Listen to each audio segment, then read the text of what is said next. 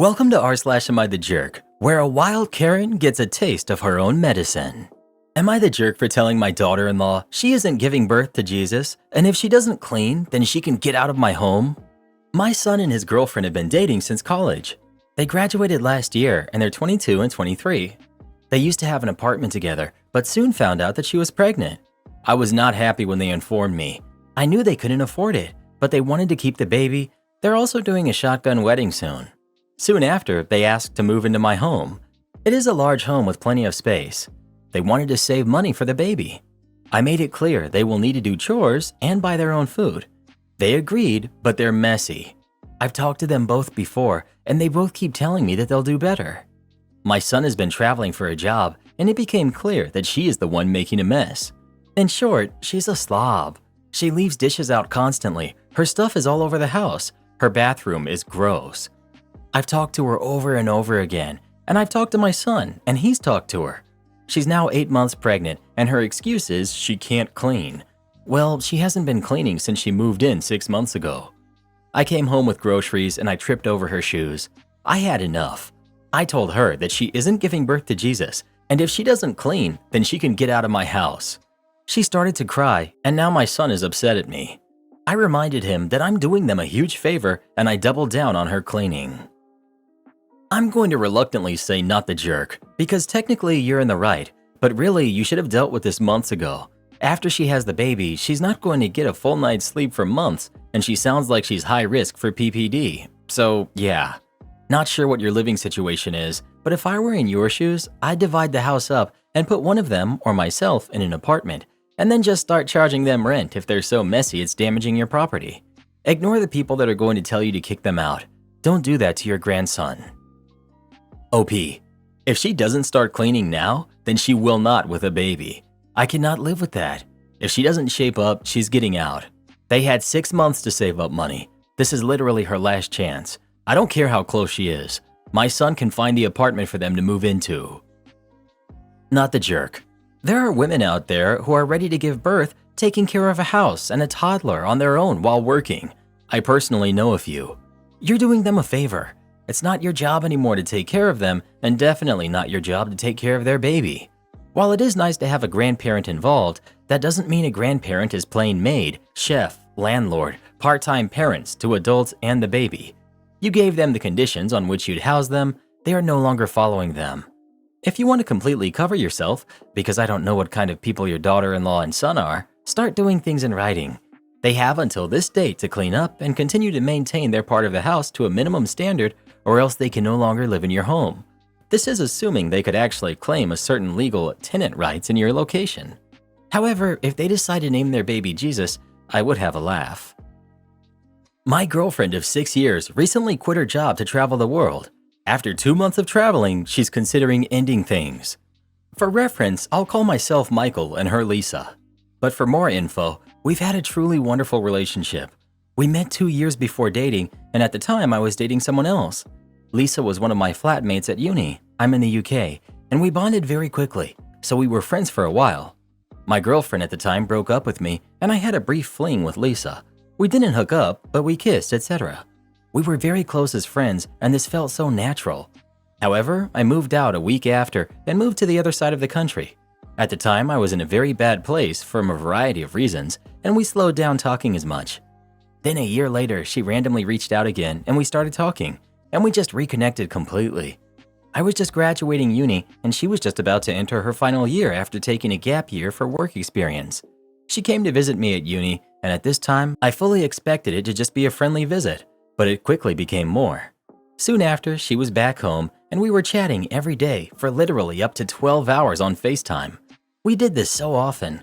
I fell completely in love with her, and soon after, we became official. We lived together for the last 4 years, having moved in together about 6 months before lockdown. We had an amazing time. We adored lockdown. So much time to just develop our relationship and love each other. We have had such a wonderful relationship, always able to communicate with each other about our feelings, understand each other, and always insistent on not allowing ourselves to become too codependent. We lived our own separate lives, and we liked that. When together in our flat, we lived in our own wonderful bubble full of in-jokes and words we ascribed our own meanings to. We always likened the strength of our relationship to the fact that we were friends first. No jealousy ever, rarely ever arguments, and when there were arguments, we always managed to handle it well. We've talked extensively about our future. We've said we want to be married to each other. I have jokingly proposed to her dozens of times, always mortifying her, and have even picked out names for our future kids. We're not ready for any of that yet, as we are building our careers, but it always felt like this was it. So she's had a job for the past 4 years that she ended up hating. She quit earlier this year and has been saving up to go traveling. She did the Philippines and is now in Australia. She's been there for 2 months now. When she first went, I told her that she needs to fully embrace it and not to worry about me. The arrangement was simple, really. Our tenancy in our flat ended at the same time she planned to travel, so I've moved in with my friend and she's away for 3 months. Our goal, which we discussed a lot, was that when she returns, she'd find a new job, we'd find a new place, and resume building our life together. Slowly, we started talking less and less, and whilst at first I was happy, there were little things that were ringing alarm bells. Such little things, but when you know someone so well, and when you know your relationship so well, these small things stand out. She'd not reply for days at a time, but still post on her Instagram story. She'd post things like feeding a wallaby, but not share that with me. I love animals, and she knows how childlike I get around them, and she always said she feels sad seeing animals without me because she can't see my reactions to them. But now she's not sharing them with me. I brought this up 1 month into her traveling, firstly framed in a "I miss you" kind of way, and it landed well, and she said she'd try to talk to me a bit more, but she just withdrew even more. I brought it up again 2 weeks later, this time with a bit more of a "maybe we can try to talk a bit more." I also mentioned at this stage that I regret telling her before she traveled that I would be fine with not talking much, and that whilst I truly meant it at the time, in action, it was hurting me more than I expected. She understood and promised we'd talk more, but we talked less. A few days ago, I bring it up again, and this time it was different. Each time, she's always insisted that she is in a bubble and that she just needs to focus 100% on her traveling. I asked her if she could just give me 5 minutes every few days just to say hello, but she said she wasn't sure she could even do that. This really upset me because we are 6 years in, and we have always had such a strong relationship that I was surprised at how unwilling she was. I said we needed to talk about this properly over the phone, and she suggested the following night. Her time in Oz would make it around 8 to 10 a.m. my time. I was ready at that time, but she postponed it an hour as she was going for a sunset walk and then going out for dinner with her traveling friends. Then it was postponed further, but I could no longer make the call as I had a client meeting. I told her how upset I was that she prioritized a sunset walk over our relationship and that she had already had 2 months of them and that I was only asking for 1 evening so we could talk about the future of our relationship. She agreed we needed to talk about the future of our relationship, but said she couldn't do that until she returned home in 5 weeks. I said I couldn't wait that long and quickly called her. My client was late, luckily. Essentially, she said she's so confused right now because she's in a bubble of traveling, but she's just not sure if this is what she wants anymore. She floated the idea of wanting to move out to Australia. She clearly doesn't see me in her future anymore. I'm just so blindsided because we were so close and strong and happy before, and now she's traveled, it's just totally changed everything. I asked her if she still loves me, and she wasn't sure she could answer that. She was very much down the middle about everything, clearly confused about the situation, but not wanting to cause too much of an interference to her bubble right now. My impression was that she wanted to just ignore this was happening until she came back. So where do I go now? I am so lost, so confused, so hurt. I want to be with her and spend my life with her, but she just might not want that now.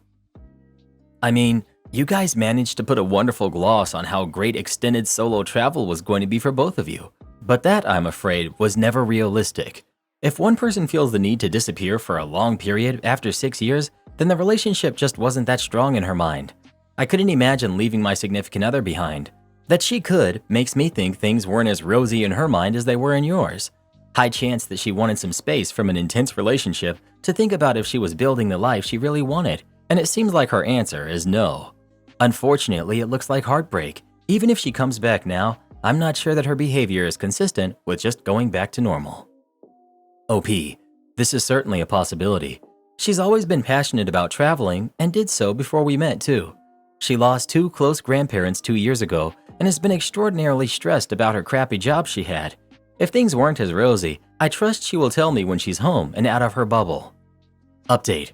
So it was a grueling 2 weeks in which I took everyone's advice as well as my own judgment and didn't contact her at all. It was insanely difficult because I didn't really know anything about her perspective at all. I felt like I was in limbo. I didn't know where I stood and didn't know where she stood.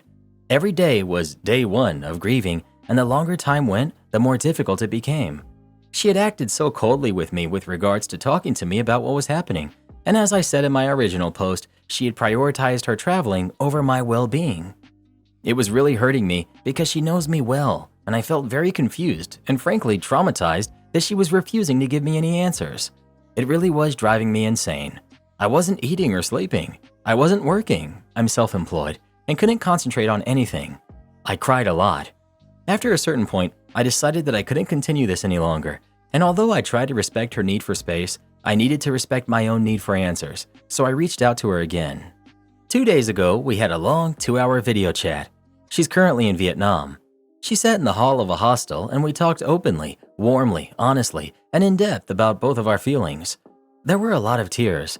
It was a very emotionally draining conversation, but it gave me a lot of answers and resolved a lot of the turbulence that I had experienced. I had written her a letter on the morning of the scheduled call, and I read it out loud to her. I explained how she had made me feel and how unempathetic I felt she was. She took this on board on a profound level, deeply apologized, and I could tell she was truly hurt with herself that she had behaved like that. She acknowledged that she had buried her head in the sand from the feelings. It was truly powerful to hear her be so candid. This was the girl I had fallen in love with. She was usually so empathetic, smart, sensitive, so her behavior these past few weeks, being so opposite of that, created such strange feelings in me. I was glad that we were talking back on the level we were usually so good at. But long story short, it's over. You see, I'm her first boyfriend. Sure, she is hooked up with her fair share of lads, but I'm her first relationship. We met when I was 22 and she was 18. I was really the only man in her life for a long time. She's now traveling and just feels a deep sense within herself that she needs to explore herself and her life without a partner. She needs to be alone to do this. I completely understand this. It's not what I wanted to hear, but it's something I obviously understand and won't at all stand in the way of. She's planning to move to Australia for a while to continue her soul search. Right now, she just doesn't see a place for me and what she needs from her life. It's heartbreaking. I'm heartbroken. I love her deeply. She still loves me, but sometimes that just isn't enough, and that's all there really is to it. A lot of you suggested that she was cheating. She wasn't. I'm sure some of you will still believe that, but it's fine. Maybe you just haven't been in a real adult relationship where there's honesty and transparency. This is not about another man. This is about her recalibrating what she wants from her future. Now I need to figure out how to recalibrate my future. We had talked extensively about marriage. I was ready to spend my life with her. We had already named our future kids.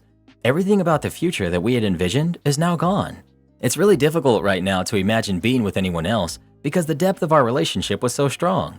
Every night I'm awoken by the isms of our relationship, the small quirks, the in-jokes, the made-up language we used, the tone of voice we would speak to each other in, the food we'd eat together, the things we did. I'm struggling right now. I have no idea how I'm going to make it through. If anyone can share any advice to help me, please do. I know the obvious stuff. Gym, focus on yourself, rebuild your life, but they're all intangible to me. How do I repair my soul? How do I move on from someone I'm still actively in love with? She returns to the UK at the start of July, and I'll be spending a few days with her, a goodbye if you will. It'll be hard, and every fiber of my being wants to beg her to find a way to include me in her future, or to find ways to entertain the notion that, in the future, we could find a way to be together again. I had truly defined her as my soulmate and as my best friend, and she had done the same for me. Right now, while she's still traveling, we're not able to talk. I don't know what the future looks like now. If anyone has any advice, please let me know. OP is asking how to try and heal and move on while planning to see her and spend days with her. He should go no contact, complete cold turkey. It's hard, but he has to accept that the only way to move forward is to accept that this is the way it has to be. And as time passes, it'll get better. Giving himself grace for feeling this way and not managing to move on quickly. Sometimes you can't do anything else than give yourself time. I was rejected because I told my interview I never make mistakes. I was rejected from a role for not answering an interview question. I had all the skills they asked for, and the recruiter and hiring manager loved me.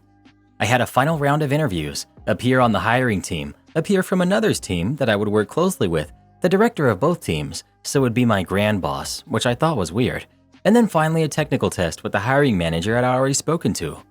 I don't know if it matters, but I'm male, and everyone I interviewed with was female. The interviews went great, except the grand boss. I asked why she was interviewing me since it was a technical position, and she was clearly some kind of middle manager.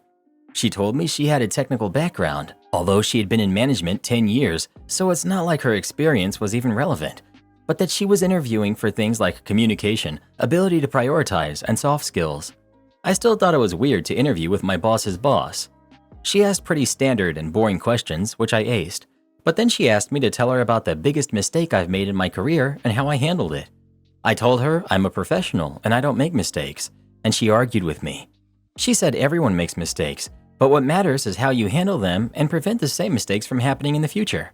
I told her maybe she made mistakes as a developer, but since I actually went to school for it, I don't have that problem. She seemed fine with it, and we moved on with the interview. A couple of days later, the recruiter emailed me to say they had decided to go with someone else. I asked for feedback on why I wasn't chosen, and she said there were other candidates who were stronger. I wrote back and asked if the grand boss had been the reason I didn't get the job, and she just told me again that the hiring panel made the decision to hire someone else. I looked the grand boss up on LinkedIn after the rejection, and she was a developer at 2 industry leaders and then an executive at a 3rd. She was also connected to a number of well-known C-level people in our city and industry. I'm thinking of mailing her on LinkedIn to explain why her question was wrong and asking if she'll consider me for future positions at her company, but my wife says it's a bad idea. What do you think about me mailing her to try to explain? Update. I read some of the comments, but I don't think people really understand my point of view. I'm very methodical and analytic, which is why I said I don't make mistakes. It's just not normal to me for people to think that making mistakes is okay. I did follow your advice to not mail the grand boss on LinkedIn until I discovered she seems to have gotten me banned in our field. Despite numerous resume submissions and excellent phone screens, I've been unable to secure employment. I know my resume and cover letter are great. I followed your advice, and during the phone screens, the interviewers always really like me, so it's obvious she's told all her friends about me and I'm being blackmailed. I did email her on LinkedIn after I realized what she had done, and while she was polite in her response, she refused to admit she told everyone my name. She suggested that it's just a tough job market, and there are a lot of really qualified developers looking for a job. She mentioned layoffs at places like Twitter and Facebook, but it just seems too much of a coincidence that as soon as she refused to hire me, no one else wanted to hire me either. I also messaged the hiring manager on LinkedIn to ask her to tell her boss to stop talking about me, but I didn't receive a response. I'm considering mailing some of her connections on LinkedIn to find out what she's saying about me, but I don't know if it would do any good. I'm very frustrated by this whole thing. I understand that she didn't like me, but I don't think it's fair to get me banned everywhere.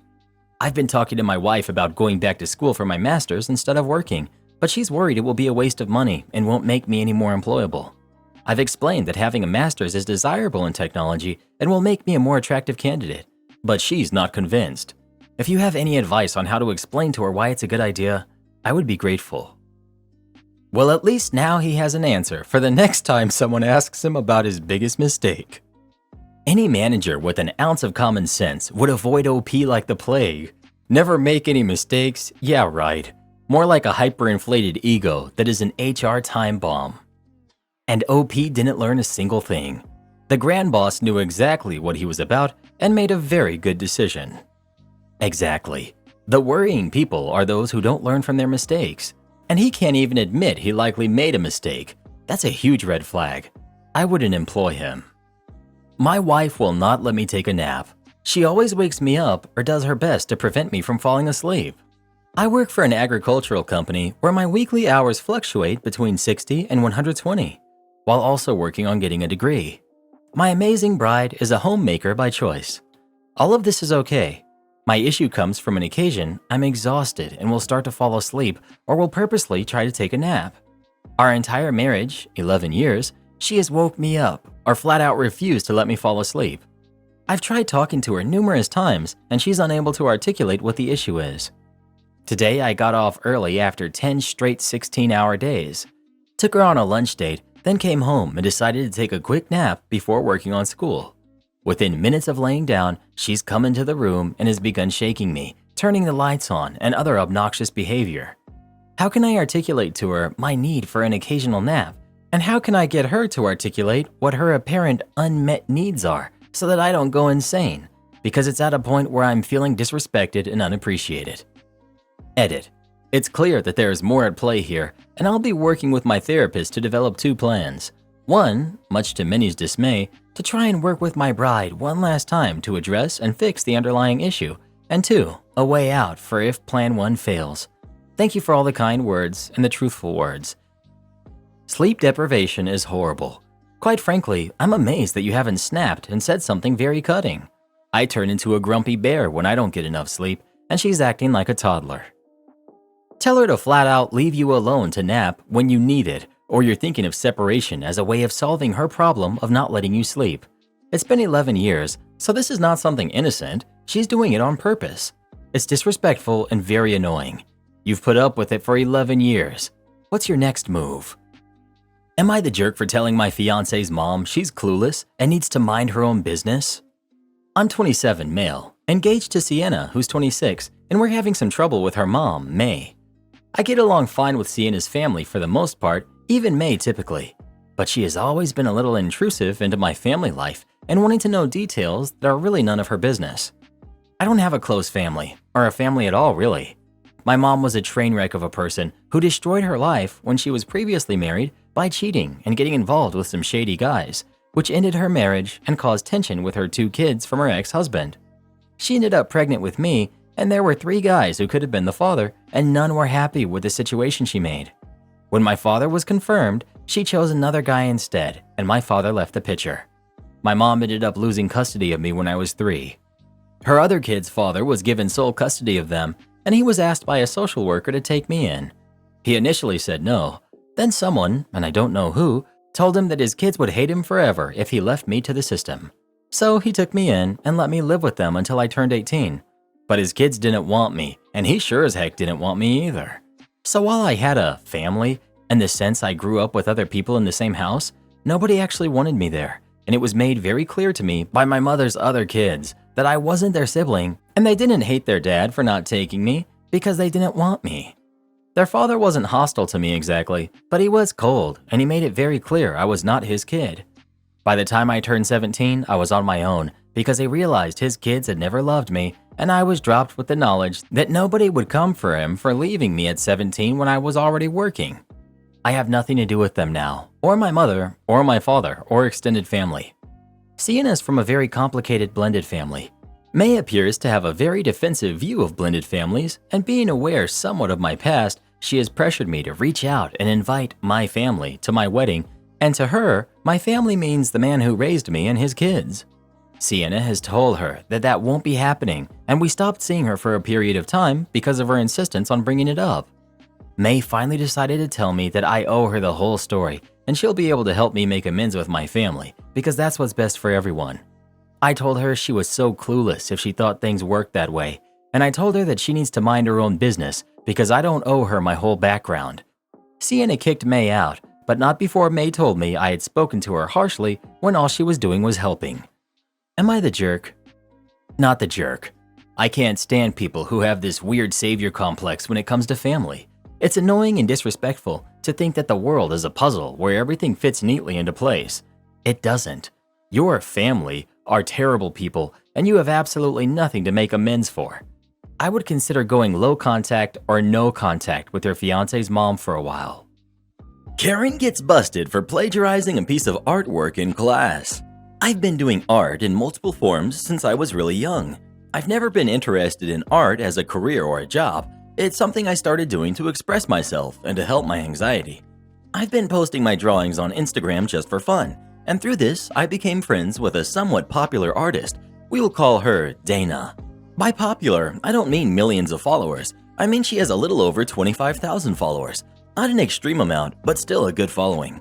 We became rather close through Instagram.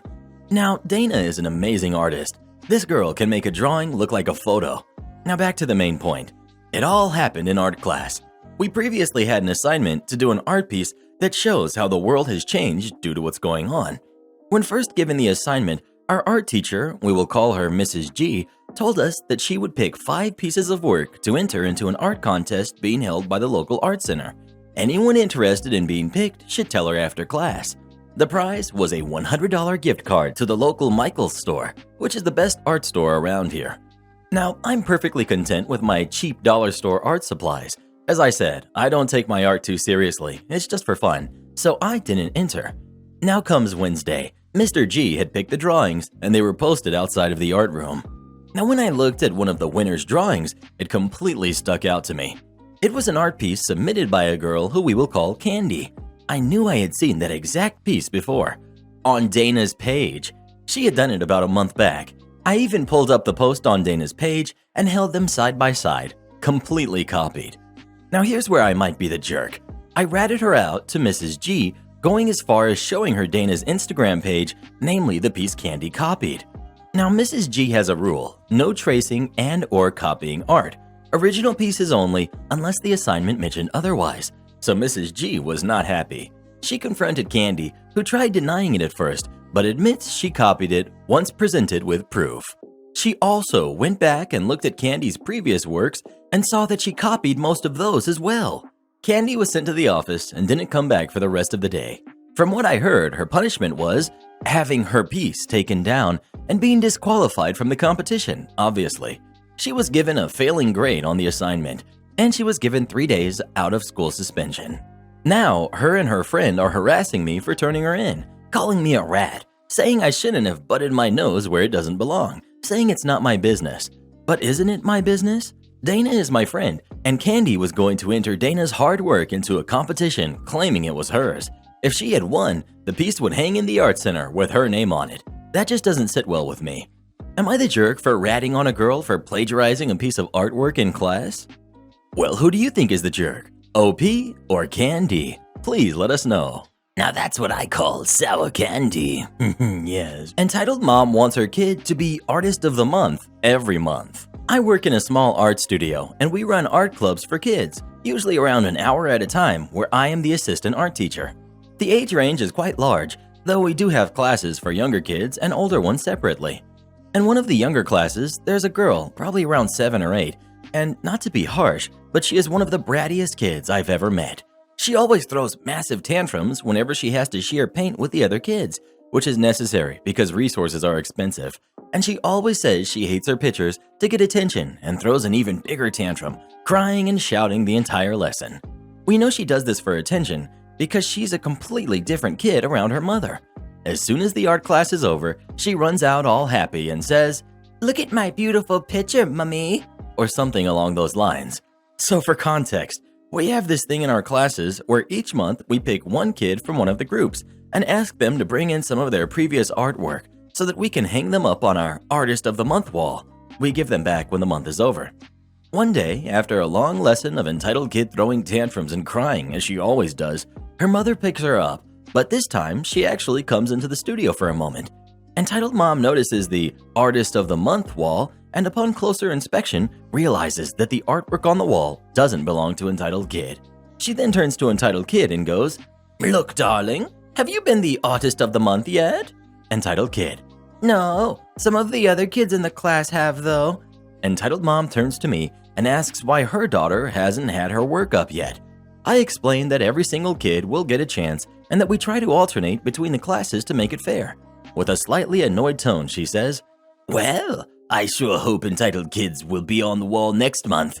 I explain again that we've already picked the Artist of the Month for next month because we try to alternate between the classes. "But these other kids' artworks aren't even good. My daughter is the only one with real talent here.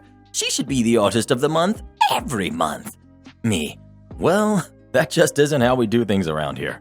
There are plenty of other kids in the class whose artwork is all unique and who all deserve a chance to be Artist of the Month." Me, "Either your daughter can wait for her turn, or I don't know how else to help you." At this point, Entitled Mom looked very annoyed. "Ugh, doesn't matter. Her artwork is still a lot better than all those other kids."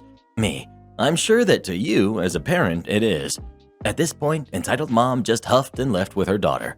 Needless to say, they still came back to the next class and didn't say anything else since.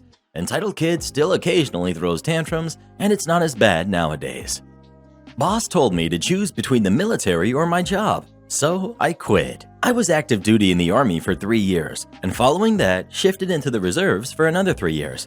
I was moving from one state back to my home state during the transition from active duty and needed a truck scale to weigh the moving truck before returning it, so I could be reimbursed for the move. The Army pays you to move between duty stations and when you ETS from active duty. While looking for a truck scale, I found a place that I thought would have one, but it turned out to be a company that installed and certified scales. The branch manager and I hit it off as I was explaining what I was there for, and he said he would like to interview me for a job. Sweet. I needed something anyway to support my family, and the job sounded pretty exciting. Within a couple of weeks, they had hired me, and I got started learning the ropes and getting the necessary certifications. Things went well, and I became one of the go-to guys when they needed some of the more intricate work done. I had several job sites I would go to on a regular basis where the customers loved me. You might be surprised at all the places where scales are used to measure products and sell things, from labs with tiny scales weighing to the hundredths of a gram to big truck scales installed at job sites to weigh debris from various construction projects. The job was tough physically at times, but I actually really enjoyed traveling all over the state and getting to meet some really awesome people. Fast forward a little over a year after I started at the company. Things had been going really good, and I was going to school in the evenings to get some education and further my career. Now, sometimes the job required all hands on deck on the weekends for some of the bigger jobs, like truck scale installs at customer sites for one reason or another. Normally, this was fine, and there had never been any issue for me working the weekend, unless I had drill with my reserve unit.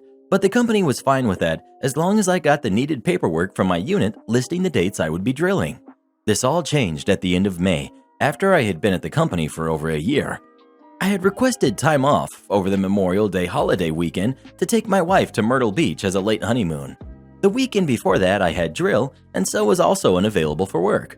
The Thursday before those back-to-back weekends, which had been understood to be my weekends I would not be available, my boss called me after I had left the shop for my jobs for the day.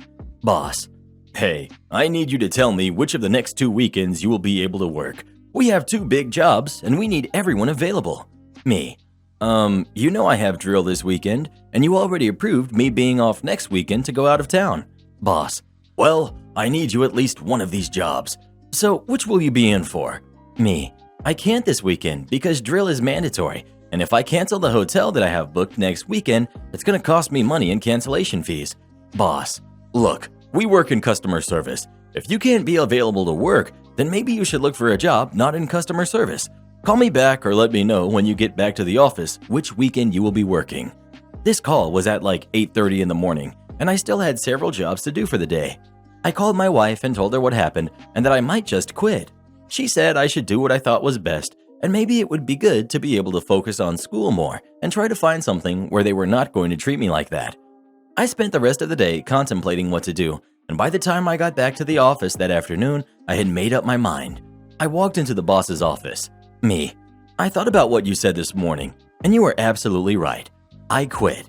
Boss: "Whoa, don't be hasty. I can work it out so you're good the next couple of weekends and don't have to worry about the jobs." Me: "I already made up my mind.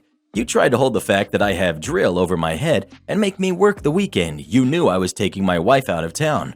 Boss: "Well, go home tonight and think about it, and let me know in the morning after you've had some time to think." I went home and gathered all my uniforms up, washed them, and removed my name tags. I think he thought I was going to come back the next day and change my mind because he had me scheduled for several jobs solo that day when I arrived at the office. He was sorely mistaken. I turned in my uniforms, collected my tools, and left after he and the branch manager both begged me to stay, saying that they didn't have anyone to take my jobs and I would be hurting the company if I didn't stay. I focused on school the next few months and wound up getting a job in IT where I was making a lot more money with a lot less stress on my mind and body. Edit. Thank you for all the kind words and awards. I wanted to clarify that this has been a few years ago and was not informed at the time about how the laws worked in regards to employers and military service, so I didn't know just how bad the way they were acting was. Since then, I have learned a lot and would probably have handled things much differently if I knew what I know now. It's all worked out in the end, and I know of at least one customer that stopped suing them after I left because the guy they had coming out to the site to replace me was not up to the standard they expected when I was out there. Have you ever had trouble getting time off from work that you needed? If so, what did you do about it? Please let us know. I need a break from listening to you read all day. We've done this every single day for the past 2 years straight. Would I be the jerk if I took my former landlord to small claims court, knowing she doesn't have the money and has a kid? To preface, I'm 22, finishing my bachelor's, about to start my master's program in the fall. Despite working nearly full-time, I don't have much money. So in August, I found myself in a situation where I had to move out of my house immediately and found a room being rented out on Craigslist for $800 a month. It was in a house with a mom and her 6-year-old daughter and another college student who was barely ever there. I paid a $500 deposit. I quickly found out that this lady was a bit wacky. She was in the midst of divorce and had some weird ideas about money. She told me many times that she hated working and wanted to get as much child support as she could, even if that meant her ex would never see the kid. He was a good dad and very involved. She didn't have a degree or much work experience besides the occasional part-time thing. She's 40. I ended up being able to stay with other family for free, so I gave her my 30-day notice and moved out at the beginning of January. She said she was going to deduct a $50 cleaning fee, but the rest of my deposit was good. When I was packing though, I heard her talking to a friend in the other room saying I was gullible and she was thinking about not returning it. I texted her in February, a month after I moved out, and she said she didn't have it, but she would get it to me ASAP. I texted again 2 days ago, and she didn't even reply. I know she doesn't have it, but I have things that I need that money for. Plus, I left the place spotless. I'm seriously thinking about small claims court, but I feel bad because I know she has a kid, and her kid is awesome, so I wouldn't want it to affect them. In California, if the deposit was retained, in bad faith, I'm entitled to up to 3 times the value of the deposit, so I'm thinking of threatening that. I don't like being put in this position at all. Update. Thank you guys. I don't know why I have so much guilt about this. I texted her saying that while I sympathize, legally she is not fulfilling her obligation to return my deposit within 3 weeks. I told her it's been 3 months and that she has 1 week to return the deposit in full, or I would pursue legal action and go for 3 times the amount of the deposit. I reiterated that I don't want to do that, I just want my deposit back. No reply yet, but we will see. Update 2. She said she didn't have it and said she would get it to me as soon as she could. And that was our agreement, not the 21 days thing. She also said, "You're acting really stupid right now, and if you do this, you of all people know it's going to come back to you. Someone will eventually threaten legal action upon you, and if you file, you will be filed against by someone, but on a much worse terms, if you sue me." I was just gonna let it go and settle for the minimum, but now I want to go for the max amount. Well, what would you do in this situation? Would you sue the landlady or not? Please let us know. I'd sue her for everything. Then again, I just love suing people. Double booked seats with an entitled couple on a 12-hour flight. This happened back when I was a kid, but there are other stories here that reminded me of this. Cast of characters. We've got me. We've got brother and sister. We've got parents. We've got flight attendant. We've got entitled wife and entitled husband. The situation. We were on a flight from Miami to Bolivia as a family of 5 with 3 kids under 12. We're getting on the flight, sat down, when entitled wife and entitled husband come up to my row. I'm sitting in the same row with brother and sister. Entitled wife. "Excuse me, you're in our seats." Me, brother, and sister have all been well-versed in kid travel by this time, so we pull out our individual boarding passes and show her. We're also assigned these seats. Entitled husband. "No, you're wrong. Let me see those." We don't give them over. My dad comes over to see why strangers are talking to us. "Excuse me, why are you talking to my kids?" Entitled husband. "They're in our seats. Look." Dad. That's their assigned seat. They know how to read a boarding pass. By this time, we have attracted the attention of the flight attendant, who confirms that indeed, these seats have been double booked. Entitled wife and entitled husband are irate, demanding their assigned seats. Flight attendant leaves to go see what she can do for us. This whole time, entitled wife is making a big show of trying to store her bag in front of ours in the overhead bins and complaining loudly. Flight attendant returns and says, "Thank you so much for your patience. It was double booked, but it looks like we have enough seats in first class available for your party. If you could please follow me." Entitled wife and entitled husband sigh, relieved that finally someone will see reason. Entitled wife gathers her bag, and as entitled husband steps forward, flight attendant holds up her hand. "No sir, not you. If you 3, looking at me, brother and sister, will please join us up in first class, we'll make sure you're taken care of." The look on entitled wife's face as we politely grabbed our bags and moved to the coziest lapse of luxury our young selves had the fortune of lucking out on. I remember the meal making me have a headache, but the reclining seats, warm blankets, and sleep masks sure helped with all that suffering. Am I the jerk for not wanting to take our niece on vacation in 2022? My husband and I do not have kids, but we have many nieces and nephews. A number of years ago, when we were in our late 20s and finally financially secure, our oldest niece was in senior year of high school, and we decided to take her on a beach vacation for a week. This has since become a tradition where we take our nibbling on a vacation during their senior year. Since this began, there has always been one nibbling each year. Then in 2020 to 2023, there are no nibblings graduating high school, so we won't be taking one on vacation until 2024. We've always made it clear it's a senior trip, and not just us working our way through them. We intentionally want to do it this way, as we do not want to travel with them when they're younger. They're 17 or 18 when we take them, which means we can give them their own room. We keep a key and do adjoining rooms, but that gives all of us privacy. They can do more excursions, and we can meet them for breakfast, or leave them unsupervised if we want to get a drink or a snack. We don't need to actively monitor them by water, and it's so much easier to airport travel with them if they're 17 or 18. A couple weeks ago, our sister-in-law said Jess was looking forward to planning her trip with us. Jess is next in line, currently in grade 9. Husband said she's rather eager since her trip is in 2024, but so great she's excited. Sister-in-law gave us death glares as I asked if we had misaged her, and sister-in-law said no. Jess is grade 9, but assumed she would be going in 2022 since she's next in line. Sister-in-law had ordered her travel books to help her plan, which we found odd, as we involve the nibbling in the planning, but we give them limited choices. We usually give them a choice of 3 locations, then from there a choice of resort. We told her that the trip is for senior year, so she needs to wait until 2024. Sister-in-law was angry, and Jess had had a hard time with the lockdown, so we offered to fly her out to visit us for a week. We live in a major city, for a change of scenery, but the major trip isn't until 2024. Sister-in-law is furious. Jess is disappointed but seems to get it. The older nibblings are on our side and said it was a fun thing for them in senior year, while other adults are conflicted, with some thinking we should just go through with the list, taking one nibbling a year, regardless of the age. We are not parents, so may not be as empathetic as we should be. So, are we the jerks for wanting to wait until our nibblings are in senior year to take them on vacation? Edit. Nibbling is a gender-neutral term for a niece or a nephew. Did not realize it was weird until now. Edit. The first kid we did this for was Jess's older half-sister. Their biological dad, husband's brother, was widowed and had our oldest niece, then remarried to Jess's mother and had Jess and 2 more kids. This might be a factor in sister-in-law's reaction. I have no idea. Edit. We've talked to Jess directly. She is not upset. She was disappointed that her big trip wasn't next year, but understood the purpose of the trip. We've given her some location ideas as her mother had suggestions that are on the opposite side of the world. Well, what do you think? Is OP a jerk for wanting to wait until their nibbling is in senior year to take them on a trip, or not? Please let us know.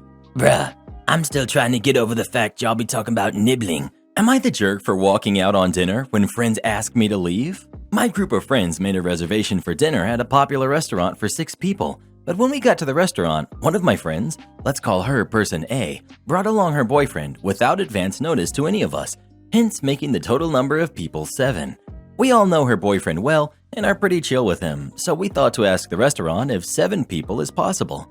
Unfortunately, the restaurant was unable to accommodate 7 people as our reservation was stated for 6. This was also understandable as the restaurant was a popular one and packed during the night, so fair enough. At this point, person A, who is kind of the leader of our friend group, turns to me and says, Okay, then I think you should leave so that we'll have 6 people. I was flabbergasted and shocked when I heard that. My other friends kept silent and no one really spoke, so there was this awkward silence. I almost wanted to propose that perhaps we could have gone to a different restaurant down the street instead that could actually accommodate 7 people, for example. But I felt a surge of emotions and called her a heartless jerk. My friends all looked at me in horror, and person A clearly looked shocked as well. The next day, my friend, let's call her person B, texted me and said that I overreacted and I was a jerk for calling person A a name like that in public. I was confused by this as I thought that I wasn't the jerk in this situation, but maybe I was, I'm not sure. Am I the jerk? Edit. Someone in the comments raised a valid point. The rest of the friends were couples, aka 3 couples in this group, and I'm the only single person in the group. Person A's boyfriend said he couldn't make it when we made the reservation long ago, but he suddenly showed up at the restaurant last minute. Maybe me being the only single person in the group made me instantly the odd one out. Edit 2, update. This thread is now locked, and I wanted to give some sense of closure and update. Thank you all for your insights and comments. I shared this thread with my friends, and they told me off and scolded me for actually sharing this in a public community. However, one of the couples, who I'm closest to in this group, reached out to me privately over text and told me that they felt bad and apologized for not speaking up. But that's it. I've had enough and will walk away. To emulate the example of Michael Jordan in The Last Dance, I would say, okay, you want to ask me to leave? Okay, fine. No problem, that's all I needed. I took it personal from then on. Well, who do you think is the jerk? OP or her friend? Please let us know. Sounds like OP needs to get some new friends. All of our staff can't be thieves, can they? The very first hotel I worked at, the one with the half a sun on their sign, back in the 90s, still had the old brass keys for room access. At one point, we started to get an increasing number of complaints from guests that money and items were being missing out of their rooms. In any hotel, you expect the occasional complaint, but this went from one every blue moon to several a week. We, of course, look into it, but can't find a pattern. It's not just rooms cleaned by a specific housekeeper. No staff member was on property every day. We had a report. Nothing added up. All of our master keys are accounted for, so it's not due to a lost master. Several months go by with this happening, and it's to the point our GM is basically begging corporate to let us replace all of the locks. For a 400-room property, this is an insanely expensive undertaking, so they're not too keen with spending the money. One day, one of our maintenance guys remarks to the front desk, "With as much money as that one guest must have spent to stay here so long, they could have rented a place cheaper." This was odd, as we had no long-term guests. Being near the House of Mouse, most of our guests stayed a max of 2 weeks. So the desk clerk asks them what room they saw this person go into. Maintenance guy gives a room number, and that room had actually checked out with the clerk earlier that morning. Our GM and a few of the maintenance guys go up to the room to prevent whomever it was from getting away while the desk clerk calls the police. Once the police show up and take the person into custody, we finally found out what was going on. This guest lived locally. They had trained as a locksmith, but due to being caught driving drunk numerous times in short periods, they were a felon and could not get bonded to actually work as a locksmith. So they decided to check into a hotel and in the middle of the night take apart the lock from the inside of the room and use their training and tools to make a master key for the property. The police ended up searching this jerk's place looking for the tools he used and any items we could identify. Found a few items, but what really caught their attention was the stack of receipts from pawn shops in the area. We speak to them and we recover quite a few more items.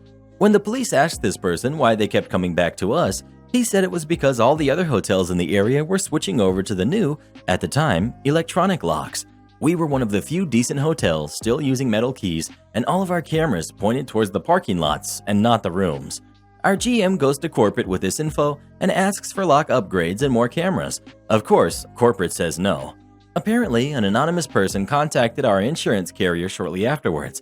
They spoke to corporate and threatened to pull our insurance unless these deficiencies were fixed. Soon afterwards, we were being trained on the new electronic locks and camera system. Okay, to clear up some speculation, I was the anonymous person. My GM and I had a conversation, and he was frustrated and thinking of quitting. He was too good of a boss for me to have to hope we get another just as good. So I went to the one computer we had, which had a modem in it, fired up the old throwaway CompuServe account, and sent off an anonymous email describing the problems we had. My HOA complaint broke up an entitled mom's marriage. This happened a few years ago, but I still think about it. After being blessed with great neighbors over the years, I started taking it for granted.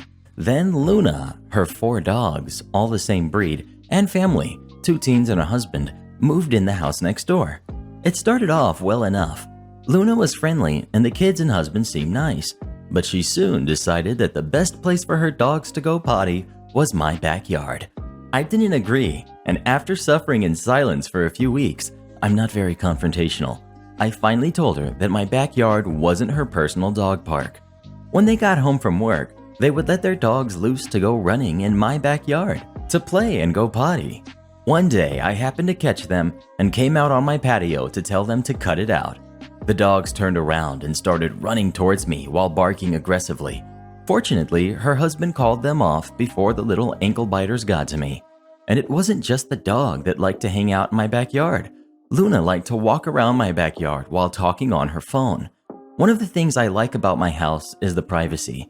It backs to the woods, so I don't have a lot of curtains on my back windows and doors. But since Luna liked walking around my yard, I was forced to curtail my habit of cleaning while not dressed. And it was creepy. Once, after it had snowed, I realized that someone had walked up to my back patio and had been peeping in my French doors. Not long after, someone left a gift of poo on my front porch welcome mat. Geez, I wonder who did that. But then, Luna seemed to want to repair our rather rocky relationship and asked me what time I got off work. We could do drinks and hang out.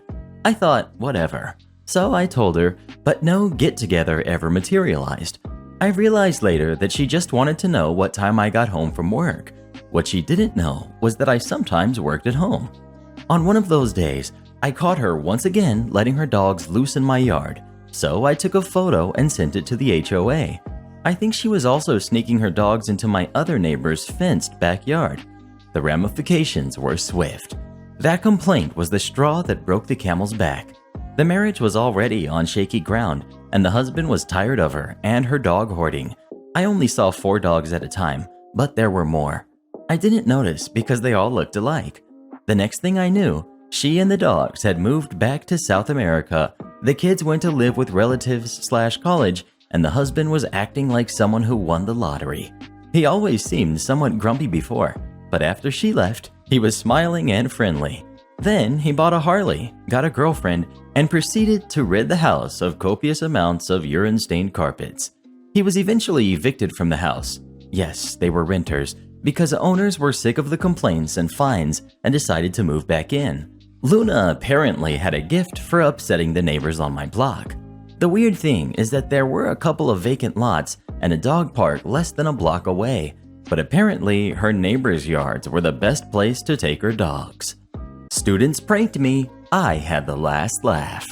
I spent about 10 years teaching high school humanities at a small private school. For my first 2 years, I didn't have a classroom, just a small office. I would bring what I needed for each class on a cart and go from room to room, depending on which teacher had a prep at any given time.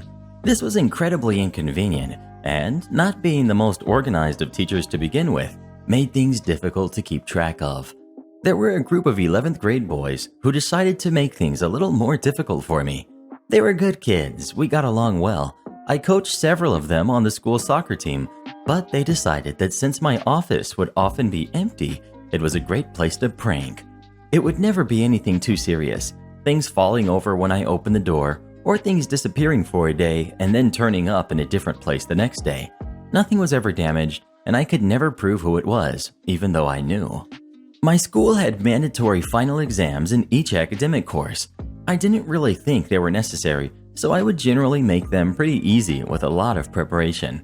I would give out study sheets and play review games for a couple of weeks before the test, and there was no reason the students wouldn't do well on them.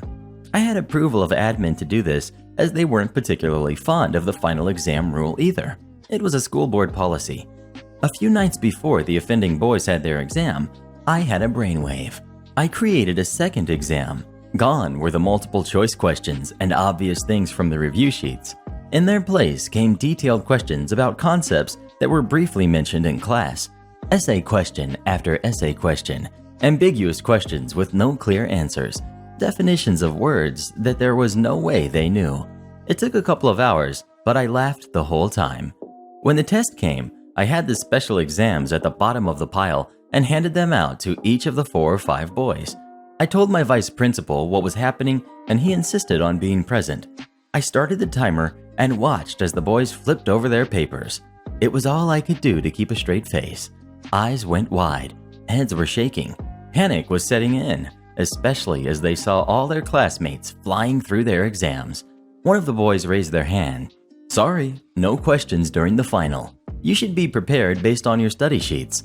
I let them go for about 5 or 10 minutes of terror before I gathered the fake tests and gave them the real ones. They all passed with flying colors and never pranked my office again. It was glorious. Karen's sister demands to live with me. My sister, 22, married her boyfriend, 24, of 5 months a year ago.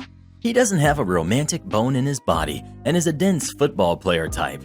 I asked my sister before she got married if she was sure about this, as they hadn't known each other very long, and I really wanted her to go to college. She had a family member offer to pay off her complete schooling. I offered to buy her a laptop and help with a car if she went to school.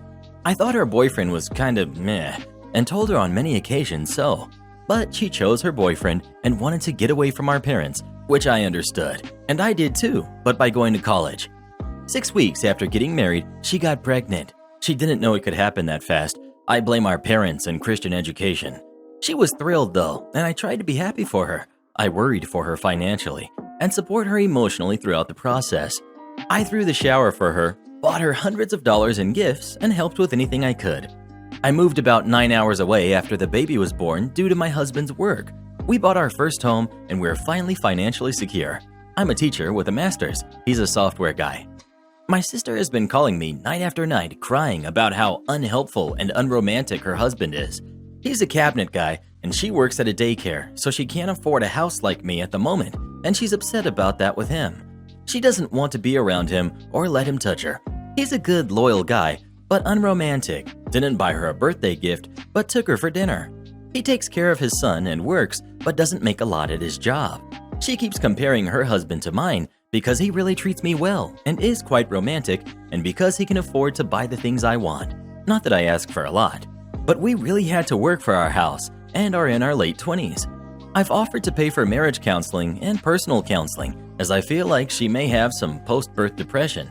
She says because of the baby, she feels trapped. I told her that if things got bad, she could stay with me. Because she doesn't have a car, I'd have to do the 18-hour round trip with her. After I said that, she said she wanted to come for 2 weeks to scare her husband into doing better. Like, to me, that's childish, and I said no. My house is for if you are done. She got upset and said I'm not being here for her. But I'm not going to expel my time and energy to teach her husband a lesson. She called me back and said she's putting her husband on a 30-day trial and will live with me if he doesn't change. I just don't see what's so wrong with him. She's told me everything, and I'm just not wanting her to live with me now.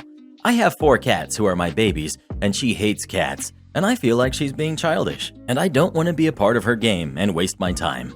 Update. When my sister called me tonight, she's been with a realtor looking at houses with her husband. I don't know how they're ready for that.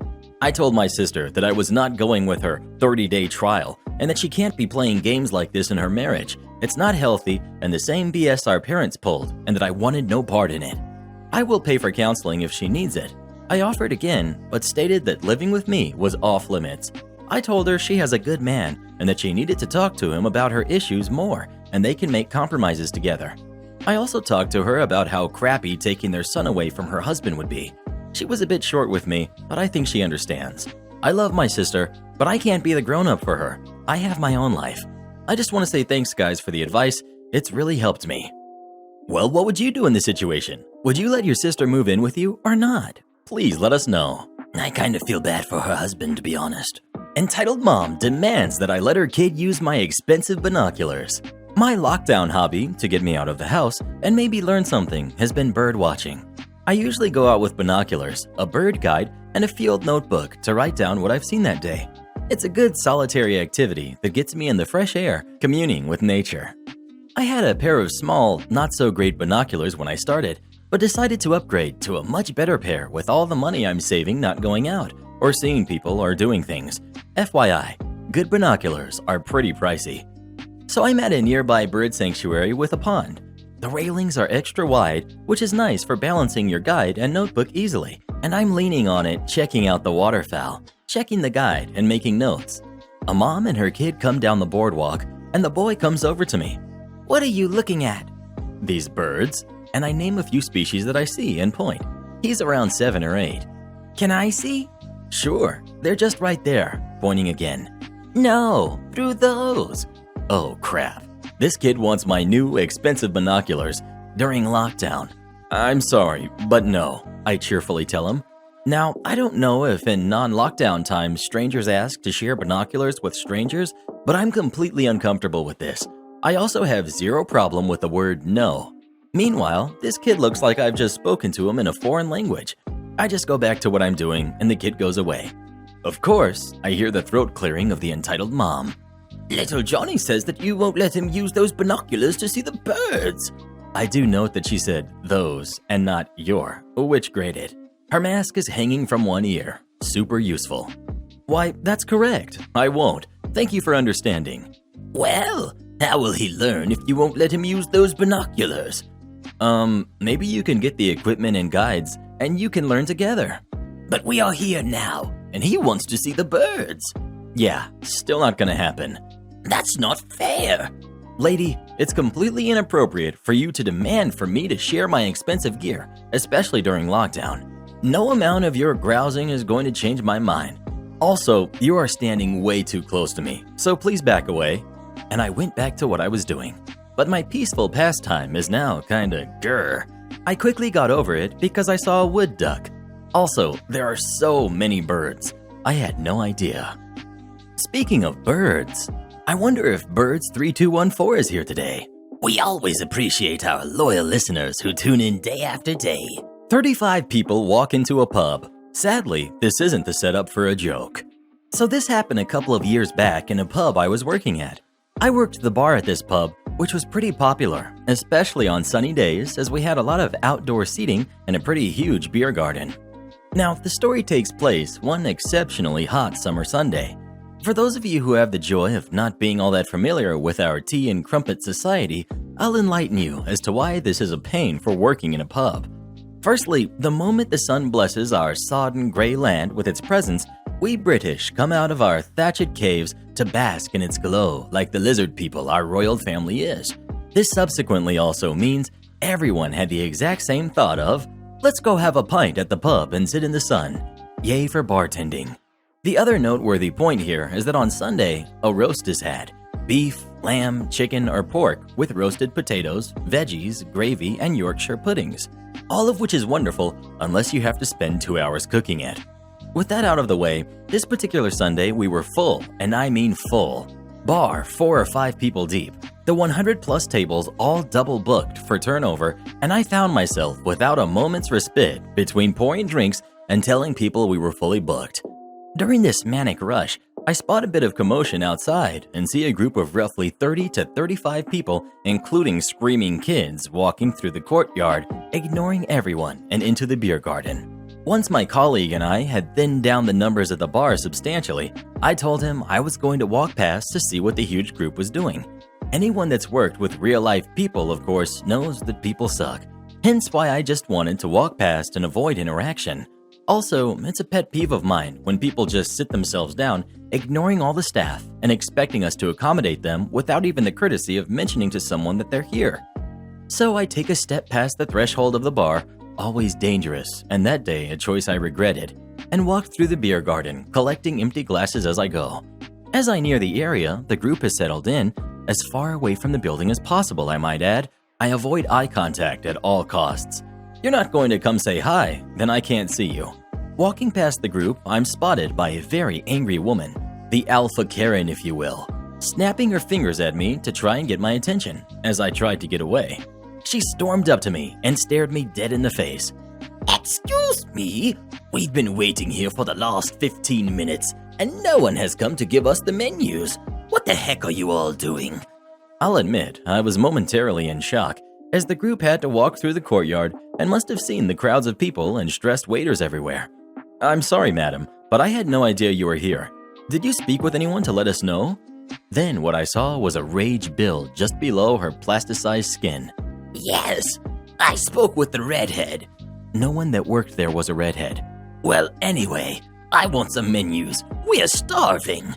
I looked past her and asked how many there were. We are 36 people. That's not a problem, is it? She said, without so much as a hint of understanding why this was ridiculous. Well, yes, actually. That's quite a lot for a walk-in, and you probably saw on your way in we're extremely busy. I'm afraid we have no tables available, and we don't serve food in the beer garden. You'll have to try your luck at getting a table in the courtyard, but I can't imagine you'll be able to find enough seating for the 36 of you, and I simply can't hold tables for you, turning other guests away. The reality is that I could, but simply didn't want to.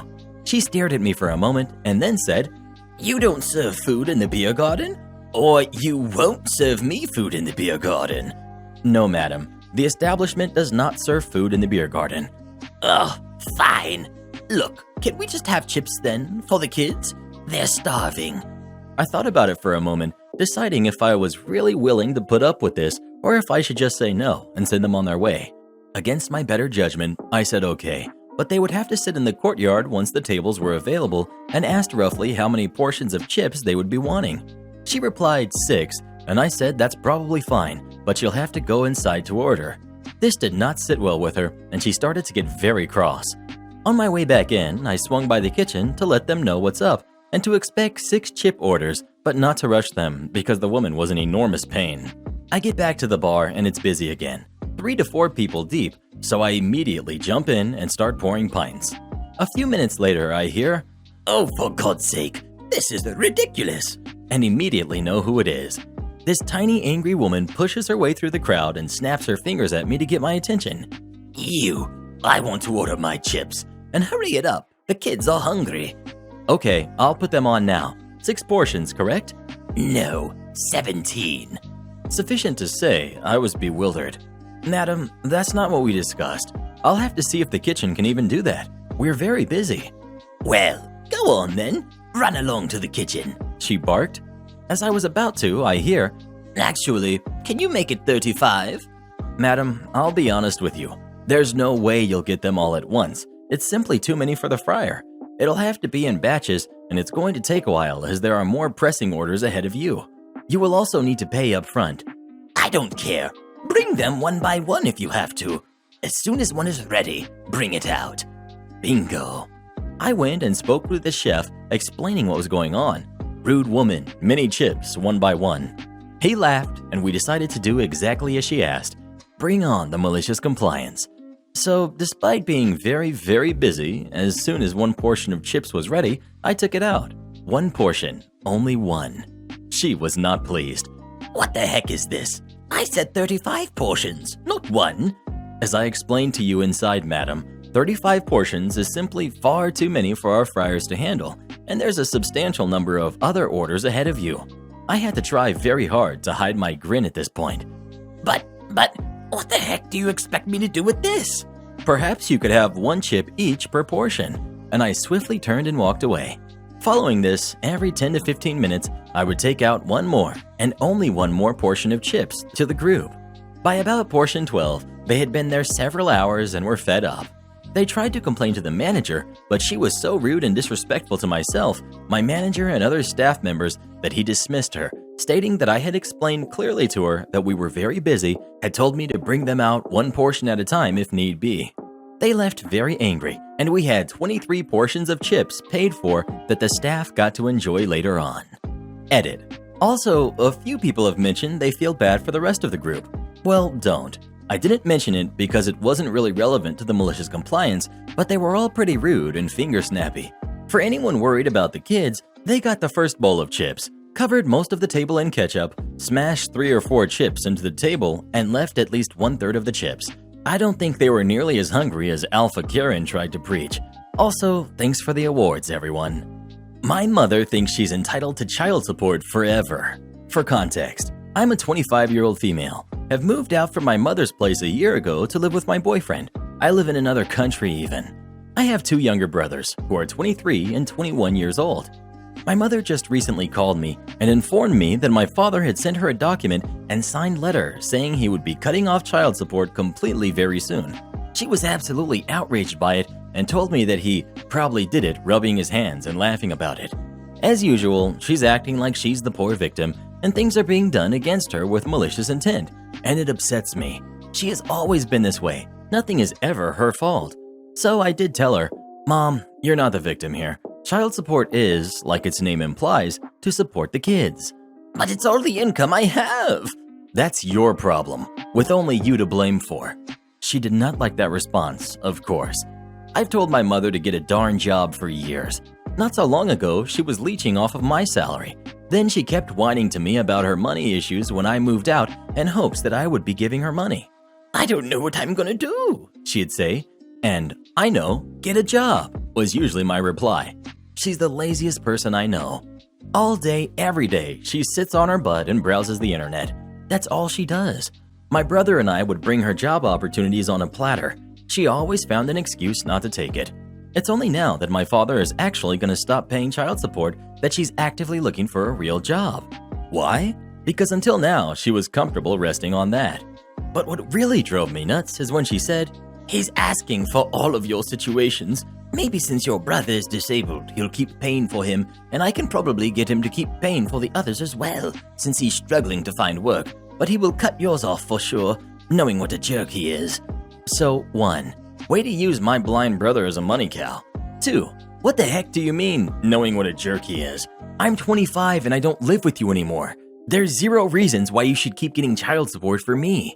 In fact, since we're all adults, you shouldn't be getting any more child support at all. You shouldn't have for the past 3 years. Did you seriously think you could just demand child support forever and live the rest of your life getting free money instead of working for it like everyone else? What the actual heck? Am I the jerk for choosing my dog over my mom and her fiance? My dad passed when I was 15 and I'm now 17, male. Last year, my mom started going out with Anthony and they just got engaged. Anthony wanted to move in, but the problem is he's severely allergic to dogs. My mom told me we had to get rid of Dax, my dog. Like not even as a question, just straight up said that's what we're gonna do. I fought with my mom over this because he's my family and that's what helped me get through losing my dad. Dax was my dad's dog that he rescued from a shelter when he was still a puppy, and we've had him since I was 11, so he means a lot to me. But my mom was like, "Nope, he has to go." We fought so much about it that I actually cried. Nobody wanted to adopt Dax though, and I had to beg my grandpa from my dad's side to take him, or else my mom was going to take him to a shelter. The problem was, my grandpa lives an hour away, and he can't do much physical stuff like take him out for walks, feed him, take him to vets, etc., and no one around to help him take care of a dog.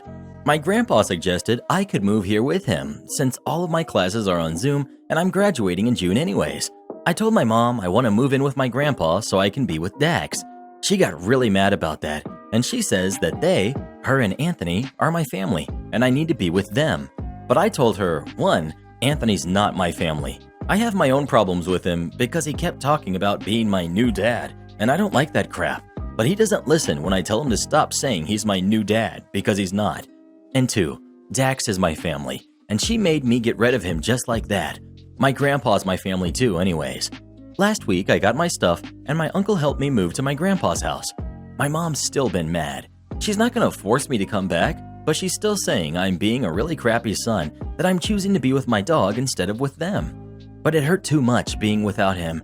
He was taken to my grandpa's a week before I left, and all that time, I was up crying missing him. And I know he missed me too, because he lost it when I got there. My mom keeps telling me to come back and stop being cruel with her, but I'm happy here with my dog. I get she's got someone new to be happy with, and that's cool, it's her life. But why can't I be happy too with my dog living with me? Does it make me a jerk that I basically did choose Dax over her? Well, who do you think is the jerk? OP or his mom? Please let us know. Definitely the mom. I'd choose Dax over her too, any day. I defeated a Karen with witchcraft. I'm not even sure how to start this one, so I'll just tell you the cast of major characters. We've got me, we've got Sentry, a crow, and we've got Karen, a pompous weirdo. This happened around a year ago, but I kept hesitating on whether or not it was worth being told, and then I had to think of a sufficiently clickbaity title. So, since moving into the apartment, I'd lost the ability to walk and needed a wheelchair, but my landlord wouldn't let me have a ramp. So, since I didn't have any friends or family and disability services in Kansas, I had to do something else for social interaction. I started throwing torn up pieces of stale bread and potato chip crumbs outside, which attracted a few types of birds. One time, a hawk came by and ate one of the sparrows I was watching. But if you love nature, you have to love all of it, not just the passive grazing animals. So I didn't chase it off. The hawk made eye contact with me through the window and gave me a little, like, "What you gonna do?" Later, some crows started coming by. So to feed the crows, I started getting popcorn and birdseed in my grocery deliveries. One of the crows usually perched in the tree overlooking my front door. If I didn't put popcorn out that day, she'd fly down and knock on the window next to my bed. In the winter, I'd see her footprints on my patio going up to the front door before she knocked on the screen. It wasn't just her either. Once she saw that I had food for her, she'd summon the rest of her friends. My neighbors saw this, and one of the neighbors came to talk to me through my window. Her cat was very much enjoying the show. We became friends, and she let me know that the car that kept parking in front of her apartment had a woman that gave her the creeps. Karen, enter stage left. Your other left. You know what? We'll just move the stage over to where you're already standing. I had seen the car enough times, but didn't really pay attention. But after what I was told, I started to. When my neighbor brought her dog out to go potty, Karen would glare at her. Karen didn't even live in our complex. My neighbor would park right in front of her own apartment, and she worked 2 full-time jobs, and people would speed down our road all the time. It made sense she'd park where she did, but Karen would show up and park there and refuse to move if asked. So the neighbor had to park across the street at the school parking lot instead and walk back. What was Karen even doing? She showed up, parked outside the neighbor's yard, sat there smoking an entire pack of cigarettes, then drove away, glaring at anyone that was anywhere near her while she was around, even if it was their own home. I brought this up with the landlord, who said that the road our front doors faced wasn't part of the complex, so they didn't care. The police said she wasn't doing anything illegal, so they didn't care. I thought it was creepy and stalky, and so did my neighbor, but I guess our opinions don't count. Well, by this time, I had become pretty good friends with Sentry. I had a particular bad fall one day. I fall down and hurt myself every day due to my lack of any kind of home help, but I'm used to it. One day it was worse than usual, and I had to call the paramedics. Karen had since chosen, slightly further back, spots to park along our curb, and was now choosing to not get out of the way for the ambulance that was trying to get me to the emergency room. When I got home, I decided that that was the last straw. If no human was going to help us against Karen, I knew who would. I would definitely rely on her.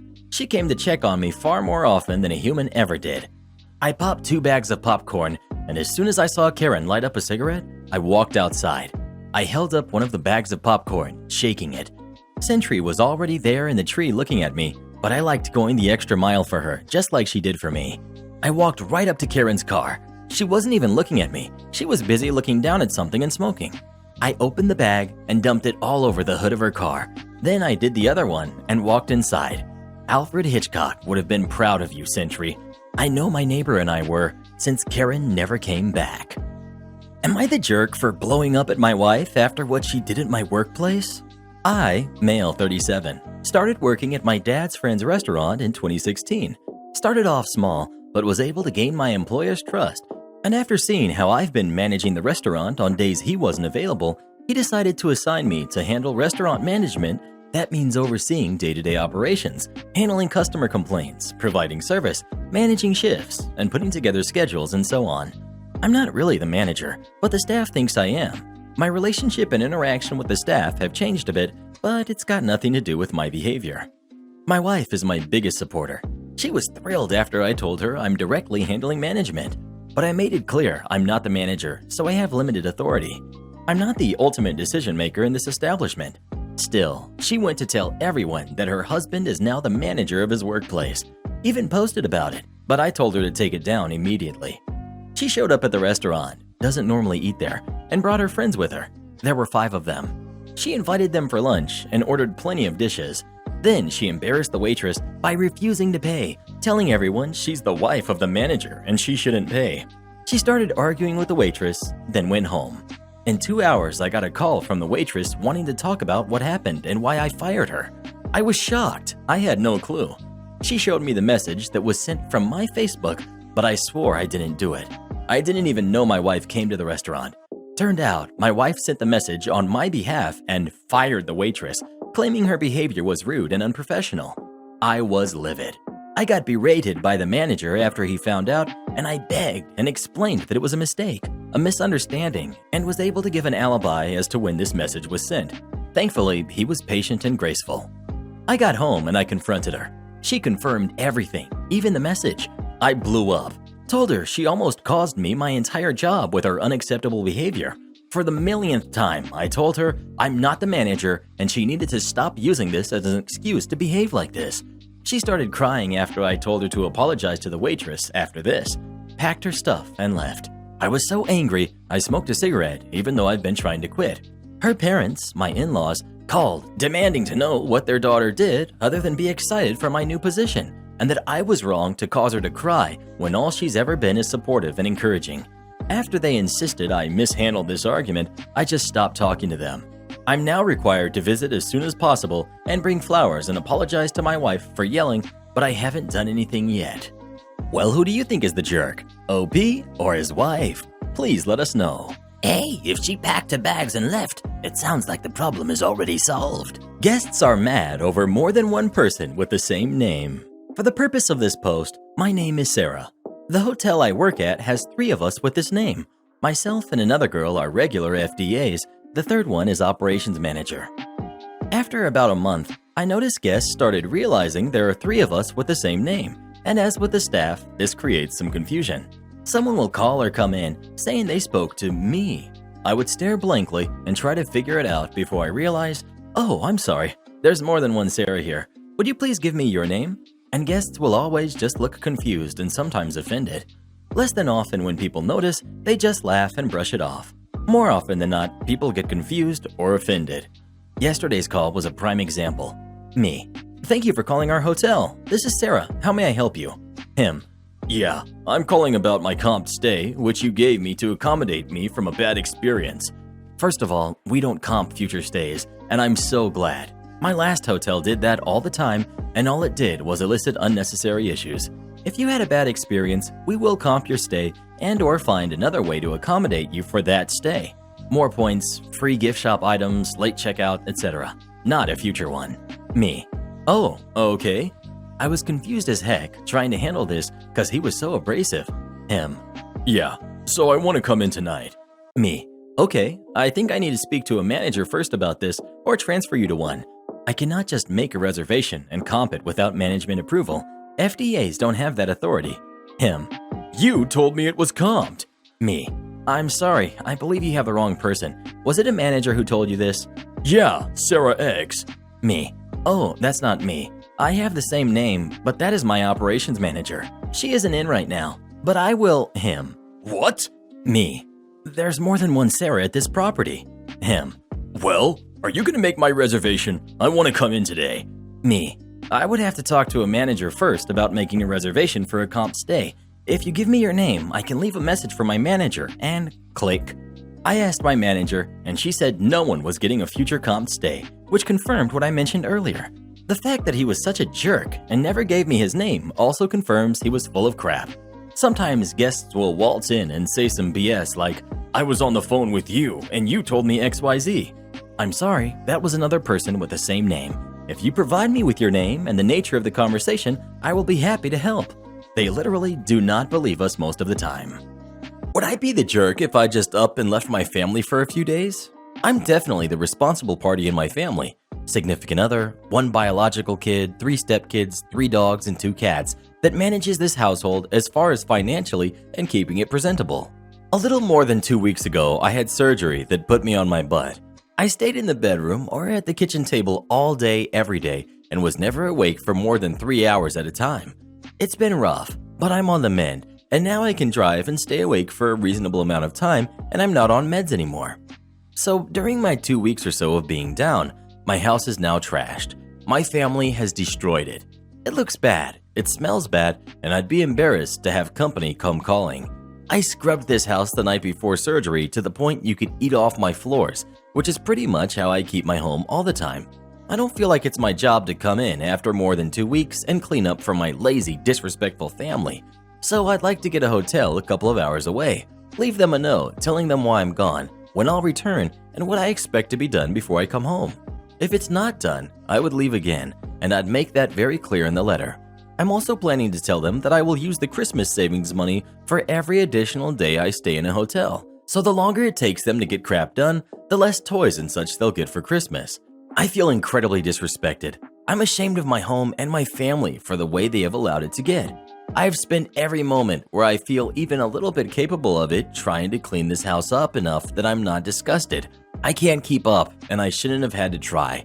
I know it typically falls on me to clean, and they've always had the expectation that mom will take care of everything, but I've warned them that they have to start taking on some responsibilities.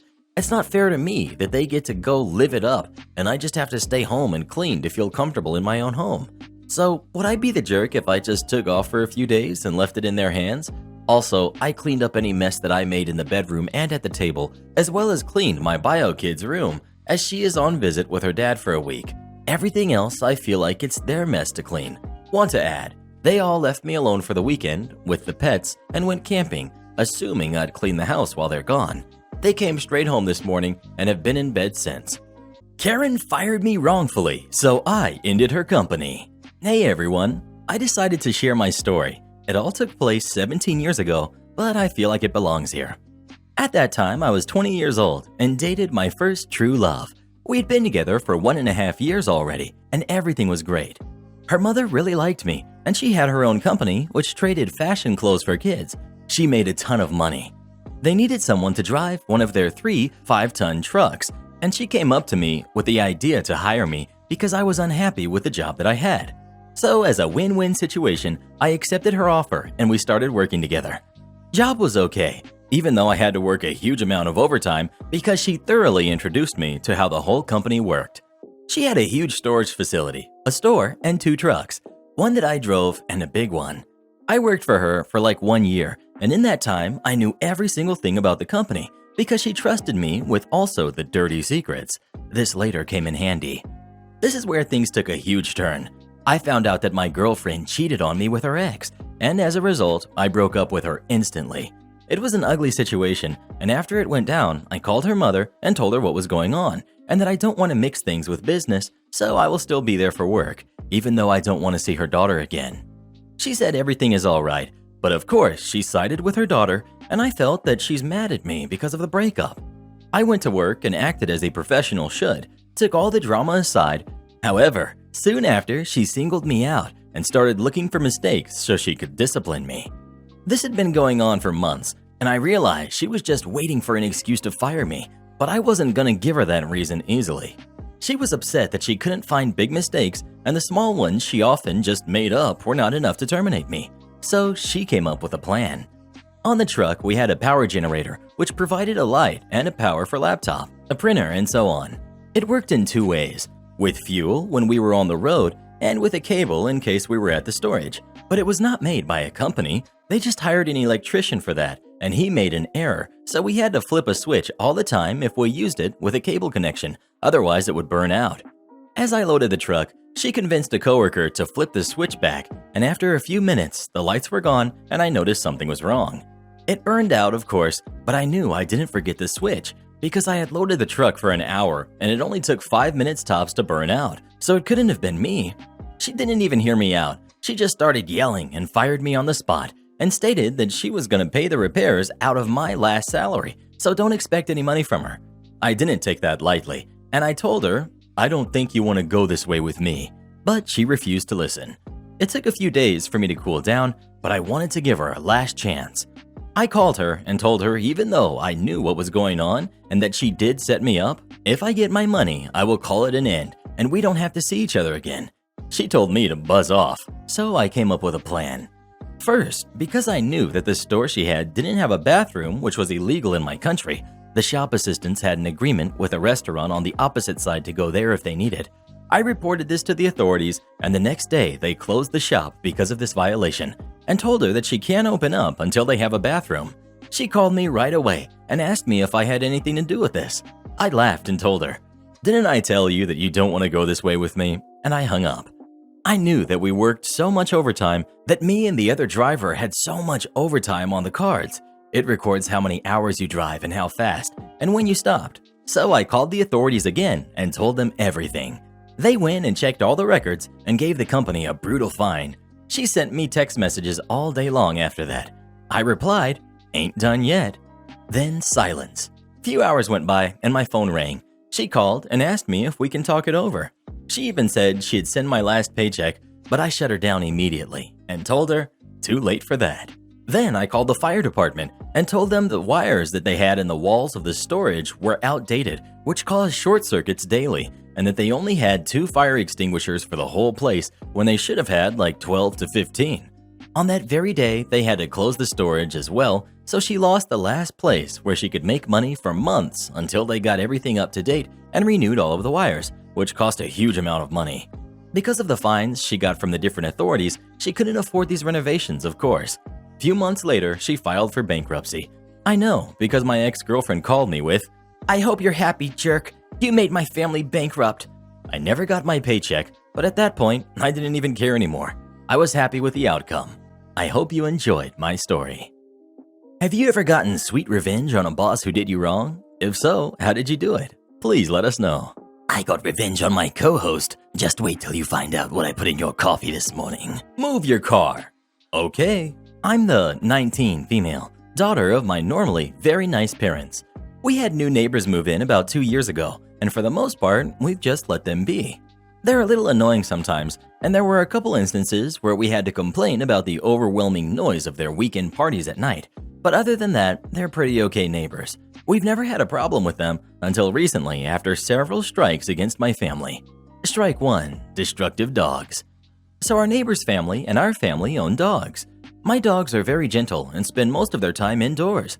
We live in Southern California, and when this incident happened, it was in the middle of summer, so we let our dogs stay inside to keep cool. Their dogs are very aggressive and are raised as outside dogs.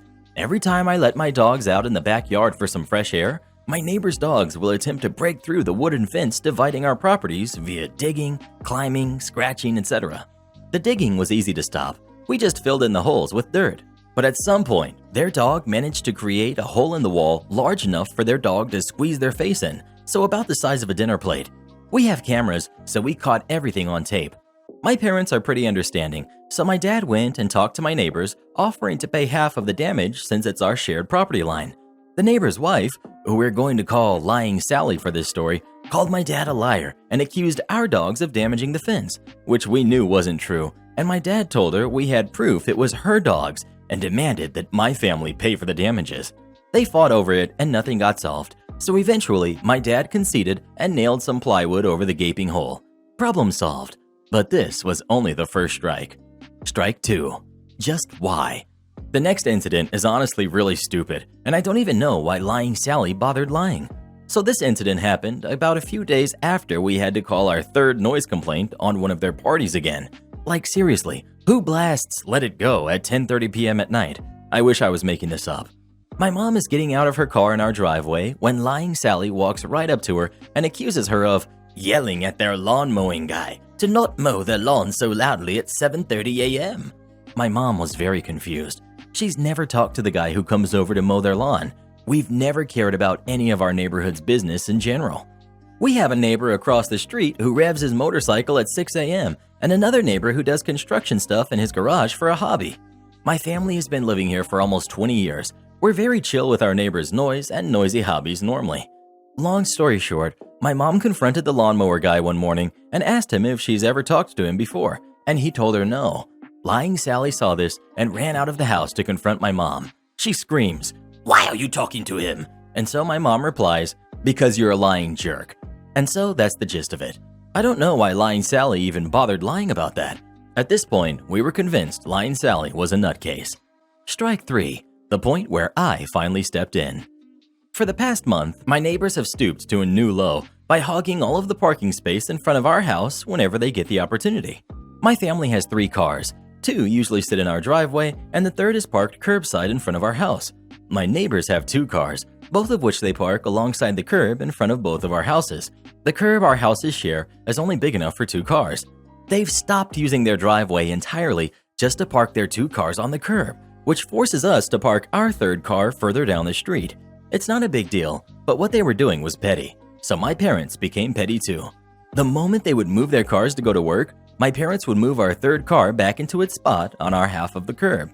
This went on for almost an entire year, until at some point an unspoken truce was made and they stopped their petty scheme. Things returned back to normal until I accidentally messed it up. In my defense, I was driving home with a third car late at night. It's dark.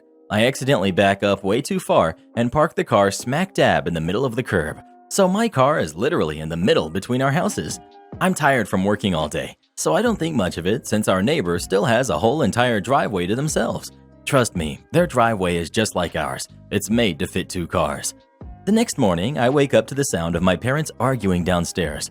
Turns out, our neighbors have parked one of their cars in their driveway and the other is parked in front of our third car on the side of the curb. This wouldn't be a problem if half of the hood of their car wasn't sticking out into our driveway. The problem with this is that if we tried to back out the car, the one closest to their car, in our driveway, we might hit their car, and I'm pretty sure that was on purpose. I was done with their games, so I marched over next door and rang their doorbell. The husband, we'll call him Pig for this story, opens the door and he's recording me as if I'm going to attack him, which is ridiculous. I'm 5'2" and he's close to 6 foot. If anything, I should be the scared one. The conversation goes like this. Me: is it okay if you can move your car?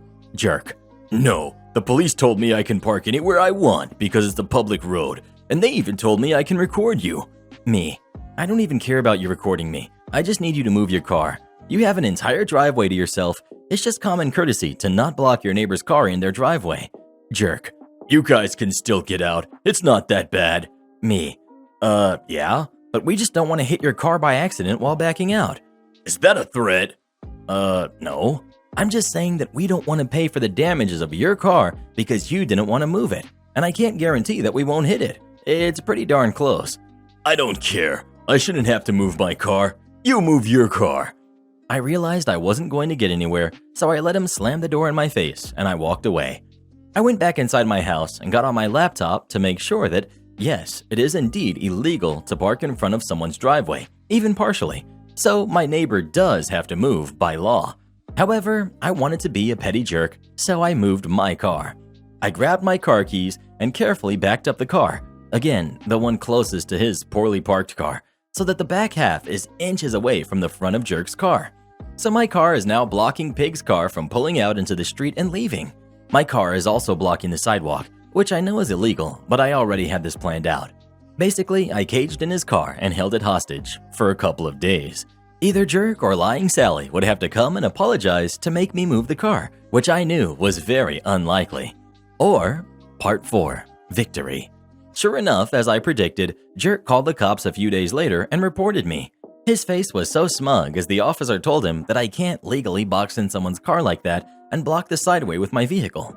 I told the officer that I understood and that I'll move my car, but I immediately pointed out that it's illegal to partially block the entrance point to someone's driveway as well, and that Jerk's car is crossing that line by over 2 feet.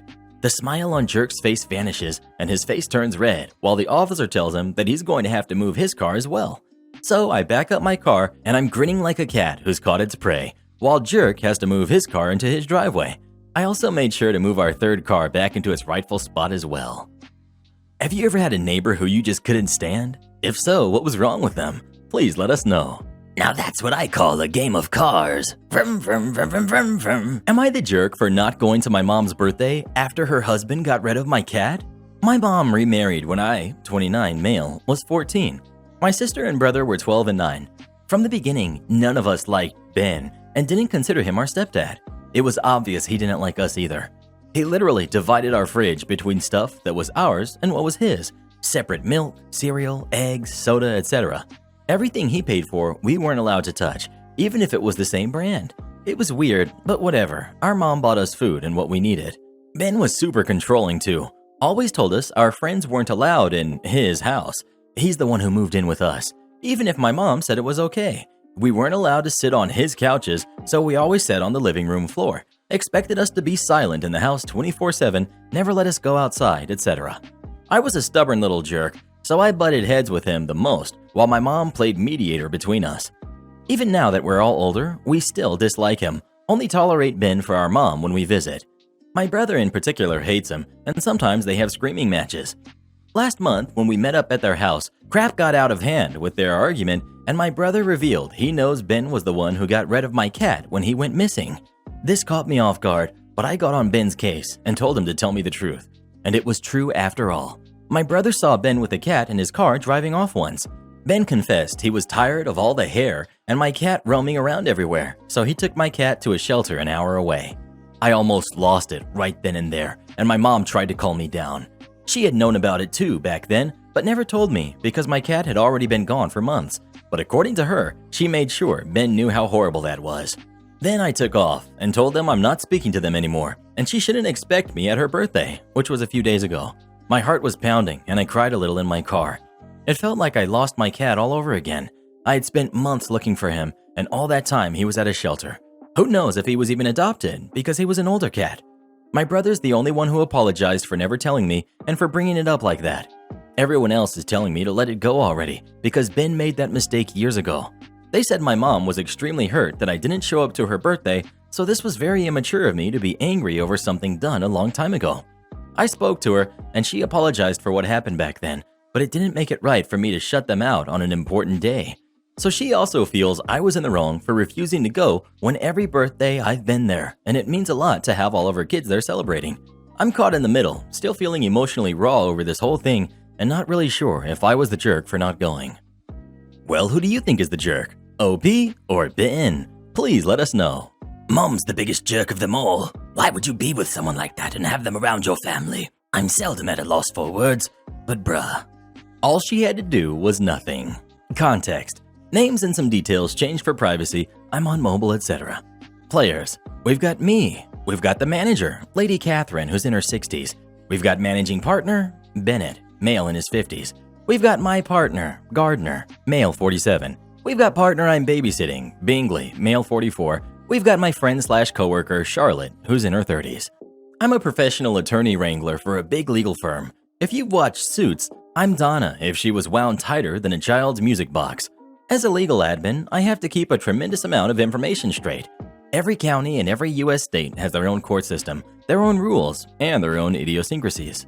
I have 5 attorneys on my team. Despite the TV shows, it's pretty unusual for a lawyer to have a special secretary all their own, unless they are very important, so 5 is a solid number. Because of the lockdown that took over the world last year, a secretary that left in January of 2020 has not been replaced yet, and I've been babysitting one of the partners, Bingley, in the meantime. It's been a fun learning opportunity as Bingley works for an entirely different region and type of law than the rest of my team. Also, he has a case where a truck exploded, was empty, which is awesome. Story. My manager, Lady Catherine, is the worst. You know the type. She plays favorites. Her best loved word is no. She must be involved in everyone's conversation because she is just that important and necessary. We don't get along because I'm a stubborn know-it-all who's been proven right a few too many times. Highlights include forbidding me from using the same resources other admins had access to, on her orders, including backup admins when my workload was too big, and then denying my overtime requests. I literally had no way to do my job some days. It's worth noting that the reason Bingley's secretary left was specifically because of Lady Catherine. In fact, 4 additional admins quit over the year explicitly because of her. Anyway, at this point, I'd been working with Bingley for almost a year. It was November 2020, and we had settled into a pretty good routine. I'd gotten used to filing pleadings in a different state and no longer needed to double-check all my work for nuance. Because law still operates in the Stone Ages, a few U.S. states still require hard copy filing. Anything we want the judge to read has to be sent by actual mail, on actual paper, to arrive in the judge's actual hands. It's a pain. Most states let you file electronically, but whatever. Bingley mostly only has cases in one of the hard copy states. Lady Catherine, in her excessive wisdom, butted in uninvited and instructed me to include a cover letter when mailing a new filing. This confused me, as I had been filing for almost a year and no one, including the admin who originally trained me, had mentioned a cover letter. I told her this, and she basically told me to suck it up. I called the court admin to make sure I wasn't crazy and that I hadn't ruined a year's worth of filings, and the court admin literally laughed and said to please not include a cover letter, so I didn't. Imagine my surprise when Lady Catherine called me, writing me up for insubordination. Even knowing the court rules and the judge and the court admin explicitly said to not send a darn letter. She was right because she is always right, and I am, and I quote, a disrespectful little jerk, and she was tired of me. A warning went into my employee file, pending disciplinary measures. The next day, she emailed my team, telling them to reduce my score on my yearly review, as she knew I had been rated too highly for what my abilities really are. It felt to me like she was preparing to fire me by creating a history of poor performance. Well, if you're so tired of me, Madam Manager, I can leave. Within a week of looking, I found a new position. Now here's the issue. I love my team. This is the best work team I've ever been on. We take each other seriously, and we genuinely love each other. A lot of times, admins get pushed around because we don't have fancy degrees, but not here. Calling in to quit, I cried. I cried a lot. I cried to the point that one of my partners, Bennett, asked if I wanted a counteroffer. I said no, because that wouldn't solve anything. He asked what I meant. I told him. I told him about the write-up, I told him how she was trying to falsify my employee review after it had been submitted. I told him the reason 5 admins had left. I told him about how I wasn't allowed to ask for help. At this point, I had given myself hiccups from weeping, and one of the partners on my team, Gardner, was calling him, asking if he and his workload were the reasons I was leaving. So Bennett let me go do other things, like day drink and create a shrine out of legal forms. I thought it was the end of it until a friend in another office, Charlotte, called me asking what I was doing. She doesn't have time to train someone into being the new me, and I was the only admin she actually trusts in my office, so why was I leaving her all alone? I told her, and she told Gardner, and together they plotted. First, Charlotte is the manager in her office, so she is on equal footing with Lady Catherine. They also report to the same person. Charlotte called the district manager and told him that Lady Catherine was driving admins away, and that the most recent quitter, me, was the only person who knows how to do a lot of the work on my teams, and my loss was a serious blow. Apparently this is true, which is both heartwarming and terrifying. Meanwhile, Gardner called up a fellow partner and told her that his world would collapse in on itself if I left. He would go to the nearest bridge and jump off of it, which was pretty impressive in a landlocked state. They had to do something. I got a call the next day from Bennett saying they had a counteroffer they were really hoping I'd take. Basically, instead of Lady Catherine, I would report directly to Gardner. Lady Catherine would be forbidden from interfering with me without first asking Gardner for his permission. This solved the issue, and I got to stay with my team, so I happily accepted. I thought the debacle was over. The debacle was not over. Unbeknownst to me, after looking at the evidence, exit interviews, emails, memos, Bennett put Lady Catherine on a performance improvement plan, and she did not get an end-of-year bonus or raise. Turns out I had been absolutely correct. Lady Catherine's behavior and treatment had been the explicit cause that 6 secretaries quit in less than a year. I got a call last week from Charlotte. I figured she wanted to gossip about coworkers or rant about how a shared client is a big ol' headache, but it was actually to give me a heads up. Lady Catherine had been stripped of her management duties. I no longer had any contact with her, which was great, but it also meant I didn't see that her behavior had actually doubled down on the admins unfortunate enough to still be under her thumb. She had missed every single one on the benchmarks of her performance improvement plan. Charlotte had called me to ask my opinion on who should be the new manager, as I know everyone and she was helping cover some things as an outside manager. Now, I know some of you are thinking, yes, become the manager and fire Lady Catherine, but I am not a sadist. I want to stay on my team and do what I do best, which is being a cheerfully annoying, respectful little jerk. I told her one of the more senior admins would probably need some guidance, but would be amazing at it. No one has to deal with Lady Catherine anymore. She's now a mere paralegal and not anyone's manager at all. If she had just left me alone and not interfered where she wasn't needed, none of this would have had to have happened. All she had to do was nothing. A driver hits my truck and refused to get insurance involved. Enjoy the jerk tax. This happened just a week ago. I'm an over-the-road truck driver, and I was in off-duty mode since the day before, so I was stationary the whole time. While I was in my bed trying to sleep, I suddenly heard a loud crunch, followed by a pretty rough rocking of my truck. When I got out to check, I saw a truck trying to park in the left spot and struck me on his blind side, right side of my trailer. The damage was, my driver's side mirror was folded and there are cracks in my left quarter fender. The driver got out, checked the damage for both my truck and his trailer. I told him that I will need his registration, driver's license, and insurance, the whole 9 yards. At first, he was a little hesitant to give the information, but ended up following the rules. I did the same for him. Then he proceeded to tell me that he would prefer to pay the damage in cash or check. The reason was, if insurance was involved, his company would charge him $2,500 automatically, so it's a huge loss for him. Even though I don't agree with that and still think insurance is better, I comply and talk to my manager about the whole situation.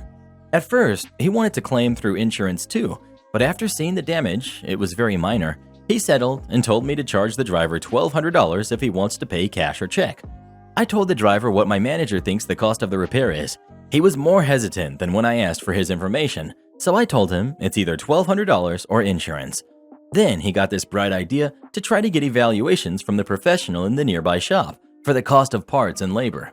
He even tried to fix my side mirror, which to my surprise was fixed. Okay, so no need to replace the side mirror, but the fender is still cracked, so that needed to be fixed.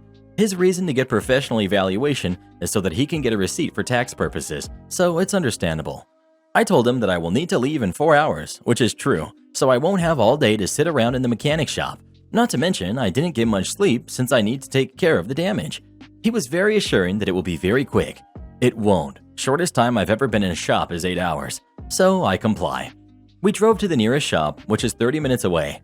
Inside the truck, he kept saying that $1,200 is too much to fix a fender. I didn't say anything in retaliation because I actually do not know how much it costs to fix a fender. I just trusted my manager. When we arrived, the tech said that he can't fix the truck within 3 hours. It was fairly busy. So we asked if we can just get an evaluation for the cost of labor and parts, which the tech said that he can do. After 1 hour, the tech came out and gave us a piece of paper for the evaluation. The total came out to be $1,440 for parts and labor, not including the paint job, which is around $400. He was shocked, thinking that he got ripped off by the evaluation. He complained a whole bunch to the tech, but there's nothing the tech could do about it. He asked for their evaluation. He got it. Then he went back to me and asked if it can still go back to the $1,200 cost. I told him, but I thought you wanted to get a receipt for evaluation done by a professional. To say he was stunned was an understatement. He kept making up excuses about the cost, but again, I repeated either this or insurance. He finally complied and wrote me a check for $1,440. After we parted ways, I mentioned to him, "Remember to keep your words for the paint job. If not, my manager will claim the damages as a hit and run." He looked at me with the dirtiest look he could muster, but he couldn't do anything about it. Oh well, at least he got his receipt. Edit 1. For those who mentioned that I might get burned with cash or check, I actually didn't think of this at first, but that was a very good lesson. Nonetheless, the driver paid me with money order because he couldn't withdraw $1,440 in cash from an ATM and he doesn't bring his checkbook. I guess it's more secure since there's no way money order could bounce.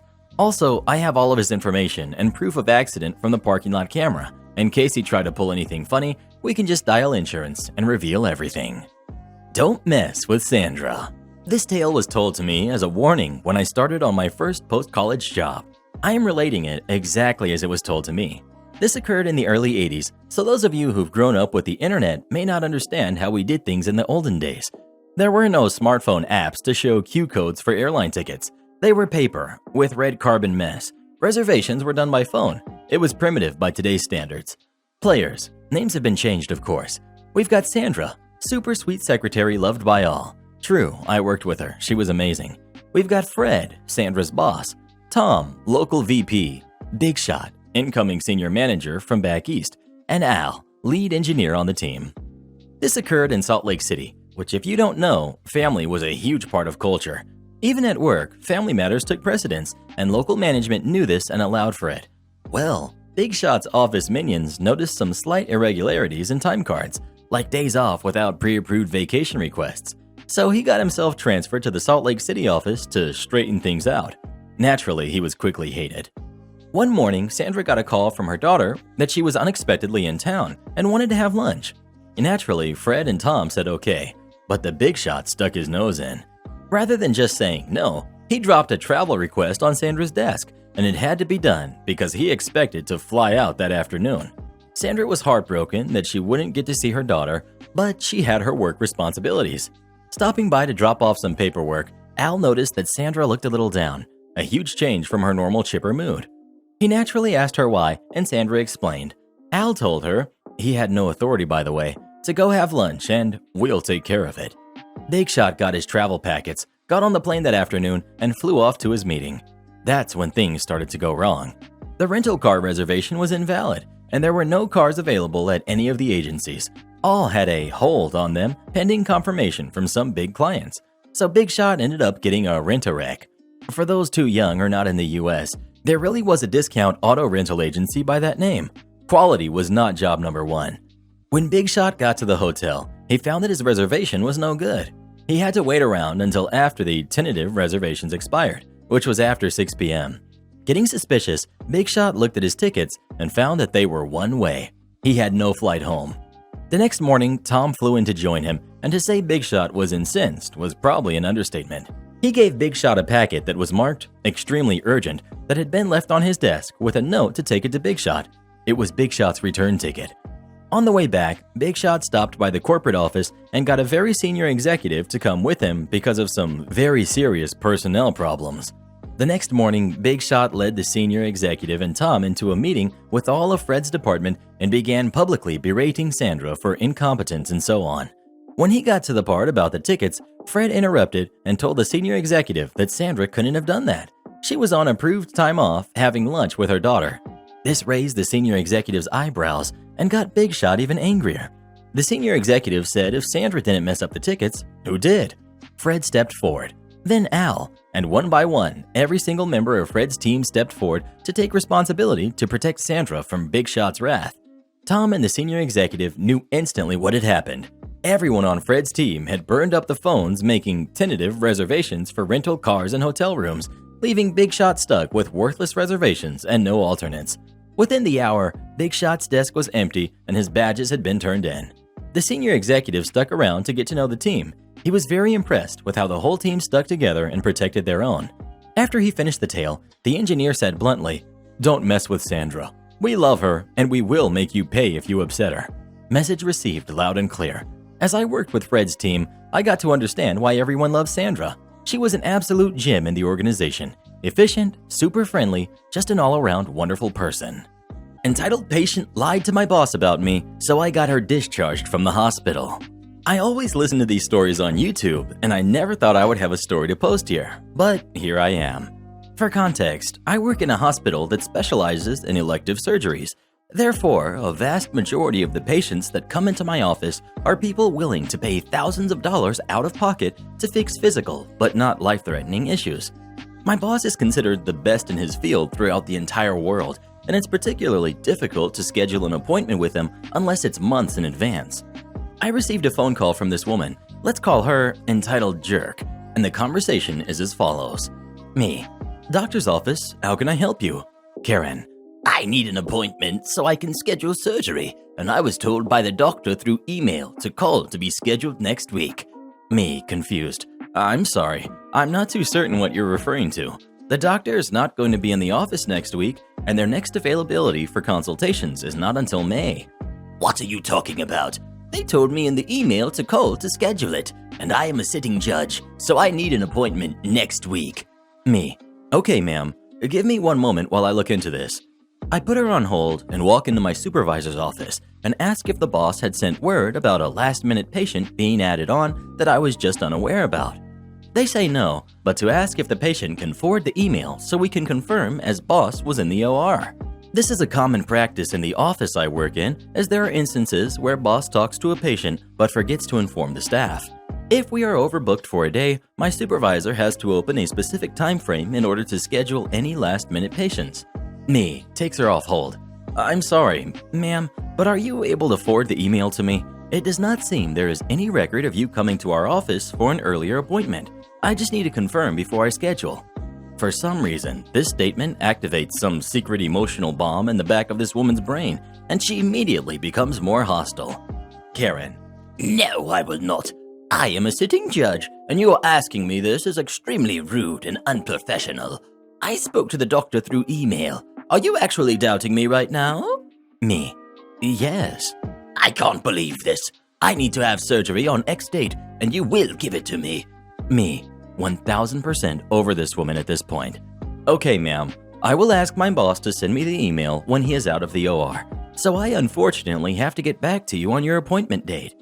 Thank you. As just a word of advice, watch your tone the next time you speak to me. Me: Okay. Click. A few hours later, my boss comes back into the OR and tells me they have received an email from Karen stating that I was rude and unprofessional to her, and that I was refusing services to her because I wanted to invade her privacy and she said no. Luckily, the whole time I was on the phone with this patient, my supervisor was in the office listening to the entire call on speakerphone.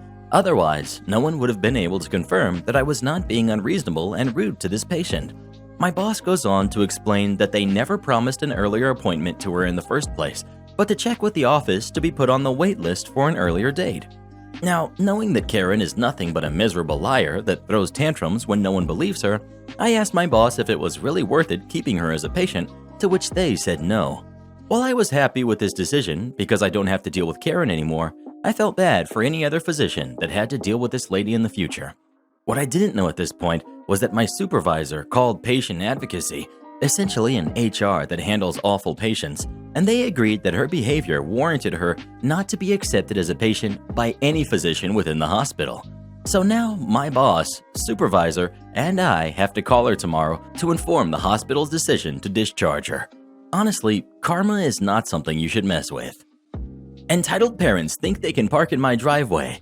I get their car towed. I used to live on the bottom floor of a 2-story house in a very popular beach town in North Carolina. I was in my mid-20s. The upstairs was rented out to 4 college-aged guys, so 5 people, 5-car driveway built for 4, so one of us would either be on the grass or in a paid spot.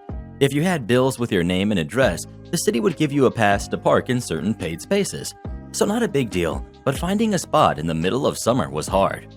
The house is maybe 100 yards to the beach, pretty short walk, 5 minutes tops with beach gear and little ones. I would leave to work at 6:30 a.m. and return around 5 or 6 p.m. By the time I got home, most of the crowds would be gone, so a paid spot was easy for me to get. So I'd typically leave the driveway for the upstairs guys. One day I was running late and didn't get out of my house until nearly 8. The other guys had left and the driveway was empty. I'm walking out to my car, and of course the lots are already 90% full or more. As I'm crossing the street, I see a minivan coming up and pulling into my driveway. I didn't recognize it, so I waited to see if I knew them or if they knew the upstairs guys. Out steps polo shirt, visor bowling, short dad, an overly peppy mom with 3 screaming kids. Obviously no one I knew. I backtrack up. "Excuse me, do you know the tenants upstairs or have permission to park here?" Entitled mom. It doesn't matter. No one's parked here, and Billy, Bobby, and Brandy have to get to the beach. Me. "There's 5 people that live here, including myself, and we need to be able to park." Entitled mom. Oh, so where's your car if you live there? Me. "In that spot there, because I have a pass." Entitled dad. Don't lie to us. You're here just the same as us, and upset we know how to park for free. Me. "I'm not lying. Dude, it's 8 a.m. I'm wearing my work uniform." Entitled mom. We don't need to listen to you. We're going to park, and you can do whatever you want. My kids have to get to the beach. You're ruining our vacation, so go away. Meanwhile, the kids are climbing on my fence and trees in and out of the street. Me. "Okay, I'll just have you towed and you can deal with it later." Entitled dad gets in my face, practically nose to nose. Try it and see. This isn't your house. You're just a little jerk. Mind you, I'm 5'11" and roughly 190 pounds, fairly good shape. Me. "Okay, have a nice day." So I went to my car and waited until they were pretty much at the beach, like I said, very short walk. So I go inside, look up a tow service on the other side of town. "Hello, yes, I'd like to report a car illegally parked on my property. Address, 123 street name." "Sir, that's an hour away." "Yeah, I know, I'm not paying. That's their problem." "Okay, be there in about an hour and a half." Called my boss. "Not gonna be in today." Explained what happened, and he's a pretty easygoing guy. Told me to keep him informed. Tow truck arrives, van gone. I leave my car in the spot and wait. It's 10:30 a.m. or so by now. Sometime around 2 or 3 p.m., there's a very angry knock at my door. Internal thoughts, this is gonna be fun. Imagine the shock when I answer the door, beer in hand, grinning like an idiot. Me. "Can I help you?" Entitled dad and entitled mom. Where is our van? How did you get here? Me. "Oh yeah, here's the card. I had it towed across town. Gonna be a fun cab ride." Shut the door in their face. More angry yelling and knocking. Me. "Yes?" Entitled dad trying to get into my house. You better get us our van back. I'm gonna kick your butt. I'll have you arrested. Me. "Get out of my house and call the cops. Not gonna change anything." I managed to shove him out of the door and get it closed and locked. Now I wait. Next 20 minutes, more angry knocking and yelling. Finally, about 4 p.m.-ish, I see some blue lights and there's a much more polite knock at my door. I grew up on the beach. It's a small number of locals. I know 70% of the locals, police, bartenders, shop owners, residents. I know a lot of people on the island. Me. "Oh, hey Garrett, how's it going?" Garrett. "Yeah, it's good. These people say you stole their van and broke into this house." Me. "Nope. They pulled into the driveway as I was leaving for work, pulled an attitude, walked away, said I couldn't do anything. So I called Lou on the other side of town. Van's there. I even gave them his card and offered to let them use my phone. entitled Mom. He's lying. He stole our car. I demand he be arrested. Entitled Dad, storming up behind the officer. If you don't arrest him, I'll have you fired. This is ridiculous. Blah, blah, blah. Garrett. Sir, back up. I'm going to figure this out. Entitled Dad, now shoving past the officer. This is BS. Working his way into my house again. Garrett is able to pull him out and manages to get him pressed up against his cop car. Sir, you are trespassing now. Looking over at me. Would you like to press charges? Me. Can you keep him in your car until they get a cab? Yeah. I mean, I've got to get statements and everything. So I gave my statement, went inside, grabbed a beer, went out the back door, up the back steps, and around to the second floor porch, and there I sat, smiling, until a cab came at about 5 or 5:30. My upstairs neighbors showed up, but they didn't play any part in the story. Well, what would you do in this situation? Would you get someone's car towed if they parked in your parking spot or not? Please let us know. Getting cars towed is a favorite pastime of mine. This is exactly what happens when you've worked retail for far too long. A long time ago, I used to work in an educational toy store in my local mall. After it closed down, I had to find a new place to shop for the kids in my life. I had gotten a nephew of mine started on a scale Wood Thomas the Train toy line, when someone I knew told me Barnes & Noble had started carrying the line, so I decided to swing by to see what new pieces had come out for the holidays. Once there, I start looking and overhear two women talking about if they should be getting their kids started, because both kids love Thomas the Train. Before I could stop myself, I had introduced myself, and when I mentioned the store I had worked at, they both lit up, suddenly remembering they had seen me there. Now they were asking questions, and I'm giving advice. About the time they're done, more people have started asking more questions. Before I knew it, I've been standing there in the same spot for more than an hour, just selling the heck out of these trains. When the crowd finally dispersed, I make sure I have the two pieces I wanted and start to head to the register, only to find the department manager, the store manager standing there, along with the girl actually working the kids section staring at me. To make this faster, let's call them store manager, department manager, and employee, and we've got me. At this point, realizing the spectacle I had unintentionally created, I walked over expecting to apologize, only to have the store manager start talking before me. Store manager. Do you realize how much of that stuff you sold? Me. So that guy did buy the Roundhouse set. So you know, that set was at the time their biggest set and cost $500. Store manager. Actually, yes, he did. But I'm talking about more than that. You've sold more Thomas the Train items than we have ever sold. Unable to stop myself, I replied, well, you haven't carried that line long. Once your people learn more about it, I'm sure you'll have better numbers. Store manager. Do you want a job as assistant manager in this department? Department manager. More than half those people thought you already worked here. They wanted you to get a raise. Employee. I don't understand how you knew all that. I could barely follow half of it. Me. Thanks. How much would it pay? Okay, this got away from me. So let's try for a quick finish. I turned the job down. It was offering less money than my job at the time. I ended up being given the employee discount on the two pieces I wanted as a thank you. For about 2 years, every time I went into that Barnes & Noble, I would see one of the managers from that day, and they would ask me if I needed any more train items. Sorry if it was a long one. Hope you enjoyed it. He should have just paid his part. Some background. I'm the manager of a tight-knit extracurricular activity business. My boss is the owner. We serve kids and adults. We run on a membership-based system. More background. Mom brings in her 4 boys 2 years ago to attend with us. Mom and Dad split last year. Court-ordered custody agreement says that he pays 90% and she pays 10% for all extracurriculars based on their income. I'll try to keep this short. After Mom and Dad split, crap hit the fan for those people. We have several divorced parents working to get their kids here when they can, but Dad just never seems to want to. Since we operate with memberships, kind of like a gym, if you don't come in, you're wasting your money. Every Friday, I call our people who've been absent for more than 4 days. Every other week, they're out completely. I look into it a bit further with Mom, who attended with us before her kids started, and those are the weeks Dad has them. This has happened before, and it's an easy enough fix. We take the parent who isn't cooperating through our program and help them understand the benefits their kids are getting out of it. He watched them a few times when they would come in and started to see that they enjoyed it and the value in the program. Crisis averted, he's bringing the kids again. Since the divorce, Dad hasn't been super forthcoming with money. And with mom being the primary and not having the funds due to the ongoing divorce proceedings, my boss forfeited 11 months of payments for these people, totaling $3,060. My boss put her foot down 2 weeks ago, right before the 1-year mark for them. We couldn't keep not letting them pay us.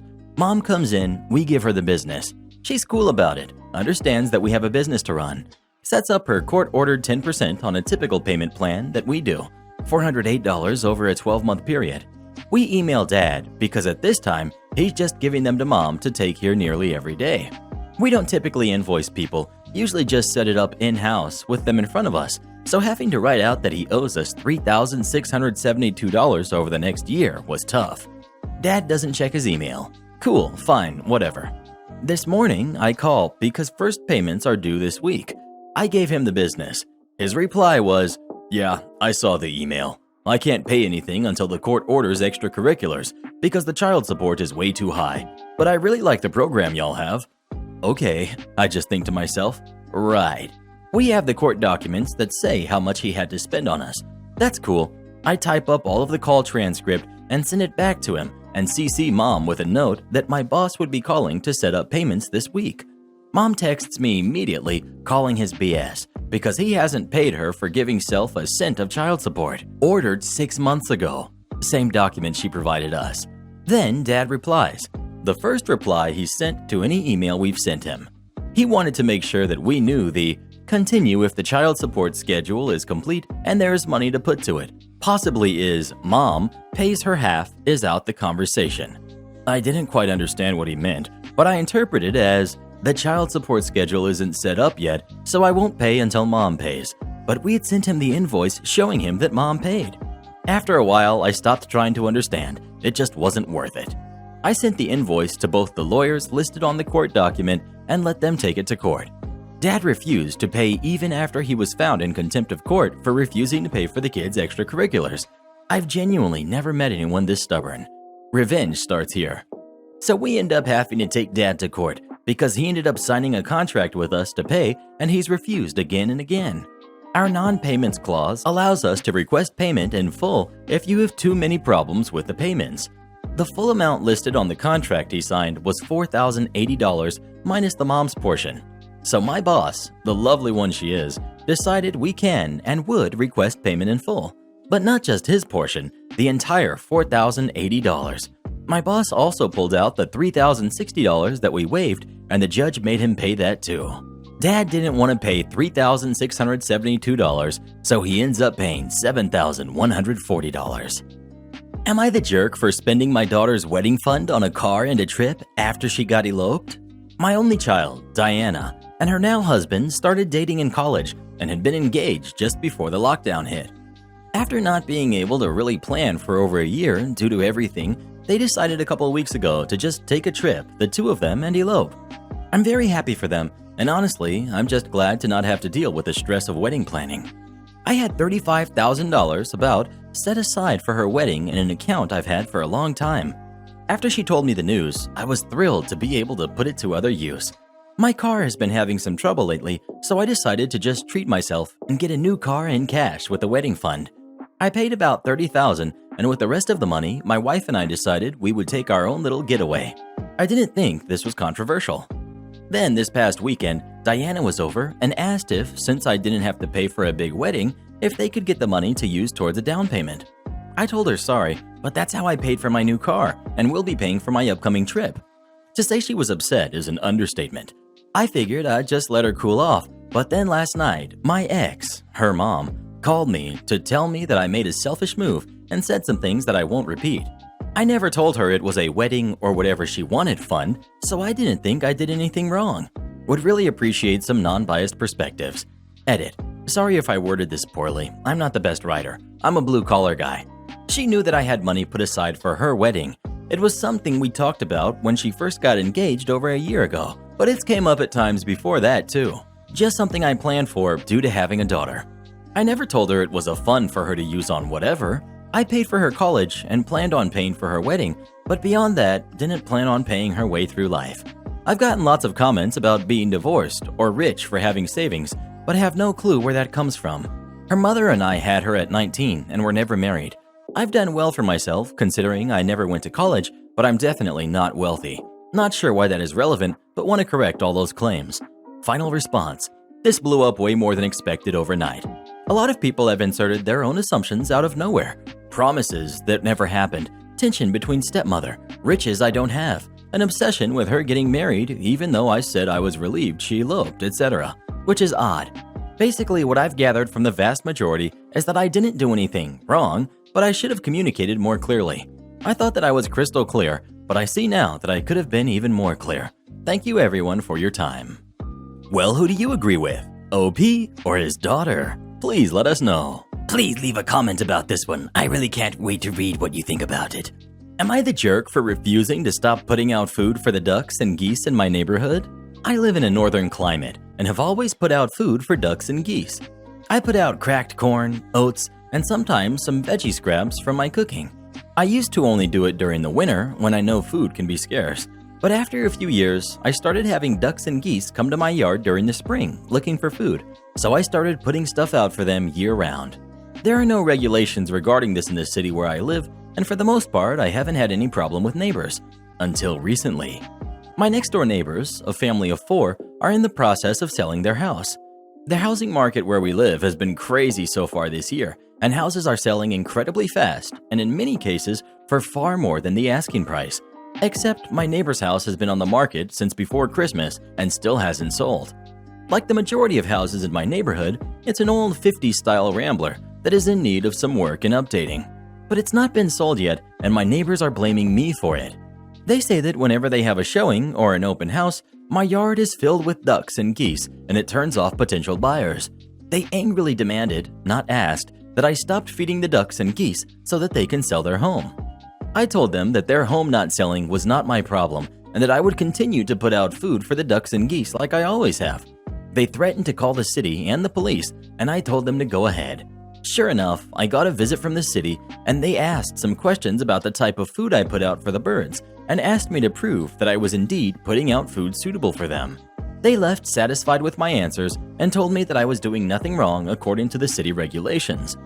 Last weekend, my neighbors had another open house, and as usual, my yard had a few ducks and geese in it. Less than usual, as there are plenty of other food options available for them now, but maybe a dozen total birds.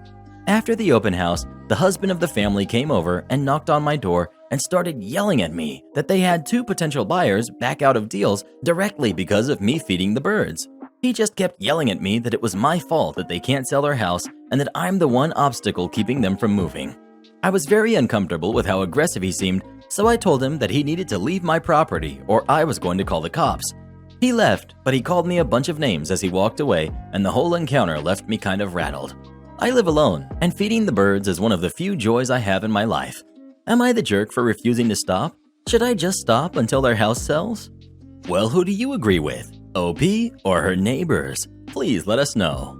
That's one good thing about an HOA. You'll never have to worry about a petting zoo next door. The company appreciates your long and devoted service. Have a frying pan. I worked in the London office of a large, respected, and well-known international but US-based organization who liked to profess/believe/pretend they were a caring, sharing, benign, and PC employer who truly cared about members of the corporate family and only had our best interests at heart while they did us over. The usual. Years of pay freezes over for us, job vacancies unfilled, doubling our workload, essential equipment left obsolete, etc., etc., while the bosses gave themselves increasingly huge bonuses, fancy titles, and perks.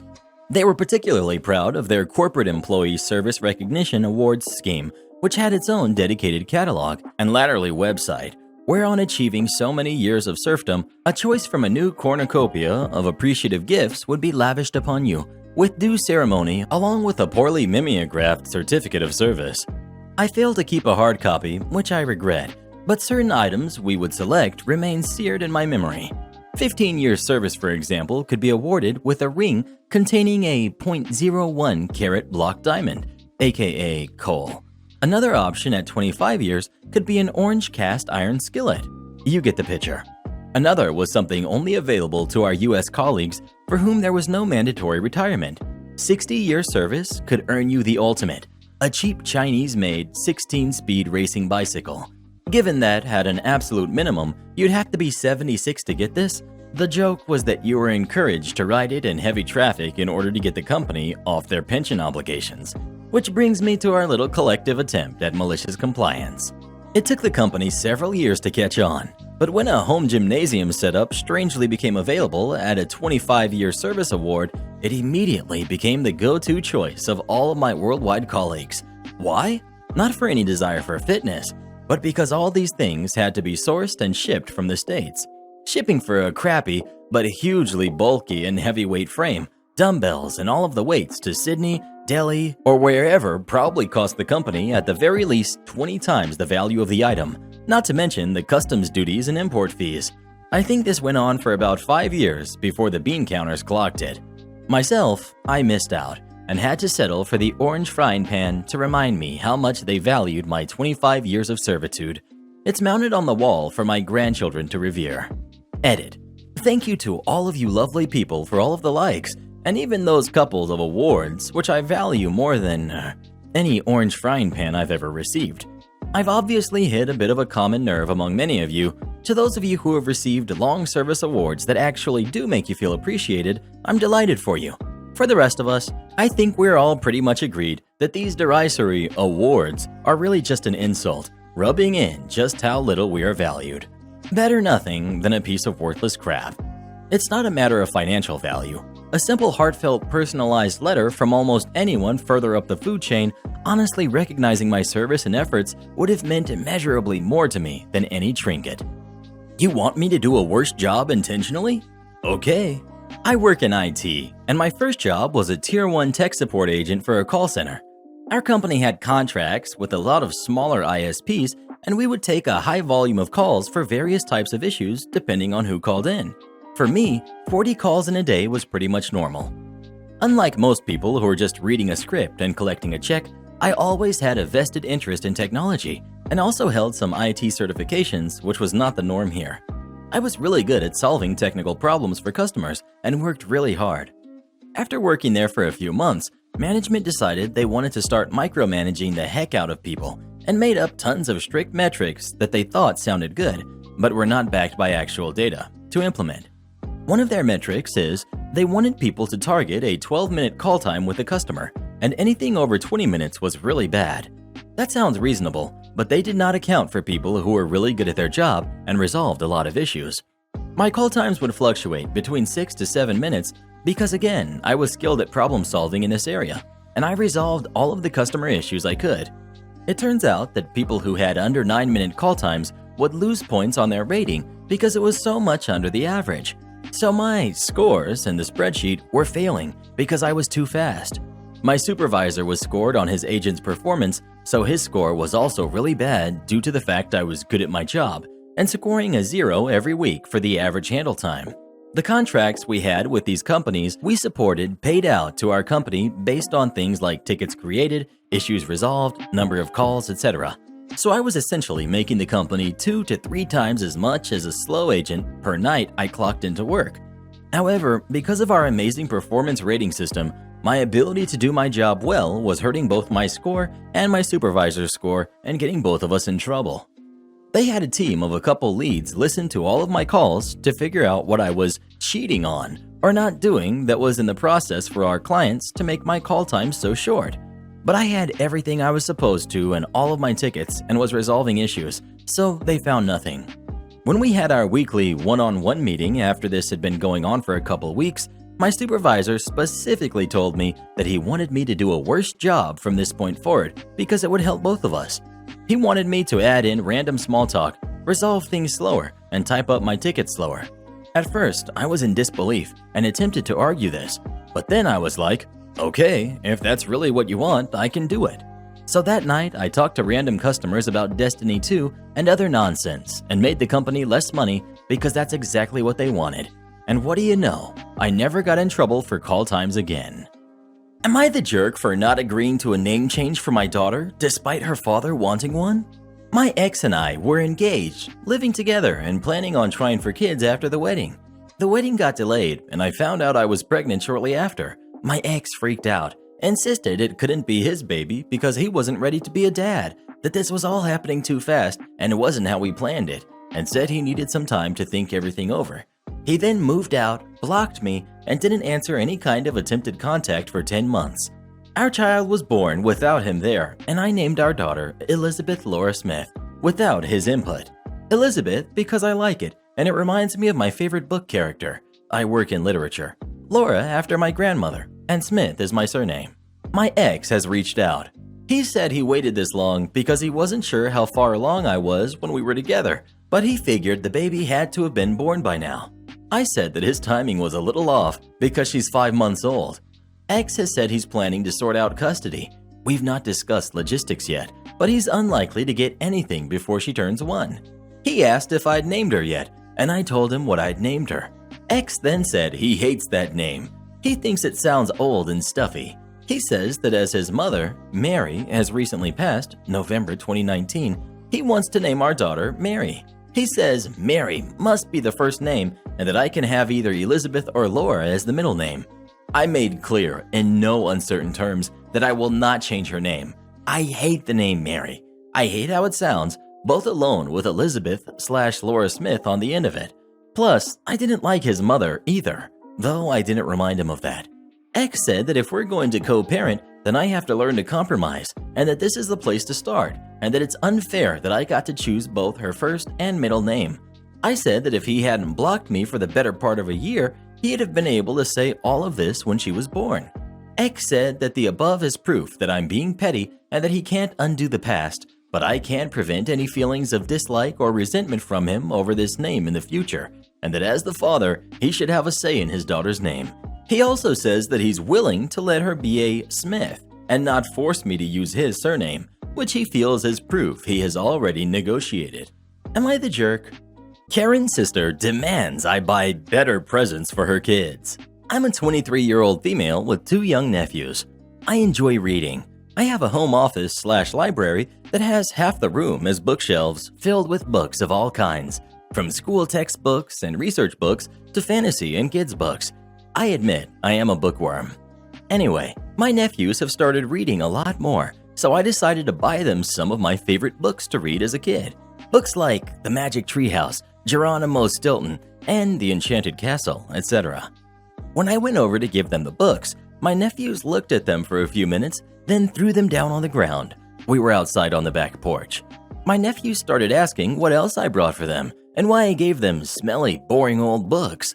The books were brand new, still had the stickers on and everything. I thought maybe they were just being kids because, they're kids. But when I explained I just brought the books for them, they threw a huge tantrum. They were screaming and crying about why I didn't buy them video games and toys instead, and just gave them stupid books. They started stomping all over the books on the ground.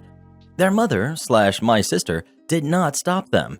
In fact, she scolded me for not getting them something they really wanted, like video games. I started arguing with her that she had told me that they loved books and they wanted to read more, so that's why I got them the books. I thought they would enjoy these books as I did as a kid. My sister screamed at me about being self-absorbed and how not everyone loved books like I did. But she was the one who told me that my nephews really loved books like I did, repeatedly. I knew I was getting nowhere with this argument and my nephews screaming in the background, so I picked up all of the books off the ground and left to go back home. Within the next few days, my sister repeatedly called to berate me and yelled at me for not getting them something else. Then after a week, my sister called to ask if I was getting my nephews anything better because they were so disappointed and upset. I told her no. She yelled at me some more. Before she hung up, she asked when I was going to bring over the books again or if she needed to come get them.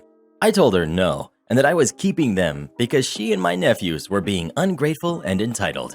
I told her that she should teach her kids better, not to be spoiled brats, and to be appreciative of any gift that someone gives them, regardless of if they like it or not. Like I said, I enjoyed these books as a kid and would love to reread them as much as I can. So I decided to keep them for myself because my nephews didn't want them to begin with and were being entitled brats. So, am I the jerk for keeping the kids' books I bought for my nephews? Edit. My sister has raised my nephews to be spoiled rotten. If they don't get their way, they will be little monsters to you or others, and my sister encourages their selfishness and bad behavior. one of the reasons I am low contact with her right now. For the people that are asking for my nephew's ages, one is 7 years old and the other is 2 years old. I mostly got the books for the 7-year-old, but thought maybe he or my sister could read them to the 2-year-old, like bonding time or something. And yes, both play video games. My sister bought each a small handheld kid iPad or whatever it's called, I'm not sure.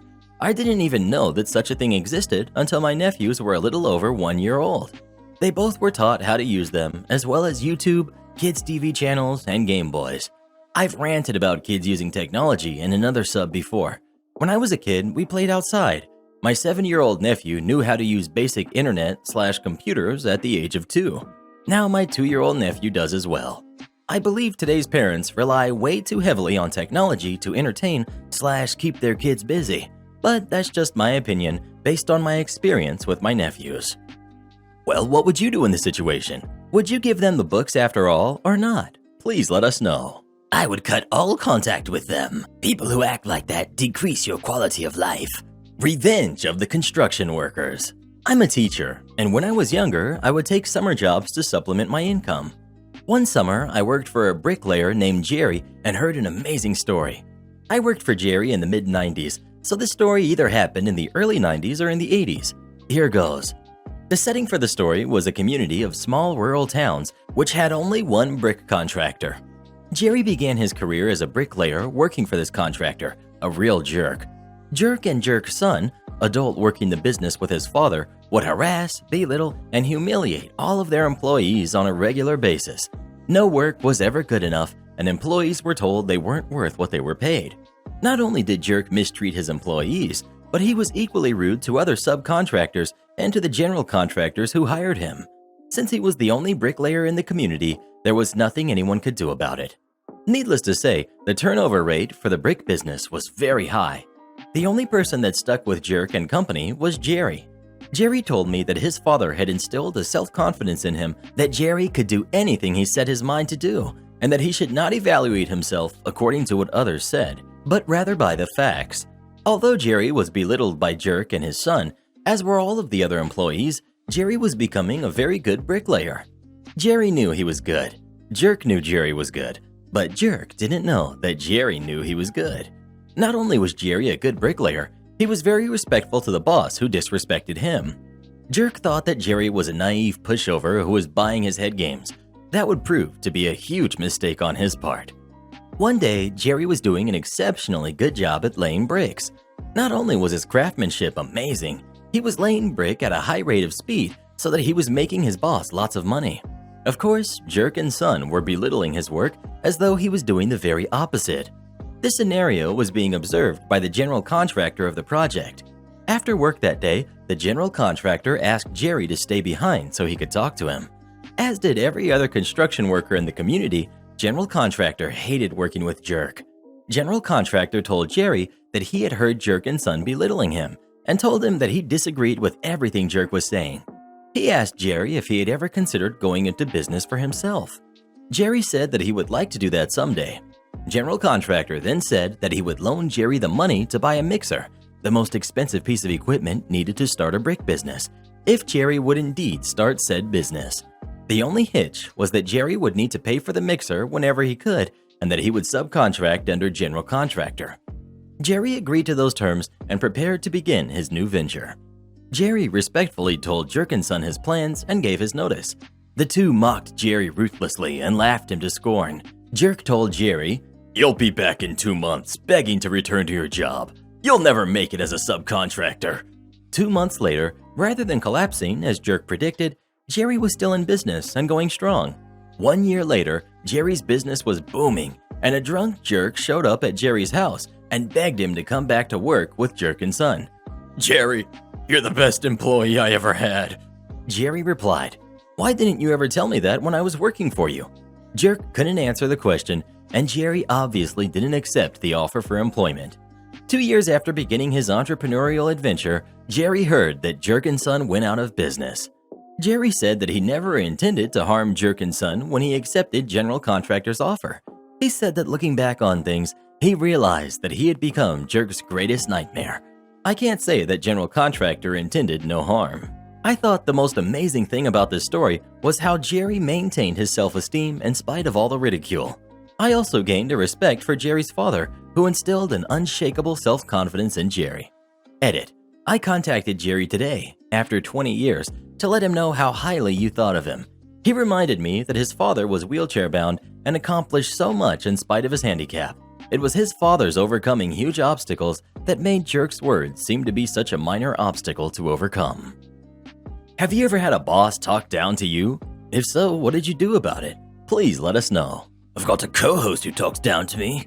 Am I the jerk for not babysitting for my sister-in-law anymore after she called the police on me? My sister-in-law and I have an agreement. She watches my kids 3 days a week and I watch hers 3 days a week. This agreement has stood since March of 2020 without issues. Any changes have been discussed weeks in advance. A couple of weeks ago, we had an argument. The next day, I brought my kids to her house, dropped them off, and left. I didn't speak to my sister-in-law because when one of us is in a rush, like I was, it's standard for us to just let the kids out, stay in the car, and drive off when you see the door open. I drove to work, about 40 minutes away. When I got there, I had about 20 missed calls and even more texts, all from my sister-in-law, all saying she didn't want to watch the kids given our argument. Her first text arrived a little before I got to her place, but I didn't see it until I got to work because my phone is always on silent when I drive. I rang her, said I'll arrange to work from home, then come get the kids. She said I have 45 minutes to get back to her place or she would call the police. I told my supervisor the situation and she said I could leave after I did a few things. This delayed me 20 minutes. When I got back to my sister-in-law's, just over an hour later, she said she had already called the police when the 45 minutes ran out. I then had to stick around long enough to tell the officer that I didn't abandon them. There was just a communication issue. Sister-in-law and I had another shouting match later over this. I arranged other childcare for my kids, and I've been mostly ignoring her since. However, she reached out and apologized and asked if I'd be willing to go back to the old arrangement. I told her to go buzz off.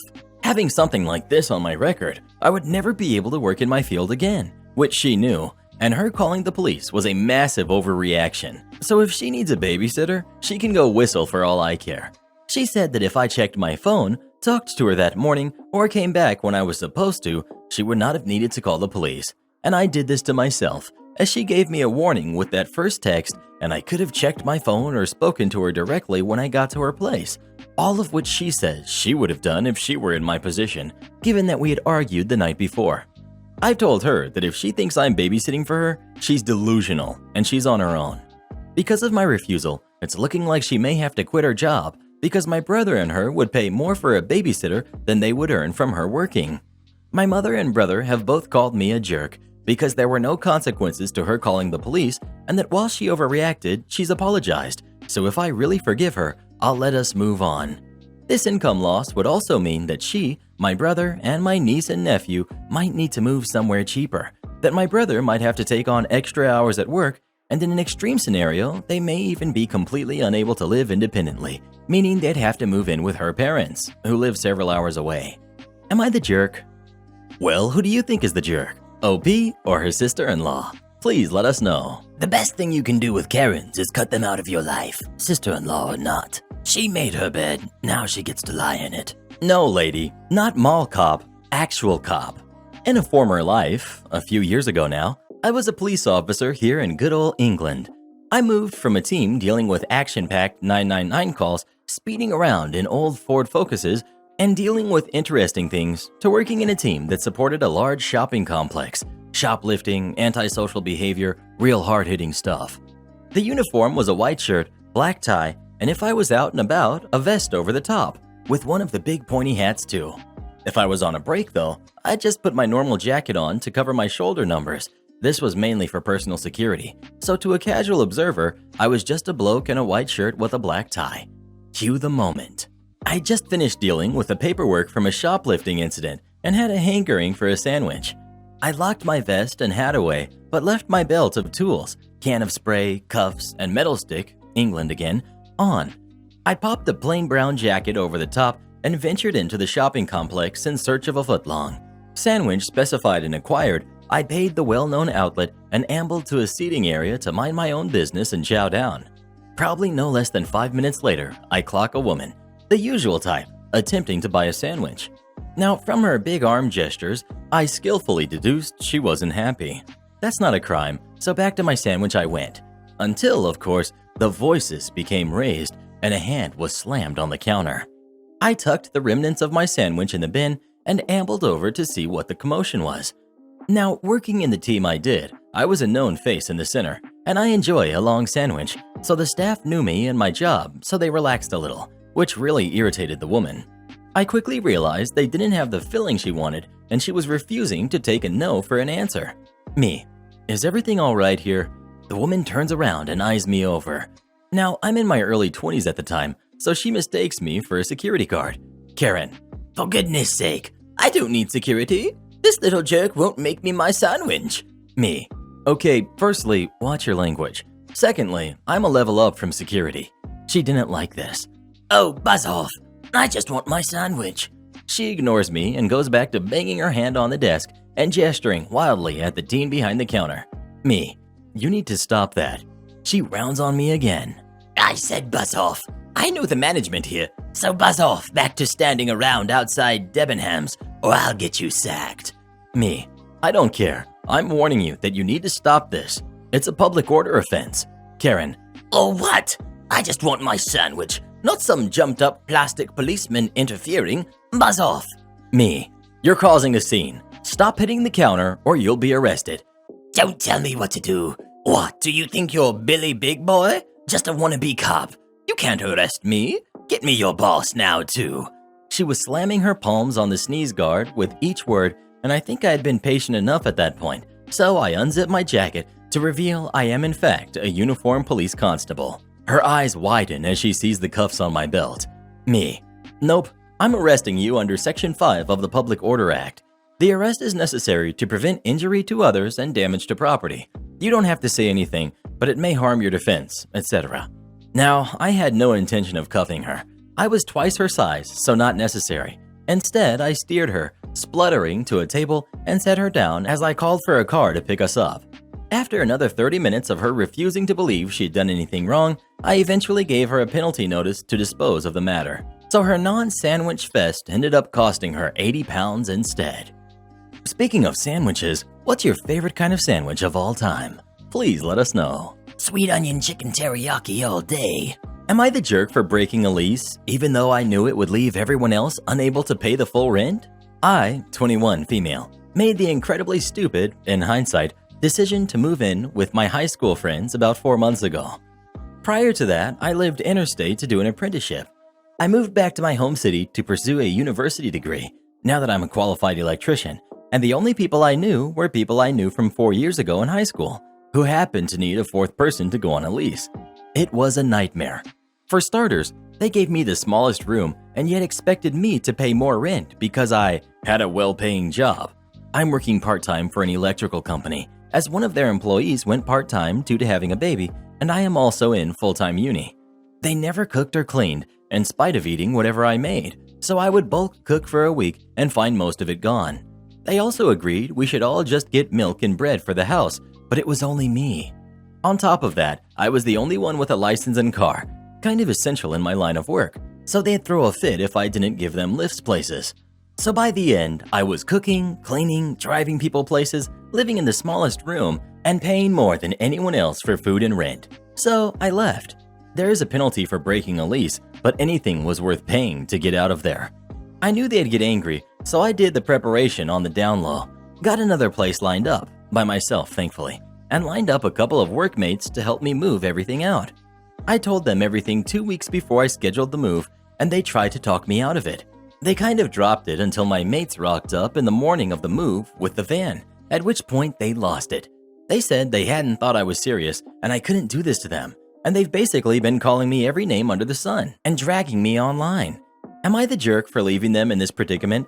The furniture is mine, but I still feel kind of guilty. ETA. They're all on my home country's equivalent to benefits while they study full-time. One also works part-time in a cafe. My best friend acts like an entitled spoiled brat, and the friendship is so one-sided, I'm ready to call it quits. So my friend and I are both 22 years old. We've been best friends since 2011. We both still live at home. My friend has only ever had one job but got fired. So she sits at home all the time and begs me to do stuff with her. I work full-time at a grocery store. She expects me on my weekends off to hang out with her and goes crazy when I don't. I have a boyfriend and other priorities to cater to, which she doesn't seem to understand. My friend has always been pretty spoiled by her parents, so for me, I pay my parents for monthly rent, phone bill, car insurance, etc., which my friend thinks is weird and makes fun of me for it. When my friend worked, she didn't have to pay her parents for any of that. My friend also likes to brag about blowing her stimulus checks on new clothes, childhood toys, or new electronics, none of which she needs. Her parents pay for everything, and they also don't make her do chores either, which I find odd, but okay. But the thing is, she brags about this all the time, like it's some flex. When we hang out, there have been numerous times where she forgot her money, and I ended up having to pay for her because I didn't want to listen to her scream at me. She never paid me back. I've gone to concerts of singers she likes with her, but if it's someone I like and that she hates, she won't go. We always have to do what she wants to do, or she ruins it if it's something I want to do by acting moody and like a jerk. She flips like a light switch. If you say something she doesn't like, or she takes it the wrong way, she gets all upset and ends up blowing up or giving the silent treatment. She acts like a toddler.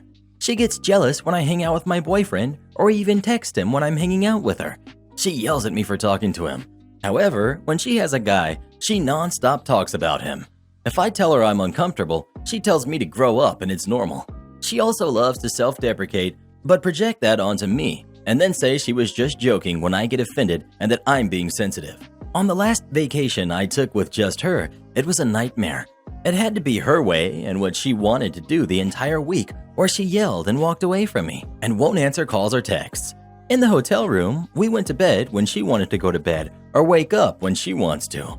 I went along with it because I didn't feel like getting into a fight, but boy was I miserable, and I was so happy when it was over. Although she made us miss our flights back and my parents had to pay for new ones because hers couldn't, I don't think she even asked. My parents aren't exactly fond of her and tell me she needs to grow up and that they can't wait for the day her parents kick her out, although I don't see that happening. They ask me why I'm still friends with her. They think she is selfish and uses me. I think I feel bad for her because she has no other friends, which is why I stay in this friendship. But I've had it. She's too exhausting to deal with anymore. She's gotten worse. It's not my fault she has nobody else except her parents. It's her fault. I need to stop feeling bad for her. It's like she uses me as a verbal punching bag and a personal chauffeur. My boyfriend thinks she's toxic as heck. I can't take it anymore. Well, what would you do in this situation? Would you stay friends with this person or cut them out of your life? Please let us know. If you have someone like this in your life, cut them out as soon as possible. You won't regret it. My boss fired me and is my new boss the very next day. Might sound crazy, but it's true. I've been working at a cheap American restaurant for the past 3 years. I was full-time there until last year. I got a second job at a much more upscale, fine dining location, making a ton more money. The newer job is only open in the evenings, so I kept both jobs, working the crappy one in the mornings and the nicer one at night. Over the past 2 years, my morning job has been struggling so hard to find and keep employees due to Hurricane Michael, and then the lockdown happened, and it made it even worse with unemployment and everyone wanting to sit at home and collect that instead of working. And then the GM at crappy location got fired for harassment, which was the final straw in that workplace for me. He was the binding glue holding that place together, and then all of a sudden he's gone. The only reason I stayed after that was because it was a second job for me and produced roughly $300 to $400 a week for me working lunches, but mainly for the front of house manager. She's a good old-time friend of mine, and I felt obligated to stay there for her sake. So my evening job is crazy awesome, make tons of money, fun place to work at. They got all their crap together. The kitchen is beast mode, just an overall great work environment and pay. And everyone from my morning job knows it too.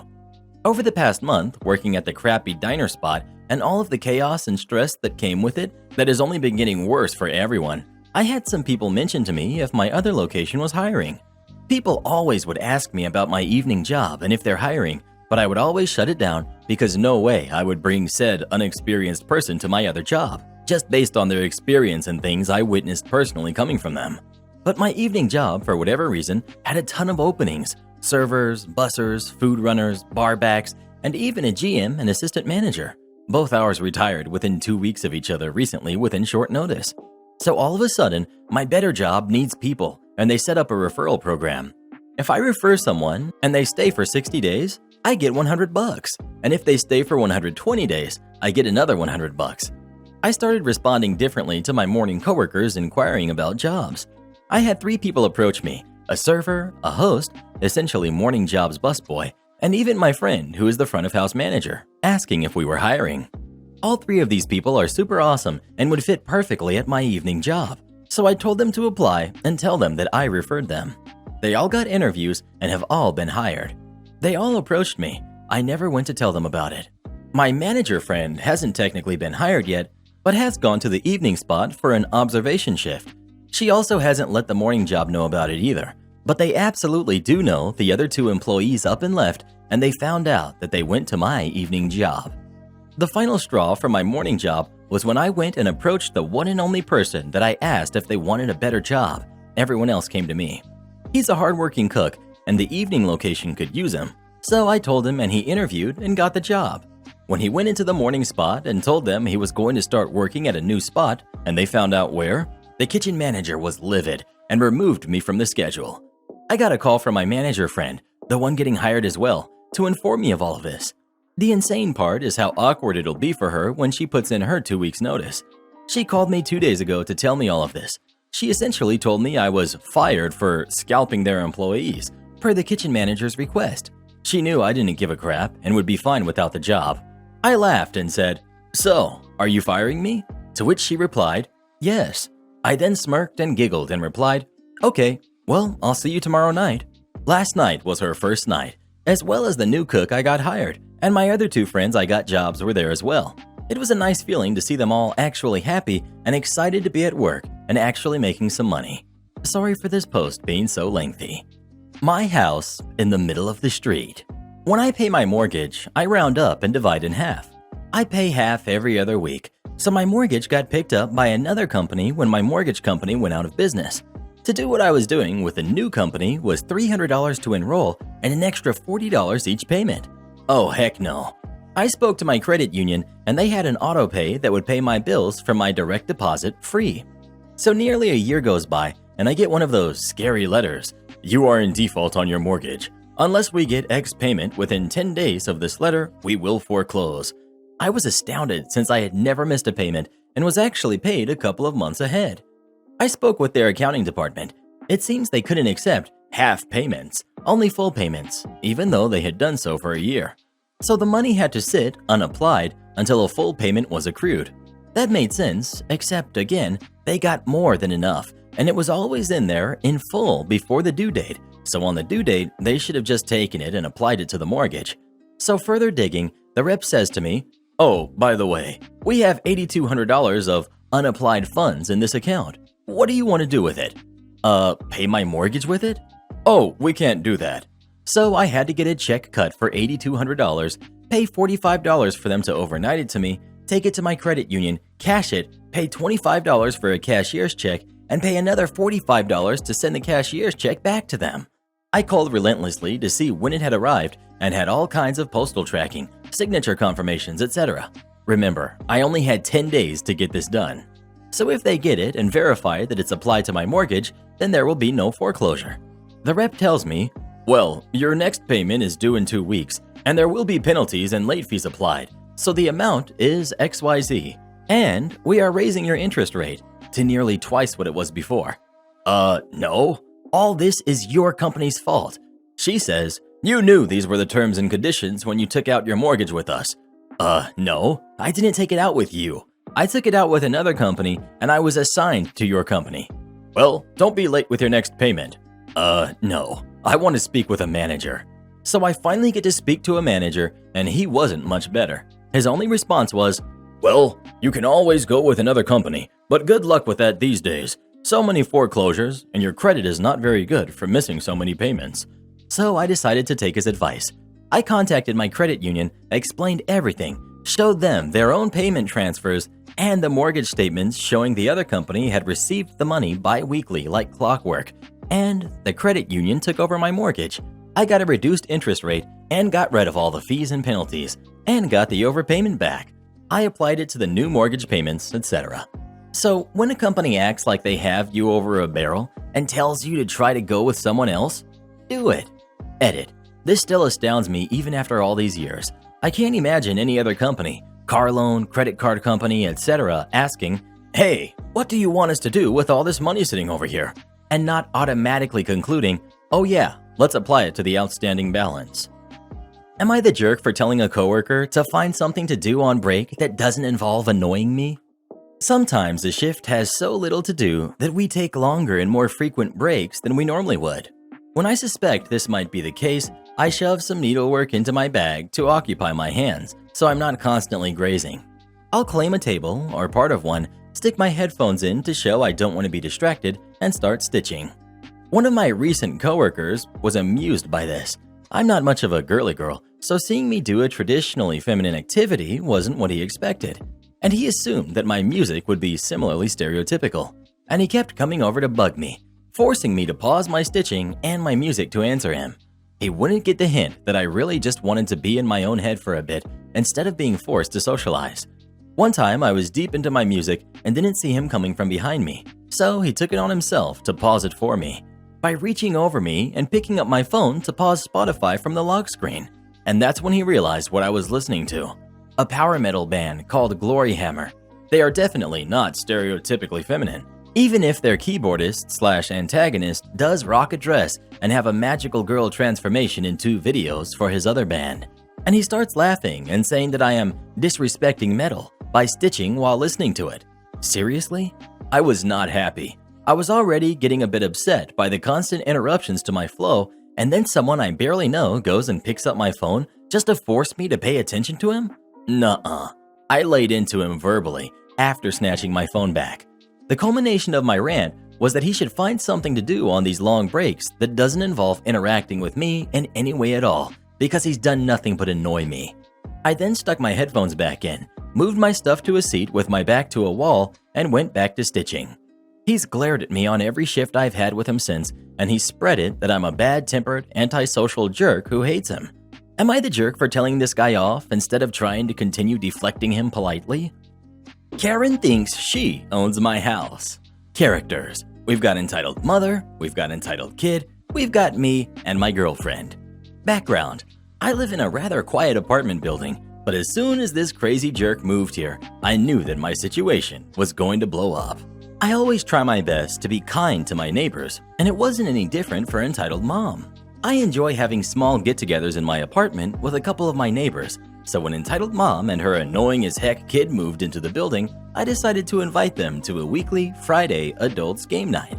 Don't judge, this was all before lockdown. The party was set to begin at 7, but entitled mom came a good hour late. Our parties are for adults because we have lots of drinks and some other things. Entitled mom decides to ignore the clear as day rule that kids aren't allowed, and she decides to bring her little jerk to my house. As soon as I see the kid, I tell her, no kids allowed. But then she goes and says, "It's okay, he has my permission." I sigh and ask her to come back in 10 minutes. Now me and the neighbors have to clear all of our stuff and pack them in the cupboards. She and her little jerk come back in 30 minutes and immediately start eating all of my food. I'm a really non-confrontational person, so telling them to stop was a big no-no. This isn't even the real story yet, it's just some background to explain the crap show that's about to happen. The story. Lockdown happened. Girlfriend was staying at my place during lockdown because our parents both have pre-existing conditions. We went through the whole process. So one day, I was out of the house getting groceries when girlfriend called me crying and saying she didn't feel safe in our apartment. Apparently, girlfriend was taking a shower when she heard someone. She thought it was me, and she opened the curtain to see entitled kid, that little jerk, standing outside the bathroom door. She screamed and slapped him and kicked him out. Hearing this, I immediately rushed home to comfort her, having absolutely no clue how that little jerk got into my home. As soon as I got home, I see entitled mom standing outside my apartment banging on the door without a mask. I tap her on the shoulder and start to explain to her that she really needs to control her kid. I tried to be as nice as possible, even though I was seething with anger. I tried to tell her that I understand he's going through changes, but breaking into people's houses and doing things like this wasn't okay at all. Before I could finish, entitled mom goes off on me. She starts screaming at me that her son didn't break into anyone's house and that girlfriend had no right to hit him. She said she was going to call the cops and tell them that we assaulted the little jerk. Even though at this point I'm literally about to get her, I try my best to remain calm and ask her how her mistake of a son got into my house. The entitled mother starts screaming at me, and in her anger, she lets it slip that during my neighbor's meeting, in the background section, she took one of my apartment's keys. My brain just shuts off. Girlfriend comes out hearing the commotion and apparently heard that entitled mom stole my keys. Girlfriend goes off. She says she's calling the cops for stealing, breaking and entering, an invasion of privacy. At this point, my brain is still processing what entitled mom just said. Entitled mom screams back that in her rental agreement, she was given access to all of the amenities of the apartment and she somehow believed that my house belonged to them too. Keep in mind, I own my apartment. Girlfriend and I kept strong on her promise and called the cops right then and there. Entitled mom got arrested, but I don't know what happened from there. All I know is that I changed my locks, got only 2 new house keys, gave one to my girlfriend and kept it, and bought one of those camera doorbell things. Edit. Wow guys, thanks for the huge response. I got a lot of questions asking how old entitled kid is. I don't know exactly how old he is, but he looked to be about 15 or 16. Edit 2. Holy moly. When I just posted this, I tried to respond to everyone's comments, but now that's getting kind of difficult. I'm going to try to make some broad statements, and I hope it answers your questions. My girlfriend and I are feeling much better. I showed her the post, and we went over a couple of the responses together. I have no clue what's wrong with the kid. He might be a little mentally unstable, but other than that, I have no clue why he acted like he did. Also, I want to take a moment to thank you guys for all of the updates, the Wholesome Award, the Silver Award, and the Hugs Award. Thank you guys for all the help you offered, and I hope I answer some of your questions. Thanks for being so kind. This is my first time making a single post, so I was kind of worried I was going to get trashed on for not handling the situation properly or something. But you guys have been nothing but kind. Have you ever had a neighbor who just loved to overstep boundaries? If so, what did they do? Please let us know. I've got a co-host who does, I tell you that much. My cheating ex-wife, Karen, now has to pay me child support. Grab a cup of coffee or tea, because this is a long story. I apologize, but I hope it's worth your time to read. My revenge began with discovering my wife's infidelity. Let's call her Carrie. After 14 years of marriage and 3 kids, I saw a text appear on her work phone for just a few seconds that would forever change my life. It was a message that had no business being on anyone's work phone. It was on the lock screen, and the sender's name was visible. Let's call him Perry. Background. I married Carrie when I was 25 and she was 22. I was teaching high school at the time and she was an RN. After having our first kid, Carrie became a stay-at-home mom. Money was tight, so I took on an admin role in my department and coached 2 sports for the stipends. We made it, and after a few annual pay raises, I stopped coaching and took advantage of a program to earn an administrative credential. Once I made the jump to administration, our last kid was ready for preschool, and Carrie decided she wanted to go back to work. Nursing jobs are always available, but they're not always the best positions. Carrie pretty much had to start back at the bottom, working alongside nurses that were a lot younger than she was and could work back-to-back double shifts that took a toll on Carrie. When she asked her supervisor about other positions, she was told that without a BSN, she wasn't going to move up. At the time, Carrie had only the 2-year ADN. I told her that between preschool, after-school rec, and my retired mother, who was always willing to pick up the kids from school and watch them, I'd support her getting her BSN. It took her 3 years, but eventually she had her BSN and was promoted to a better position at the hospital. Things were good for a while. We had plenty of money, so finally moved into our own McMansion, bought a new car, etc. I'd moved from school admin to the district admin, so I had more time to spend with Carrie and the kids. She was working a more predictable schedule, and even with my often long hours at work, this change allowed us to finally take vacations to all the places we had put on a list during our honeymoon. She kept that list in our wedding album. At some point, years later, I noticed she was carrying 2 phones with her. When I asked her about it, she said that it was a phone provided by the hospital. I didn't question her explanation because my district had also given me the option of a phone or a phone stipend, which I took instead. Again, months went by and I thought we were a happy, perfect family. I charged my phone in our den while she charged her phones in our guest bedroom that doubled as a computer room, so we could keep tabs on the kids while they surfed the web. I was updating software on the computer when I saw a light around her work phone. She had a habit of always turning her phones face down when charging them. Out of curiosity, I reached over to the phone and flipped it over. A message had popped up on the lock screen asking her when she'd like to hook up again. I also saw that Perry sent it. The world stopped around me. I just froze. My first thoughts were, what the heck was that about? It's her work phone. That kind of message gets people fired. Then it hit me. Was Carrie cheating on me? It's amazing how the brain works. I suddenly started remembering a lot of things Carrie had done that seemed odd, but I'd either dismissed them myself or immediately accepted her explanation.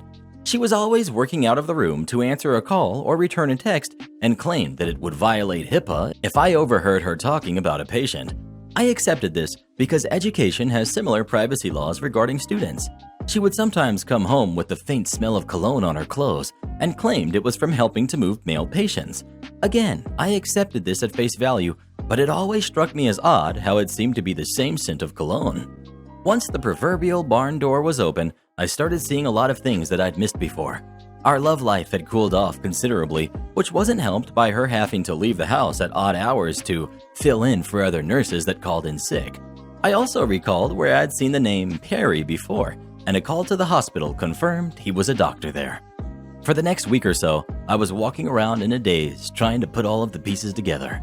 One of our kids had left a book in Carrie's car, so it was an excuse to visit the hospital. Carrie had told me personal visits were frowned upon. My kid went up to get Carrie's car key. I had forgotten my key to her car at home. I talked to a nurse in the lobby and joked about how work phones seem like a blessing, but all they do is put you on call 24 hours a day. This led to her eventually telling me that the hospital was too cheap to give cell phones to nurses, so only high-level executives got them, which didn't include Carrie. With pretty much everything confirmed, I took some personal time off the next day to talk to a divorce lawyer. The news she gave me was horrible. We lived in a community property state with no-fault divorce. I made more money than Carrie. She had been the primary caretaker of the kids, and we'd been married for more than 10 years. Basically, if I filed for divorce, I'd be done for. Lose the house, pay alimony, she'd get a huge chunk of my retirement, and I'd pay child support for the next decade, unless I was lucky enough to be awarded joint custody. The worst thing she told me was that it didn't matter that she cheated. It didn't matter. I was crushed. There was only one person I could trust with this kind of information. She was a fellow teacher that had also made the jump to administration, but was stuck at a school site. Let's call her Anne. Anne had been married at 19, but her marriage was annulled when he got some other woman pregnant. Since then, she had focused on her career, and we had found we were kindred spirits in a lot of ways regarding K-12 education. I talked to Anne. She said something to me that changed my whole mindset. If you don't like the hand you're dealt, change the deck. I realized I had two problems. I made more money than Carrie, and she had more time than me to be the primary caretaker of the kids. The second issue was actually kind of easy. At every district office, there are jobs that are fast tracks to higher positions, and there are jobs that administrators suffer through, like mess or KP duty in the military. One of these dead-end regulatory positions was open again. Ambitious administrators leave after a couple of years when a better position opens up. I sat down with our district superintendent and asked about being transferred to that position. At first he was shocked, but I told him that it was my time to take one for the team, and it would fill a hole in my admin experience. He agreed. It was really just crunching numbers with no personal or student interaction, so I could set my schedule, even take a laptop home and work there.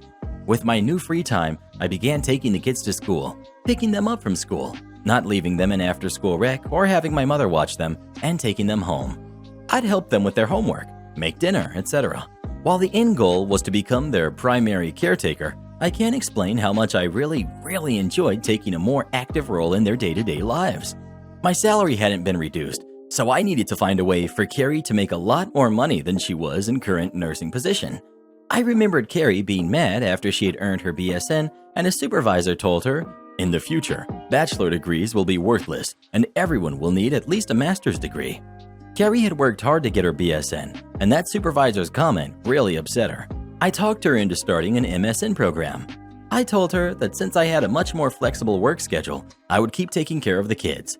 She was reluctant at first. Then I said, "You could have every evening free to study or go to class, whatever you want to do." I saw her eyes immediately light up, probably thinking that she could spend more time with Perry. To make sure she was actually completing her MSN courses, I paid her tuition and fees directly to her university. It was going to take her between 2 and 3 years to finish. Those years were rough at times, I could tell every time she was rushing off or coming back from seeing Perry. There was an excitement or sense of satisfaction in her eyes that just wasn't there when she was doing her coursework. I had to either smile or pretend I didn't notice. My temper got short at times, and I found myself in arguments over petty nonsense. A couple of times, I almost blew the whole charade, having to bite my tongue and apologize rather than scream insults at her that she deserved. Anne remained my confidant through all of this. I'd recommended her for my previous fast-track position, and she joined me at the district office. Anne was qualified, hardworking, ambitious, and only needed her foot in the door to impress the higher-ups. I even got a few pats on the back for recommending her after she'd impressed everyone. Anne and I started having our own affair. It wasn't some hot-blooded, passionate romance, but two friends giving each other what they need. Without Anne, I wouldn't have been able to maintain the charade of being oblivious. But when Carrie would come home smiling after spending time with Perry, I was able to hear it, smiling back because I had my own lover. About 3.5 years later, Carrie completed her MSN and was promoted at the hospital. Her salary went up substantially and was now higher than mine. When the kids and I made her a congratulations dinner, I made a joke about her being the breadwinner for the family, and she laughed, joking back I should be a stay-at-home dad now. A month later, I went back to the lawyer, who didn't remember me at first, and told her the financial situation had drastically changed. With these new facts, she drafted the petition and filed it. When the kids were with my mother, I had Carrie served.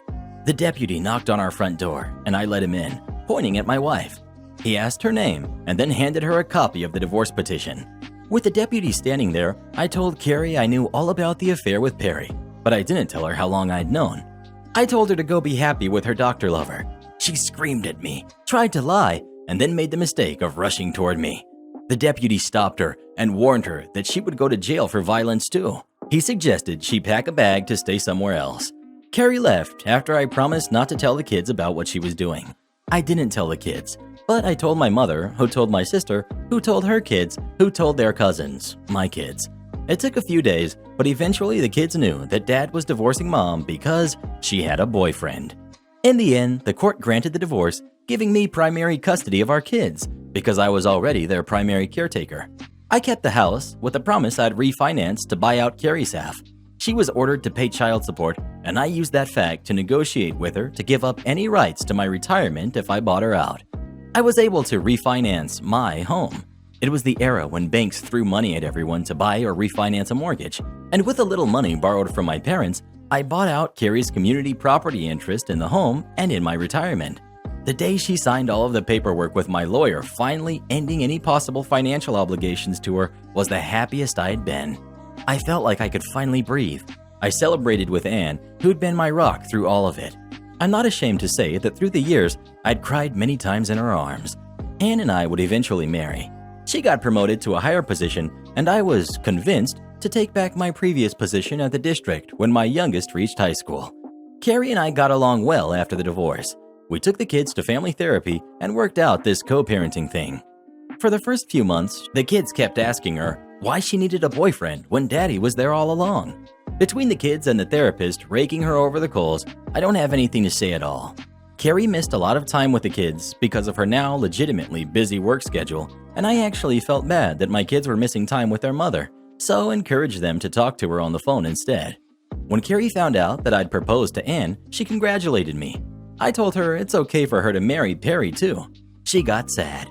She told me that Perry had started seeing another woman, a younger nurse at the hospital, because with her new promotion, she didn't have time for him, and when they did get together, she wasn't fun anymore. My ex-wife, the woman who cheated on me and destroyed our marriage, was looking to me for sympathy. I had none to give. What I had was years of anger and frustration, years of knowing that some other man had been with my wife. I'd lost weight from not being able to eat.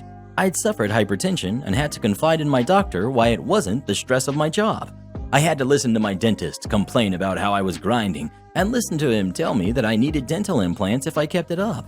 There were times where I had to be intimate with Carrie to keep up the charade, fortunately infrequently. But in the end, it was all worth it.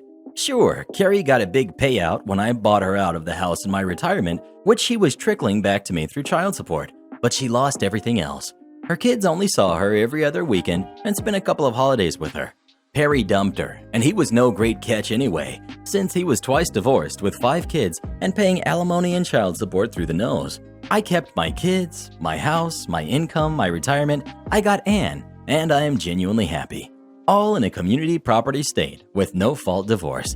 If that's not pro-revenge, then I don't know what is. Entitled Kid got away with everything because his mom was our teacher. Cast. We've got Entitled Kid. We've got me, the antisocial nerd. We've got Teacher, Entitled Kid's mother. I don't have it in me to call her Entitled Mom or Karen because she was always so nice to me. We've got my dad, and we've got Vice Principal. I first met Entitled Kid in kindergarten. We became close friends and had many playdates. His attitude started to change in 2nd grade. He would say horrible things to me just to look cool in front of the other kids. It started off as just some mean nicknames, but then he would point out flaws about my body to his friends while I was nearby. 3rd grade was a little easier since we were put into different classes, but whenever he came over to my house, he would break and ruin my toys, delete save files from my video games, and try to get me in trouble with my parents. I asked my dad to stop inviting him multiple times, but this is pretty much how the conversation would end up. My dad: Teacher and her husband were busy and asked me to babysit. I couldn't say no. Me: Can you at least get him to stop deleting stuff from my DS? I worked hard decorating the lands in my Sims Kingdom game. He's your guest, so you have to let him play on your DS. I don't want to hear any more complaints. It got to a point where I would just let him play Lego Star Wars alone while I would play Webkins on my parents' computer so that I wouldn't have to interact with him. At least my complaints weren't entirely ignored since my parents tried to get me a different teacher for 4th and 5th grade. Students at my school would always have the same teacher during those 2 years. Unfortunately, their request was ignored and I ended up having Teacher along with Entitled Kid. Some of the staff at the school not only thought Entitled Kid and I were still friends, but they also thought we would develop some sort of puppy love. My mom told me that one staff member thought what we had was so cute, and she could already hear wedding bells. Keep in mind, we were between 9 and 10 at the time. I never thought of T as a bad person, just a bad teacher. At the beginning of each year, she would give this long speech about how she doesn't give her kids special treatment, but that would turn out to be false. Entitled Kid would even brag about how he's done stuff that should have got him suspended, but his mom would make it so that never happened. During the first half of 4th grade, Entitled Kid and I were literally seated back to back. He took this as an opportunity to get more physical with his bullying. He would hit and steal stuff from my desk, headbutt at the back of my head, pull his chair out to knock me over, and pull on my clothes. And what would Teacher say about this? Entitled Kid, stop it.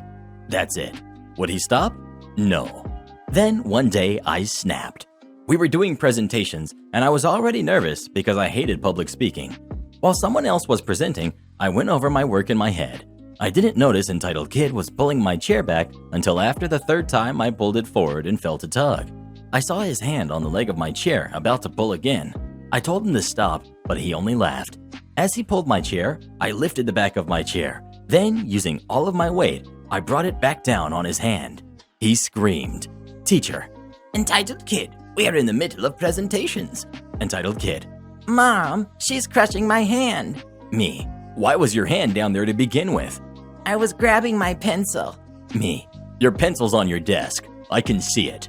Teacher: Enough. Crazy Dorito Queen, get your chair off his hand. Entitled Kid, go to the nurse's office. I didn't break any of his bones, but there was a circular bruise on his hand for a while. Teacher changed the seating arrangement so that we were both on opposite sides of the classroom. I ended up developing anger issues after this. People started to hate me because how dare I hurt this golden child, but I didn't care. I just wanted them to know that I wasn't going to stay silent anymore.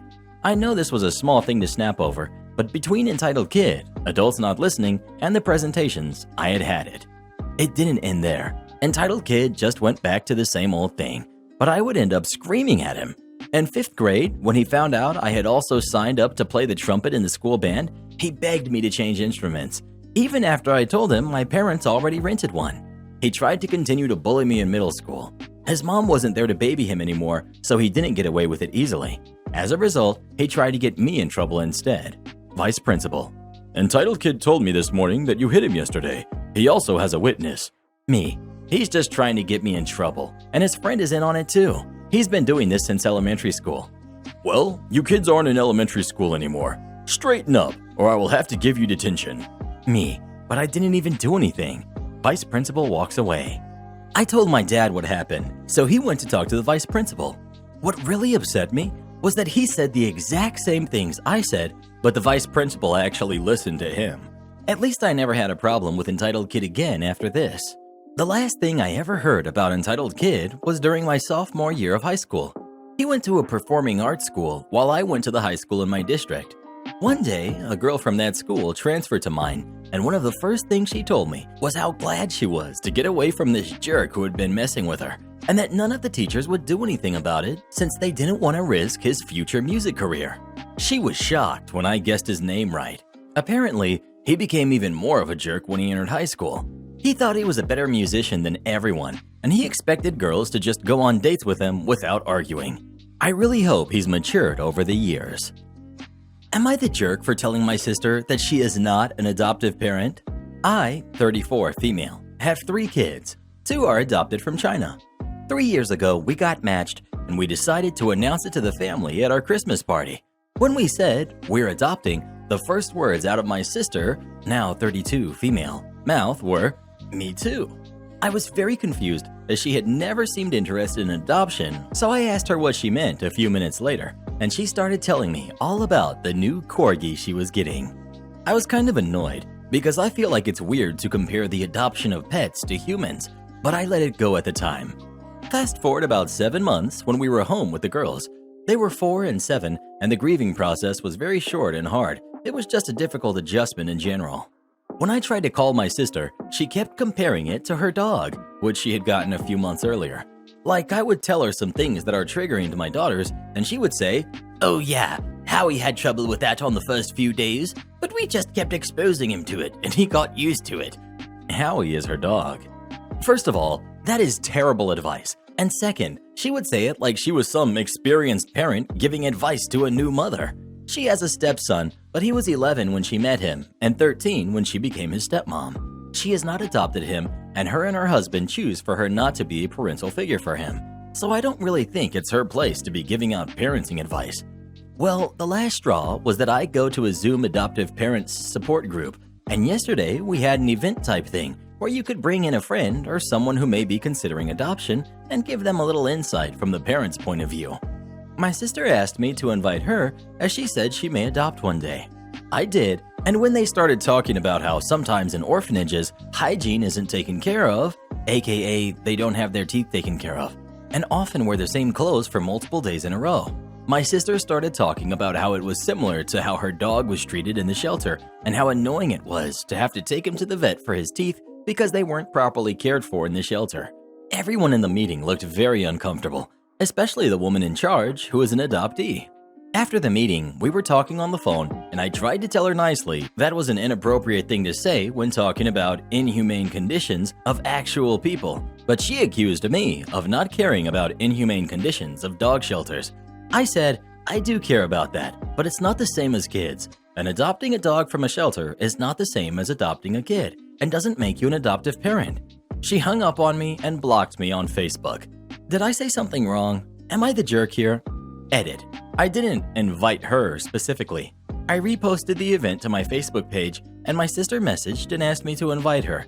And this was not a conversation type thing. It was a presentation put on by the group leader/agency rep, so I didn't think she would have much time to talk.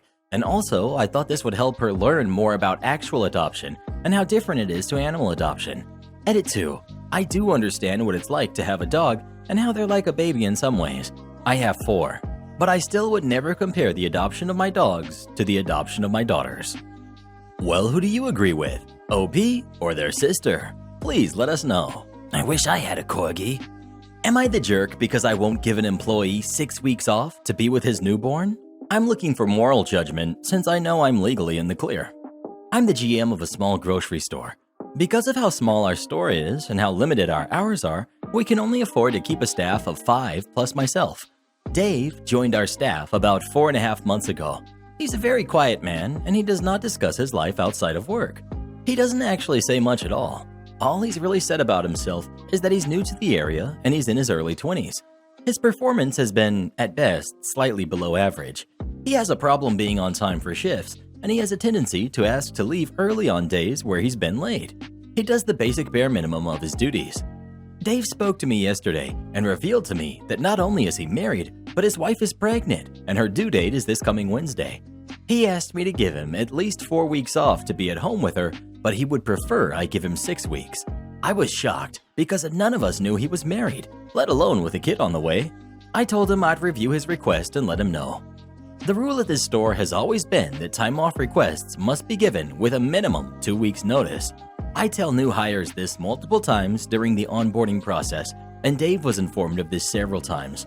I'm also annoyed because Dave's had 4 months to speak to me about time off, and he waited until literally 4 days before he needed the time off. I work 6 days a week at the store, and I'm always available in person or on the phone. To give Dave his time, I'd have to hire someone to take his place and train them, and to me, that just didn't seem fair to anyone to hire someone for a month to 6 weeks and then let them go. But we just don't have the ability to keep Dave and a new hire and the rest of my staff.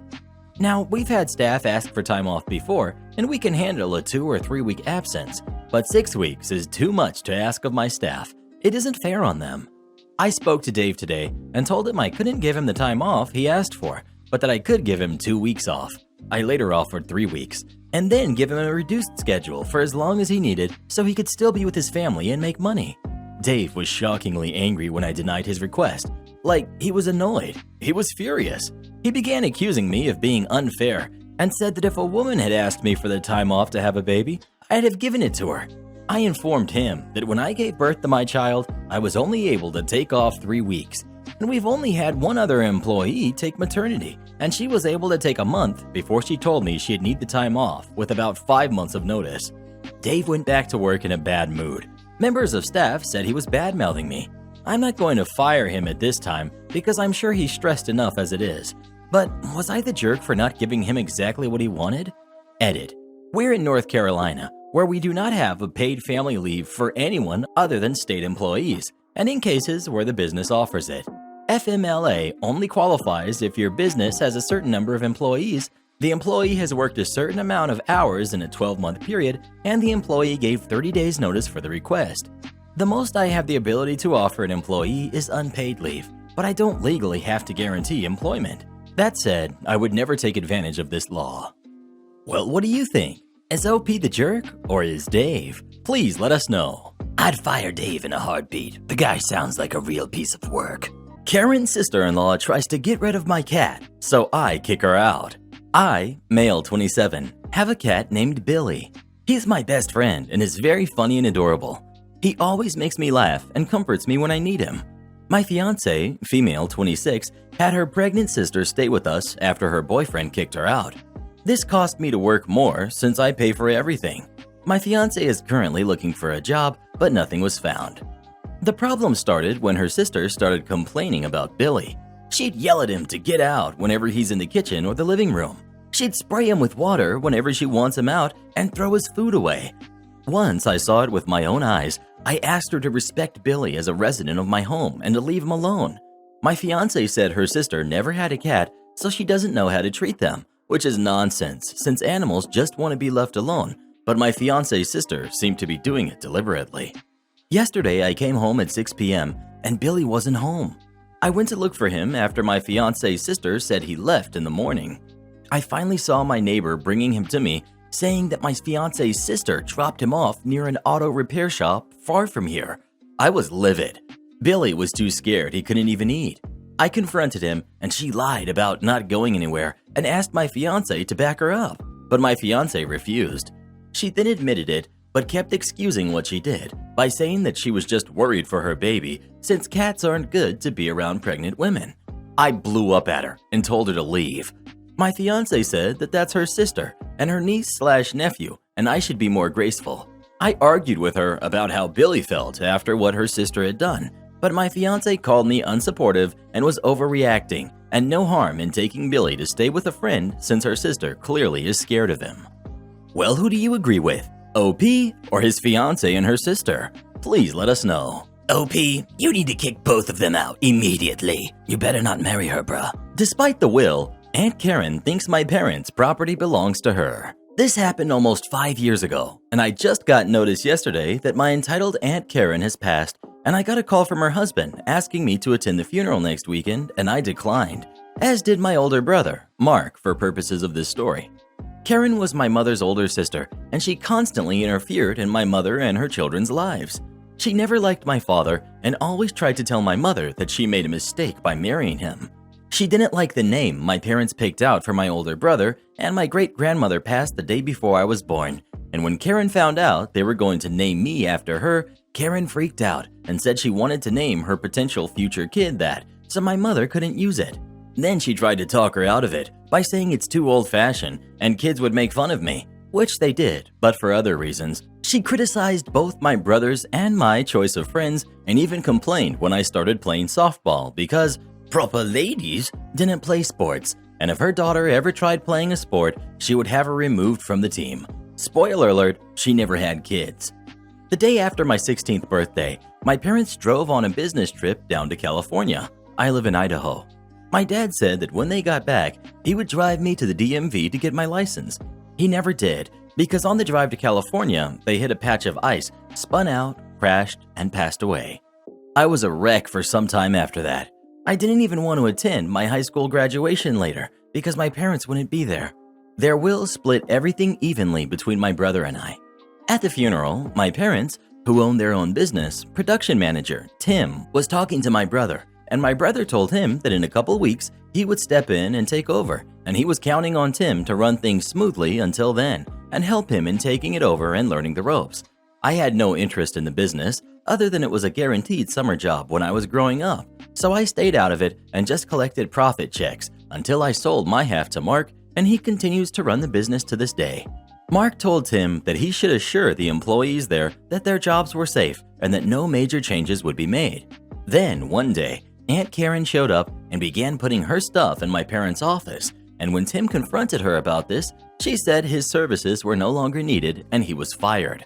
Tim called Mark up, and Mark went down with the family attorney, some police, and the necessary paperwork and had her removed, while she said the place was now hers because it was her sister's, so now she was the owner. As long as I've known her, she's never had a steady job and has had 3 husbands, not counting the man who called me, never met him, and milked each one as much as she could get until she divorced him. The next day I was leaving for school. I walked, it was fairly close, about 10 minutes, and saw her car and a moving van parked outside. She said she was moving into her house and then said in a sickly sweet voice that for a reasonable rent, she would continue to allow me to stay there until I graduated high school. I went in and called my brother, and he again showed up with a family attorney, police, and all the paperwork and had her removed from the property. I was at school, so I didn't get to see what happened, but that night, Mark gave me a business card for a policeman who I assumed helped deal with all of this, and told me that if I ever saw Aunt Karen on or near the property, to call that number and report her immediately. Don't even try to confront her or give her a warning, just call. I do know that the movers charged her to move her stuff into the van, drive across town, get turned away, and drive back across town and move her stuff back into her apartment, which she hadn't given notice yet. I got scared to the point that I didn't like letting our dog into the backyard when I was at school. I used to put her out in the yard to let her play in the fenced backyard while I was in school. For a while, I just put her in the locked and closed garage and then cleaned up her messes when I got home in the afternoon. Eventually, Karen moved to Colorado, where I assume she met and married the man who called me and said that she had passed and he couldn't find anyone from her family to attend the funeral. I chose not to tell him about her and politely said, "Sorry for your loss, but I can't make it." From discussions with Mark, he basically told him the same thing. Outside of myself, Mark, and Mark's infant daughter, I don't think she has any living relatives. I still own the house. Mark gave me his half as part of the deal where I sold him my half of the business, but still sleep in my bedroom. I refuse to move into what was once my parents' bedroom, the master bedroom. I go to the local university, go Broncos, and still miss my parents and think about them every day, even though I'm 21 in less than 2 weeks, own a large home, have a lot of money in the bank. I would trade it all to have my parents back, but I don't care about the how or why of Aunt Karen's passing. Thank you for reading, and sorry for the length. Have you ever had a relative that tried to use you? If so, what did you do about it? Please let us know. Not much anyone can use you for, Reddit boy. You want proof that I'm actually doing my business? If you say so. Background. I'm an over-the-road truck driver, and most of the time, it's more convenient for me to do my business on the highway shoulder. I don't have to drive around and around just to park to use the restroom. Just a quick 30-second emergency stop. Do my business, either on the side of the road or empty bottles that I'm saving up.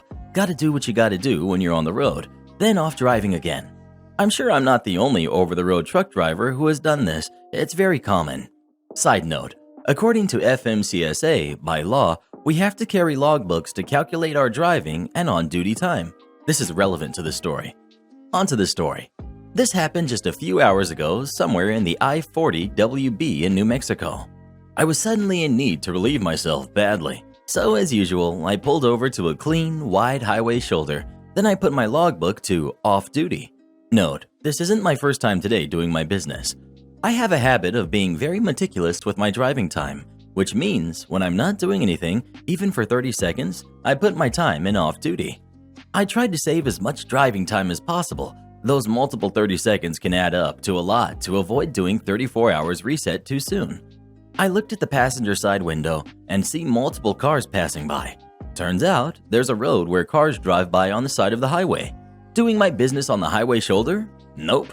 Instead, I did the alternate route. Do it in a bottle, seal it, and stow it for trash later. Just as I finished doing my business, I heard a knock on my passenger door. Very weird, because this is the highway shoulder where no one should be randomly walking around. I stow away the bottle and go look to see who it is, and it's a cop. I was thinking, crap, this isn't happening. I switched my logbook to on-duty inspection and go answer the cop. Before I could say anything, the cop asked me to see my logbook. It's part of their job to check whether we comply to the rules or not, so I show it to him. The graph looks like a heart monitor, so I was relieving myself probably 4 or 5 times per day. Tiny bladder problem. The cop questioned why I was off duty for 30 seconds to 1 minute every 2 hours almost every day. Electronic logbook can be backtracked up to 14 days. I explained to him that I have to relieve myself every 2 hours, give or take. The cop didn't believe me and assumed that my truck had a problem. That's why I have to stop every 2 hours. I repeated myself about my bladder issue, but the cop still didn't believe me. Instead, he said, "Unless you have proof that you're actually relieving yourself, I'm afraid I have to give you a ticket for false usage of logbook." Cue malicious compliance. I told the cop to wait a moment and went back inside my cabin. I grabbed every single bottle that I'd filled today and the previous day. I haven't had the chance to throw it away. Put it in a plastic bag, and for extra measure, grabbed the newest one out of the plastic bag. It was still warm. I showed the whole bag to the cop, plus the warm bottle. Told him it's the newest one I just did a few seconds ago, and asked if he would like to hold it for further inspection. The cop had the mixed look of disgust and horror. He was literally gagging, so I put back the evidence inside of my truck so he could recover. Then the cop says, "I was expecting a doctor's note or something like that. What you showed me was disgusting." Me, "But you asked for proof that I was, in fact, relieving myself." I was holding back my laughter so hard that my cheeks started to hurt. Then he gave me back my logbook and told me to have a good day, then drives off. Have a good day, indeed. I took an extra 1 minute on the shoulder to laugh until I was satisfied. Then I'm off to driving again. Edit. For those who asked, did I do anything on my logbook during laughter? You all have asked the most important question. Bravo. I did set it as off-duty, but did not put a comment on it. I guess, in the eyes of my dispatch, it looks like I'm doing 1 minute of silence. I did get questioned by my dispatch, and after thorough explaining, he too did a 1 minute of silence. Am I the jerk for making my neighbor remove the eggs he put in my yard for an Easter egg hunt? Since Wednesday, my neighbor asked if he could hide eggs in my 28 male yard as part of an Easter egg hunt they wanted to do for the kids coming to their barbecue. Our yards are right next to each other with only the pavement dividing it and no fence, which I'm thinking about setting up after what happened. He asked 3 times, and each time I said no, because I don't like the idea of a bunch of little kids that I don't know coming into my yard. Besides, he wanted to hide most of them in my garden, and I wouldn't trust a 6-year-old not to step on my flowers or knock over a pot. He's been mad since I repeatedly said no and explained why. Their yard's just as big as mine, so I didn't see why they needed my space too. Yesterday, I was having some car trouble, so I took it to my friend who's a mechanic. Not getting it back until Tuesday. So, guess because my car wasn't in my driveway, they assumed I wasn't home. Because in the morning, I'm doing work in my basement and I hear footsteps nearby. Checked my hidden security cam, and I see my neighbor walking back to his house from my yard. Right away, I go outside to confront him, and he looked panicked. Honestly, no idea why the heck he thought it was a good idea to do that. Like, even if I wasn't home at the time, what made him think I wouldn't get there, say, when the kids were in my yard? I was just so upset. He told me to please let them do this since the eggs were already spread out and his family was going to be home soon. At that moment, I was seriously mad, so I told him either to take all the eggs back or I'm throwing them out myself. Then he got mad and was calling me names under his breath, but he picked them up and left. I'm going out to check my yard to make sure that he got all of them, and his wife is giving me a dirty look too while he was talking to her. They had their little party and Easter egg hunt in their one yard. I was out there just now watering my plants and they were cleaning up. My neighbor was still mad at me. He told me he hopes I'm happy with what I did. Right now that I'm more calm and I'm not mad at him anymore, I'm kind of wondering if I was a jerk for making him pick up his eggs and not letting them use my yard. Honestly, I was ticked off in the moment that he went into my yard after telling him no, so I'm not sure. Well, who do you think is the jerk? OP or his neighbor? Please let us know. I would have taken those eggs and put something horrible inside of them. Karen, how could you say something like that? What? I just mean something no one likes, like Tootsie Rolls. That's a boy's name. Hello, my wonderful front desk agents and front desk enthusiasts. This happened to me just yesterday at the brand new hotel I'm working at.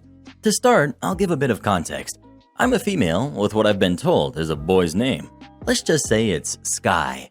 The issue is I've literally never met or even heard of someone that has the same name as me. I'll also mention that I'm working at a hotel located in a city dominated by another brand. We also just opened a few months ago, so often when people stay with us, they tend to compare us to the other brand. It was around 2 hours into my shift when the phone rang. Me. Hello, thank you for calling the fancy hotel brand. My name is Sky. How may I help you? Karen. Hi, are you actually at the front desk? Because I want to speak to someone on property. Me, slightly surprised at her bluntness. Yes, ma'am, I'm here in the city. How can I help you? I wanted to book a reservation for my son and daughter-in-law tonight. Me, okay, absolutely, no problem. Were you looking to book just for the night? Karen. Yes. You see, I just want to hear your prices. I usually stay with your competitor, but I didn't like the front desk person's attitude, so I'm looking for a new hotel. Maybe you guys might be it. Me. Okay, well, let's see what we've got here. Were you looking for just a king bed for tonight? Of course. They're married. They're not going to sleep on separate beds. Me. Okay, I was just checking. It looks like that will be this amount for a king bed just for the night. That does not include breakfast. Okay, can I just give you the card number to have him check in? Me. Actually, it's company policy to fill out a credit card authorization form in order for us to use the card for someone other than the listed cardholder. If you give me a good email address, I can send it to you. No, absolutely not. I'm not doing that. Me, at a complete loss at this point. Well, it's company policy, and I unfortunately can't run your card for another guest without the form or your signature. Can I come in and then book a reservation? Me, yes. As long as we're able to swipe your card and have you sign for the room, we don't need the form. Great, then I'll be in. Me, perfect. If you come in before 3 p.m., I'll be the one you're dealing with. Great. What was your name? Sky, S-K-Y, and I work at the front desk. Wait, Sky? Not Skylar? Me, that's correct. How do you spell that? S-K-Y, like Skylar, without the L-E-R. And you're a girl? Me, now annoyed and confused about why that matters. Yes, ma'am, I am. But that's a boy's name, and you're spelling it wrong. Me, I'll be sure to let my parents know. Have a nice day.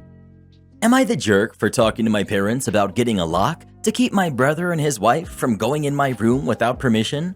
So for a little context, I, 21 female, am still having to live at home with my parents due to lockdown messing up my plans for moving out. My parents are happy to still have me at their home, and I'm okay living with them until I can earn enough money to move out. One of my brothers, 26 male, and his wife, 26 female, tend to visit us a lot, which I don't mind.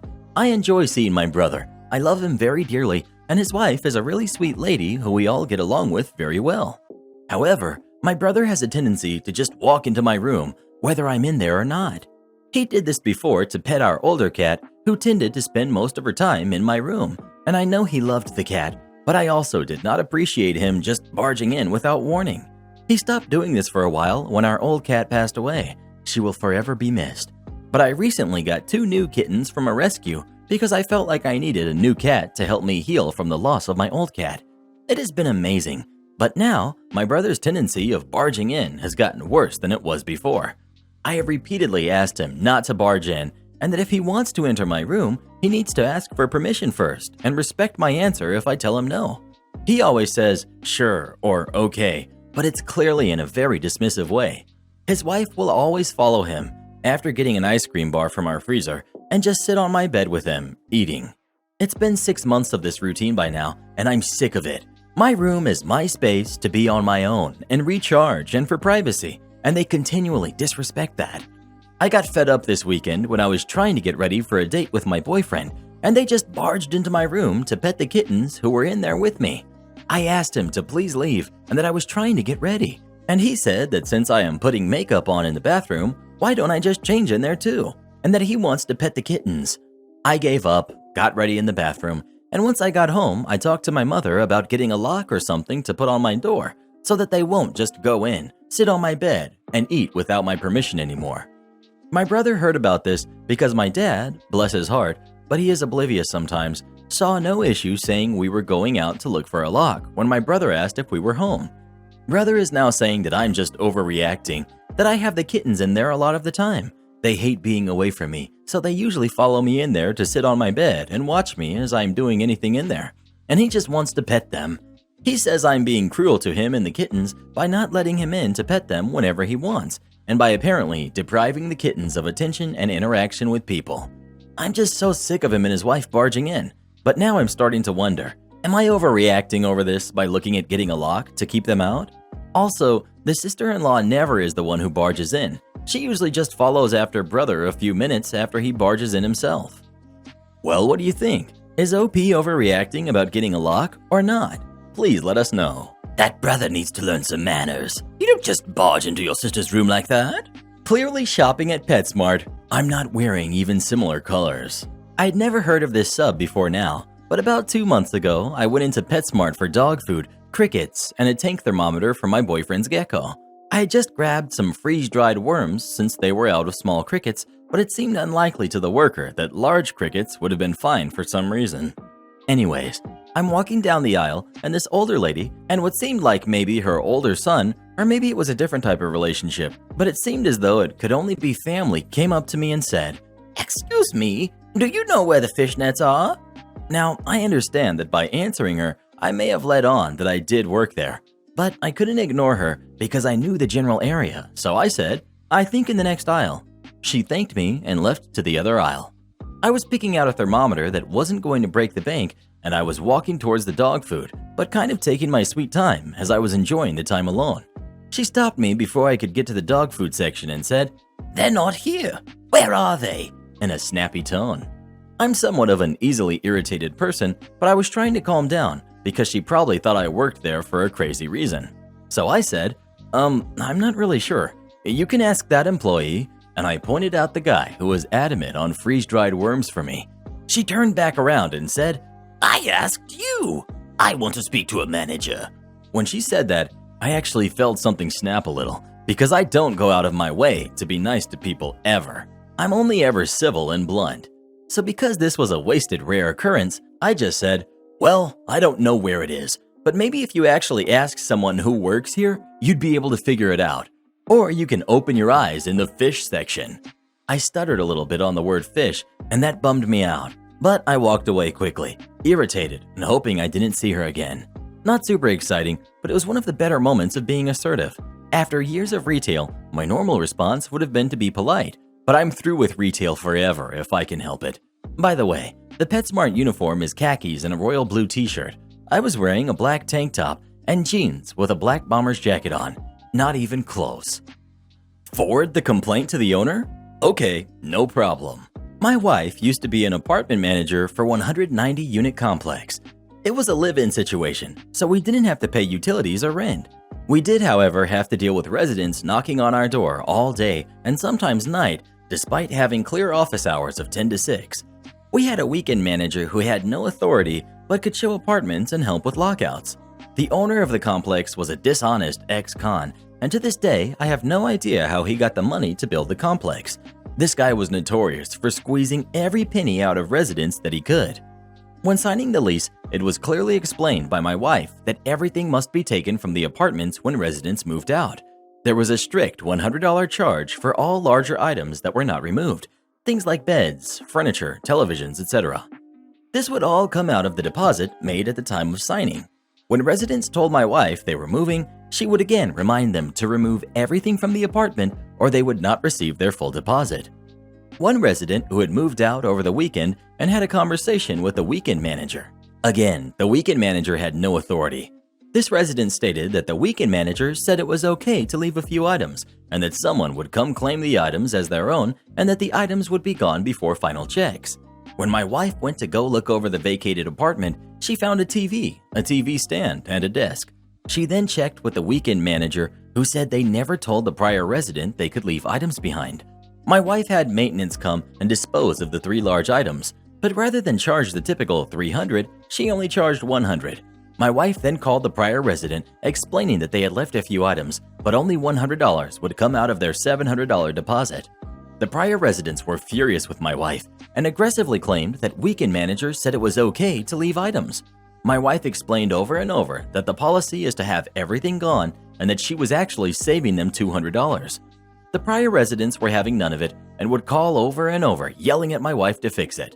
The prior residents demanded that this be escalated to the owner. So my wife forwarded the emails from the prior residents and explained that they had been charged $100. The owner read the emails and thought my wife had mistakenly charged $100 instead of $300. The owner then told my wife to withhold $300 from the $700 instead of the prior $100 charge, and the check went out to the prior residents for $400. The prior residents threatened to sue and still called for a while, but after a while they gave up and moved on. Sometimes people should just accept kind gestures rather than throw a temper tantrum. Can't wait for me to test a lawnmower? Help yourself. Grabbed a broken lawnmower from outside of someone's house this morning and was reminded of this story. I'm part of a group who keep a community garden and help local people get into gardening too. We let people know we will take any old tools and equipment as we can often repair, restore, or just sharpen stuff and it's as good as new. And we just give it back or away in exchange for a small donation.